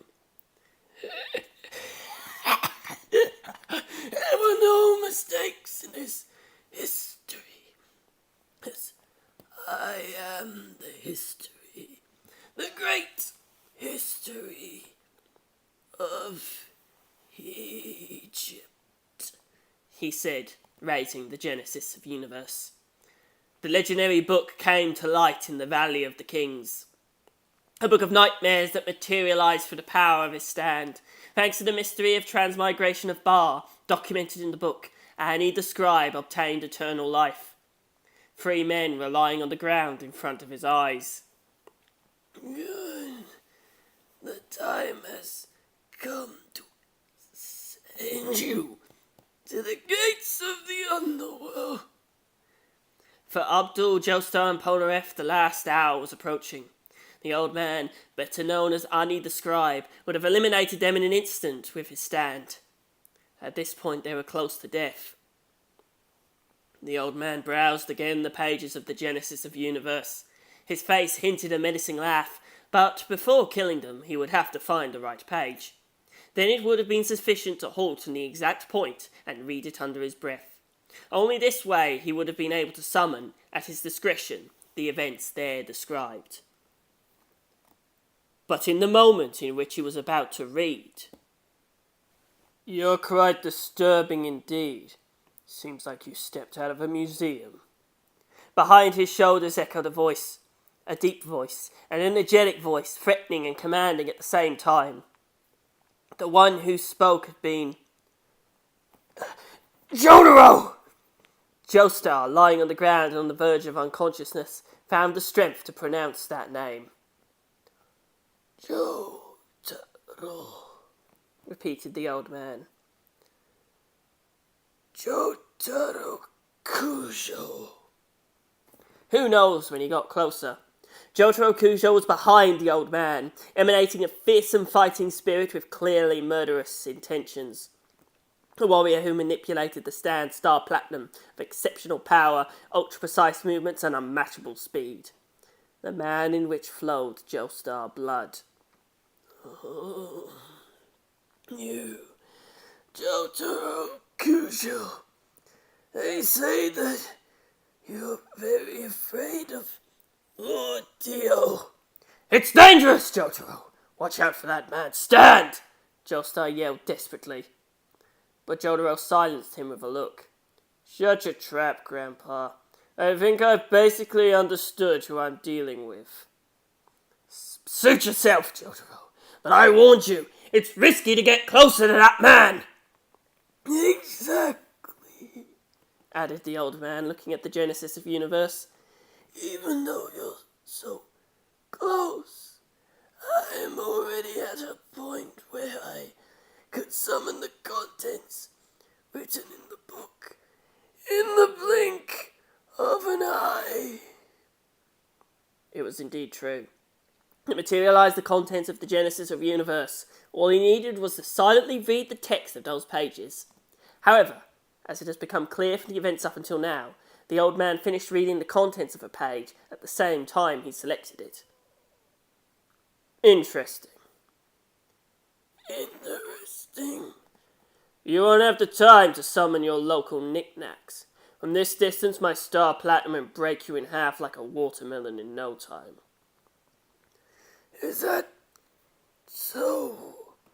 But even if your attack would be supersonic, it would never be able to take down what I materialize. You want some proof? Imbecile! Insignificant human being! You have only a few decades to live. Why the rush to die? Back off, Jotaro! Shouted Joestar, crawling on his arms because of his fractured legs. It's the Genesis of the Universe. It's not a stand like the others. Run away before it's too late. Don't worry about us. Shut up, Jotaro replied menacingly. The surrounding air vibrated. Stay there and be quiet. There's no stopping it now, Joseph concluded as much upon hearing Jotaro's voice. Until now, that's how it went, having to hold back Jotaro Kujo, my grandson, who's trembling in silent anger. The old man, meanwhile, was sure he'd already run.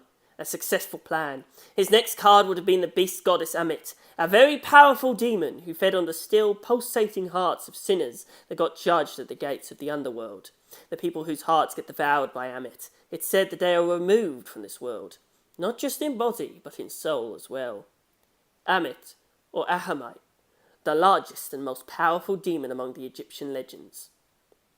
And now the old man had already finished the silent reading of the pages describing this demon. Amit was secretly being summoned under the rubble below the old man's feet. Jotaro, on the other hand, still believed he hadn't finished reading those pages, not to mention he wouldn't dream of thinking a demon would appear from under his feet. This was a certain victory against Jotaro. What is it? You're not coming yet? He asked impatiently. However, Jotaro understood that the next attack would have been the final one. The old man had probably saved him for the fiercest pages, and he would have launched an attack of unprecedented strength. But what would have been the weapon? Himself? The Genesis of Universe he gripped in his hands, or something he hadn't shown yet? What to do? The sun was setting. Cairo's evening. The surrounding landscape was painting itself red. Jotaro and the old man glowered at each other. Their shadows were stretching more and more. A horse's neigh was heard. If one paid even more attention, the hustle of the street could be heard. The cars' honks, the people's footsteps, the voices of the peddlers, anything that made a sound. After that, it felt like there had been a long, drawn-out pause before Jotaro finally made his move. The victor would be the first to move. That saying gave him a sliver of hope. Hurrah! A cry, and then Star Platinum, the long-haired warrior stand, appeared behind Jotaro's back. Its lethal punches had the power of destroying anything on Earth's surface. A soldier full of hatred, rage, and resentment. Jotaro's blood boiled in his veins. He had to use all his strength and focus it to defeat the one obstacle that stood in his way. In the meantime, the old man snickered. You're finished. Jotaro tripped, and Star Platinum was affected by it. What? The ground beneath Jotaro's feet was rising. It was Amit, the beast goddess that the old man had summoned previously. She emerged from the surface like a mountain. Jotaro! Joseph's voice got lost in the clamour of Amit's appearance. Are you ready to be judged, Jotaro? I'll let your heart be devoured and I'll make you disappear once and for all. The head resembled that of a crocodile. The upper body half was of a lion. The lower half resembled that of a hippopotamus. Her sharp claws would have torn apart anybody. Amit, her bulk matched that of a trailer truck. Even Star Platinum, big and strong, became tiny in front of that being. I'd already called her earlier. Now it's too late, roared Amit. Her roar didn't resemble that of a beast. Its impetuosity rather resembled the rumble of an avalanche. The giant bent in pursuit of Jotaro, who was at a disadvantageous position. From her mouth, teeth akin to pillars could be glimpsed. She spread saliva everywhere. Go to hell! Jotaro was ready. Star Platinum launched a rapid series of attacks against Amit's snout. It was like throwing a fistful of gravel in the sea. Amit didn't budge a millimetre. No luck. Jotaro bolted backwards, ferociously attacked by Amit. The latter chased him with her maws wide open, aimed at his chest. The heart was Amit's favourite meal. The voice of Jotaro's Star Platinum was interrupted. At the same time, the roars around them died down. Had they finally met their end? Wrong. It wasn't Jotaro who vanished, but Amit, the beast goddess. This appeared, vanished. How is it possible? Against the old man's will, Amit disappeared in a cloud of smoke. It's not possible! In the meantime, dizzily shaking his withered arms, he rushed to browse through the pages of the Genesis of Universe. Then his scrawny fingers located a spot. There was a tiny hole. Something had perforated the hieratic text. No way! It had been Joestar. Joseph and Polnareff's preceding attack hadn't been done randomly. Joseph had been able to read the contents of the Genesis of Universe thanks to Hermit Purple's vines, and Polnareff, listening to what Joestar read, had pierced the characters in some pages thanks to Silver Chariot's sword. I wasn't out of tricks. I had a bit of knowledge and my Hermit Purple's clairvoyant abilities. Even with both of those, I only managed to decipher the titles of the pages in broad terms. Then the tip of Polnareff's sabre did the rest, said Joestar to the old man, despite his pain. But it was enough! I foresaw that your deathblow would have used the most horrific thing described in this book. And you did exactly that. That's Joseph Joestar's battle intuition. I would say I haven't lost my touch. You have damaged the history. A great history. This is serious to say the least. Unforgivable, said the old man with a tremulous voice. Well, what do you intend to do? It doesn't matter. You just removed only a few characters. The Genesis of Universe still stores many more events. I'm left with plenty of choices on how to kill you. Remaining still, he got ready to browse through the pages for the umpteenth time. There was enough time. Jojo was knocked away thanks to Amit's attack, and so he was out of his stand Star Platinum's range. He wouldn't be able to make it. The old man was about to read, but Star Platinum was quicker, and threw against him a shining little object. The drops of a crystal-clear liquid spread in front of his eyes. The hoarse yell was proof of his agony. He rubbed his eyes with the bony arms, and while screaming, he let the Genesis of Universe fall. Ah! My eyes! The eyes! Ah! It was of poor quality. I was right to not use it. Jojo cautiously got closer to the suffering old man. What the hell did you do? What have you done? I guess this wasn't written in your book. Well, it's a cologne made of lotus flower, typical of Egypt. Damn you! Jojo had thrown him the small bottle of perfume he'd bought, rather, had been forced to buy earlier from the peddler. That tiny flagon of little value had hit the old man, and the contents sprinkled on his face. Didn't you say I had to be judged? My Genesis! He rubbed his eyes with his right hand and despairingly felt the surface at his feet with his left hand. But the Genesis of Universe was already in Jotaro's hands. What a grimy book. Give it back. It's mine. The Genesis of Universe. It's mine. Mine alone. Give it back.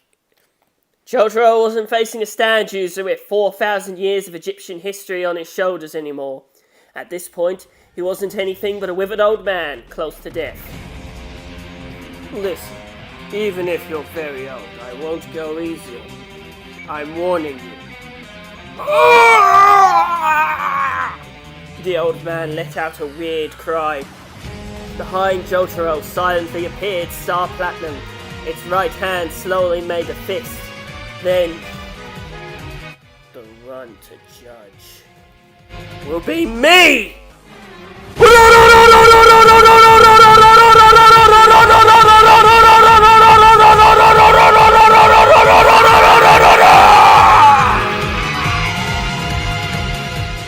The old man's body got hammered down by a flurry of hits. He resembled a mummy because he was a mummy in every aspect. He turned into ash and dissipated into the air in microscopic particles.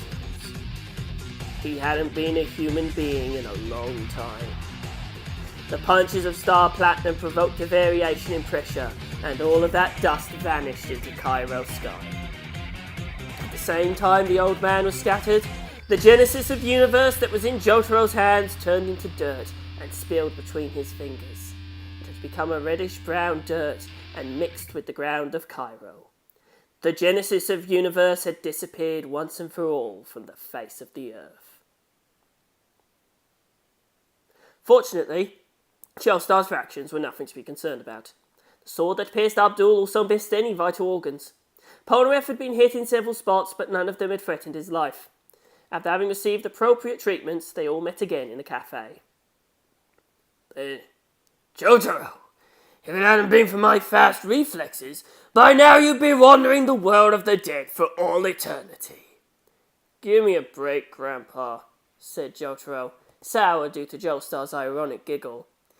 No, Mr. Joestar. If it hadn't been for the intervention of my silver chariot, I don't know how it would have ended. intervened Polnareff. Well, in any case, it was me who had the idea. You shouldn't forget that. Anyway, even if we were beaten thrice by that ugly old man, the most important thing is that we made it out alive. Come on, don't make that long face. But it was Abdul who, with his head still bandaged and sore, had butted in the lively conversation between Joseph and Polnareff. But what happened exactly? In the end, who was that old man? He called himself Ani the Scribe, but had he really lived for millenniums? Or was he just a crazy megalomaniac? Well, we'll never have an answer either way, said Joestar, sipping coffee and turning towards Jotaro. What do you say? The reply was disappointing, but perhaps it was the only one that fit just right at the ending of that bizarre battle. It's not that important. At any rate, it's just sand in the desert.